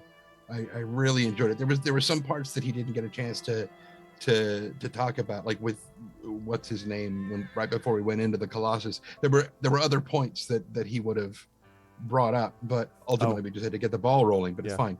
I think probably after we got down into the thing and we're moving through, I think my favorite part was after working on the lock, turning around and still having the magnifier goggles. Because there's just giant people standing right there. Great visual, yeah. And it just hit me right, and I was like, what, how can I work a joke into this? I was like, oh, okay, yeah, that'll do. Really enjoyed today. I thought it was a lot of fun. A couple of stepping stones laid into place to start paving, things about Tanton that haven't come to light yet. I thought that really came across well. There's more stuff, if Yana comes back to him again, there's other things I was working on about how to explain how some aspects of magic and things work. So that'll be fun. As for where people will find me next, that's a great question. Here, right back here. Tuesday. Almost assuredly. Yeah. For Adventures in Middle Earth. Yes, where we are continuing to Dungeons Deep. Yes, if you like Tolkien and D&D, this is a beautiful hybrid of the two. And then after that, back here again. Also, at some point, let's see, I did my Tiger Lawyer Gets It Right narration for the Escape Pod, and I've been approached by Pseudopod. Really? To read a horror short story. Yes, that's going to be a lot of fun. And then I've got a BattleTech novel I should have finished a couple of weeks ago. And I've got one that I should have already finished a guidance and typos email and sent it off to somebody, but I haven't finished reading it yet because I'm working on the one I should have finished before. So hopefully I'll get all of that done in the next couple of days. So.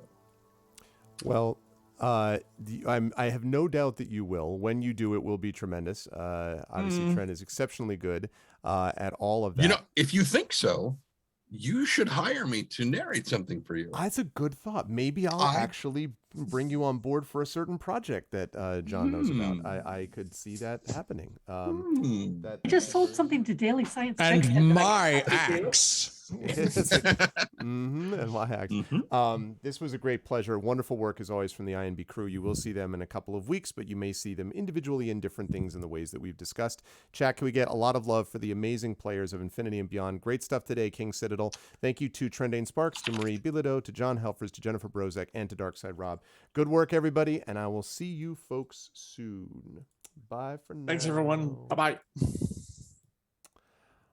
Alrighty, folks, and that is going to bring us to the conclusion, he said, that is going to bring us to the conclusion of tonight's festivities. But Please do not bail out, though, because I will take you on a raid. And also, if you haven't seen it, we just introduced our new intro video, our new basically lore video as well, that I'm going to play after this as well, as we're doing our outro. And it's worth staying around for because it's awesome. And I'm not saying that because it's on my channel. I'm saying it because it was done by professionals. Peripheral Mike, Mike Smith, did this video, and Chrono Wolf did the music for it. It came out spectacularly well, and I'm super excited about it. So we're going to do that on our way out, and we are going to raid somebody. But I want to thank Panda Pandemic for the raid. I'm sorry that I was wrapping up, but I appreciate it. And you will, there's a lot more where that came from. As I say, you'll be able to see that on my calendar. If you type in !calendar, I saw some of the mods chatting with you about stuff as well. We have what I think is the best community on Twitch. And if you like D&D, you're in the right place. We love role-playing on this channel, and we do a lot of role-playing that is D&D and a lot of role-playing that isn't D&D. I have a sponsored campaign of Talisman Adventures, which is by Pegasus Spiele. I have a sponsored campaign of Esper Genesis, which is my space opera game. Think Firefly and Mass Effect, basically, combined with some 5e rules. Talisman Adventures is not 5e rules. We run campaigns set in Rebel Crown. We do one in Blades in the Dark. That's co-hosted with my actual play podcast, Speculate. So we do a lot of different stuff on this channel, and if that's the RPG variety, I do some video games as well, generally RPGs in that regard also, and some poetry readings. I'm an author of speculative fiction myself, and also have written supplements and adventures for RPGs. So all of that stuff is there. So yeah, stick around and follow the channel, and you will see all of these things. If you had a good time tonight and you liked what you saw and heard, please do a couple of things. Please follow the channel. Check out our YouTube with !ArvTube. You can sub to me over there. It's free to you, but it helps us. And there's lots of content, including the previous videos of this campaign, so you can get caught up. !ArvCord is our Discord channel. That's free to join. You can hang out with us in between streams. We've got well over 200 members over there, so please join us over there. !Arv Tweets is my Twitter, where I always tweet when I'm going live and about various other things in my writing, teaching, music, gaming, streaming, and occasionally a little bit of politics life. So that's Arv Tweets, and my website for this is arvaneleron.com. On the financial side, !Arv Shop is my merchandise area. You can get merchandise like this, Infinity and Beyond, and also many other things of that variety over there. You can also you can support us by checking this out, !Arv Treon. That not only makes it possible for me to get new stuff like commissioning videos and music for the channel, but it also allows me to do stuff like put money back into the stream. And also you can get cool stuff for yourself. Also a copy of one of my band's albums. You can get a character background written for you by me. You can get a epic poem written about you by myself. You can get critiques of your writing at high enough levels, inspirations to help our tabletop players. By the way, chat, clutch inspirations today from a few of you, Lone Wolf in particular, but others as well. So thank you for jumping on board with those, because that definitely made a difference. And all of that you can do through !Arvtreon. You can also sub to the channel, of course, and get awesome custom sub badges and emotes to use everywhere on Twitch, and get inspirations as well. So all of that stuff is available to you. Last, of course, on the publishing side, if you're interested, you can check out my graphic novel Icarus with !Icarus. That is my award-winning graphic novel from Athos Arts. Library is my Tales and Tomes from the Forbidden Library, my 5e adventure and sourcebook, which is coming out in print form. It's already out in digital a long time ago. Library for that. That is by Alligator Alley, which sponsors our previously mentioned Esper Genesis campaign. And Grayshade KS is my Grayshade Kickstarter, and that is going live. Yes, a poem. You may know about that, live suing.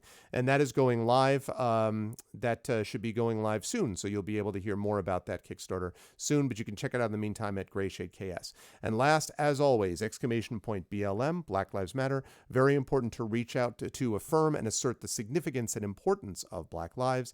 And Help Now, which is the World Health Organization page on suicide prevention. Very important to reach out to others when they need help, and to reach out to others when you need help as well. Schedule-wise, I'm going to be off tomorrow, off on Monday, but tomorrow, again, anyone who is registered for ReaderCon or wants to register for it, I will be on a panel about the crossover, basically, between writing and tabletop gaming and GMing. I do a little bit of that on this channel, as I've just said. So that's going to be ReaderCon tomorrow at 6 p.m. Eastern. That panel is only going to be available to people registered for ReaderCon. So check me out if you can over there. That's obviously being done virtually. Then we'll be off on Monday, and I'll be back Tuesday at noon Eastern for Adventures in Middle-earth, and then over on GOG, where I stream once a week for Talisman Adventures. So that's all going to be good times there. The last thing I want to mention is the raid. We are going to do a raid once we're done with our little video. And the way we do raids is simple. If you are not a sub, you can do this. The Arvanauts have landed, followed by Twitch raid, lowercase Twitch, uppercase R, lowercase AID. If you are a sub, you can do this. Get hyped, which is Arvany hype. The Arvanauts have landed, Twitch raid. Then you got Arvany roar, Arvany woe, Arvany witch, Arvany smug, Arvany love, Arvany other things, anything Arvany basically. You can lay that stuff down when we head over, and you are brought over automatically to the place that we're going to raid. And I think the place that we're going to raid is going to be, what is it going to be? What is it going to be? Yeah, okay, I know exactly who it's going to be. So you'll want to stick around, and then you will get a chance to raid this person. Actually, you know what? Let me just give me 1 second here, because what I should do is I should see, what have we got? What have we got? We've got that. We've got that. Yeah. Let's see. I've rated them many times. Let's see. I just want to make sure, double check something here quickly. Okay. All right, I'm confirming that this is fine. This should be okay. Let me just confirm that this person is not going offline, because I would feel bad if I sent people in the wrong direction this time as well. Or sent people in the wrong time this direction. I would hate to do that to you all. Let's see. Okay. Let me just mute this.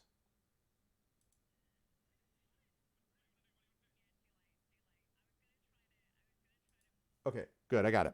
All right. So that is going to do it for me. Please stick around for the raid. You can also check out that intro video to see what you missed. Thank you again to Panda Pandemic for the raid. And thank you to everyone who made this an awesome stream tonight. Thank you to my wonderful mods, Best in the Business, Arudinel, Rock God, Shadow Mage, Triffity Mats, Dragon Spear was here earlier. Thank you as well to my Patreon subscribers and my subscribers in general. Thank you to Arudinel, Rock God, Shadow Mage, Triffity Mats, Crit Twitch, Live Suing, Lone Wolf, Mrs. Dunsel, Thordax Mommy, and Trendane. Thank you to the anonymous gifter who gave Thordax Mommy that sub. Thank you to my wonderful viewers. Thank you to Adwin. Thank you to Alshi. Thank you to the previously mentioned anonymous gifter. Thank you to Apple Dash. Thank you to Aradox, Baconic Boss. Thank you to Bear Whitme. Thank you to Biggest Non. Thank you to Kaler Cadian. Thank you to Dark Sinner, Divinorium, Feet, Fix Lovin. Thank you to Justin Chat, Leighton Passion, Lowtick. Thank you to Majestic Muse. Thank you to MP Tran, Miss Effie. Thank you to Music Heaven. Thank you to Nug Run Only. Thank you to the Orthodox. Thank you to Osworth. Thank you to Panda Pandemic again for the raid. Thank you for Peter U.S. Doll. Thank you to let's see, Punter's Red Eagle. Thank you to Radio Johnny Panda, of course. Thank you to Roan Haranzi. Thank you to Sigus, to Social Friends. Thank you to Stan Kubrick, to Taru. Thank you to Tontoms, The Kohler, Sparkly Wallflower, U Christensen, V&K, Wenchkin. Thank you to Wilden. Thank you to You Bother. And thank you to Zimmy13. Thanks to everyone for the awesomeness tonight. I appreciate it. Stick around for the video and then the raid, and I will see all of you lovely people back here on Tuesday. Until then, thanks everyone. Special thanks to my wonderful players, to Tren, to Jen, to John, to Rob, and to Marie for great work tonight. Thanks all. Catch you folks all soon, and be good to each other. Have a good night.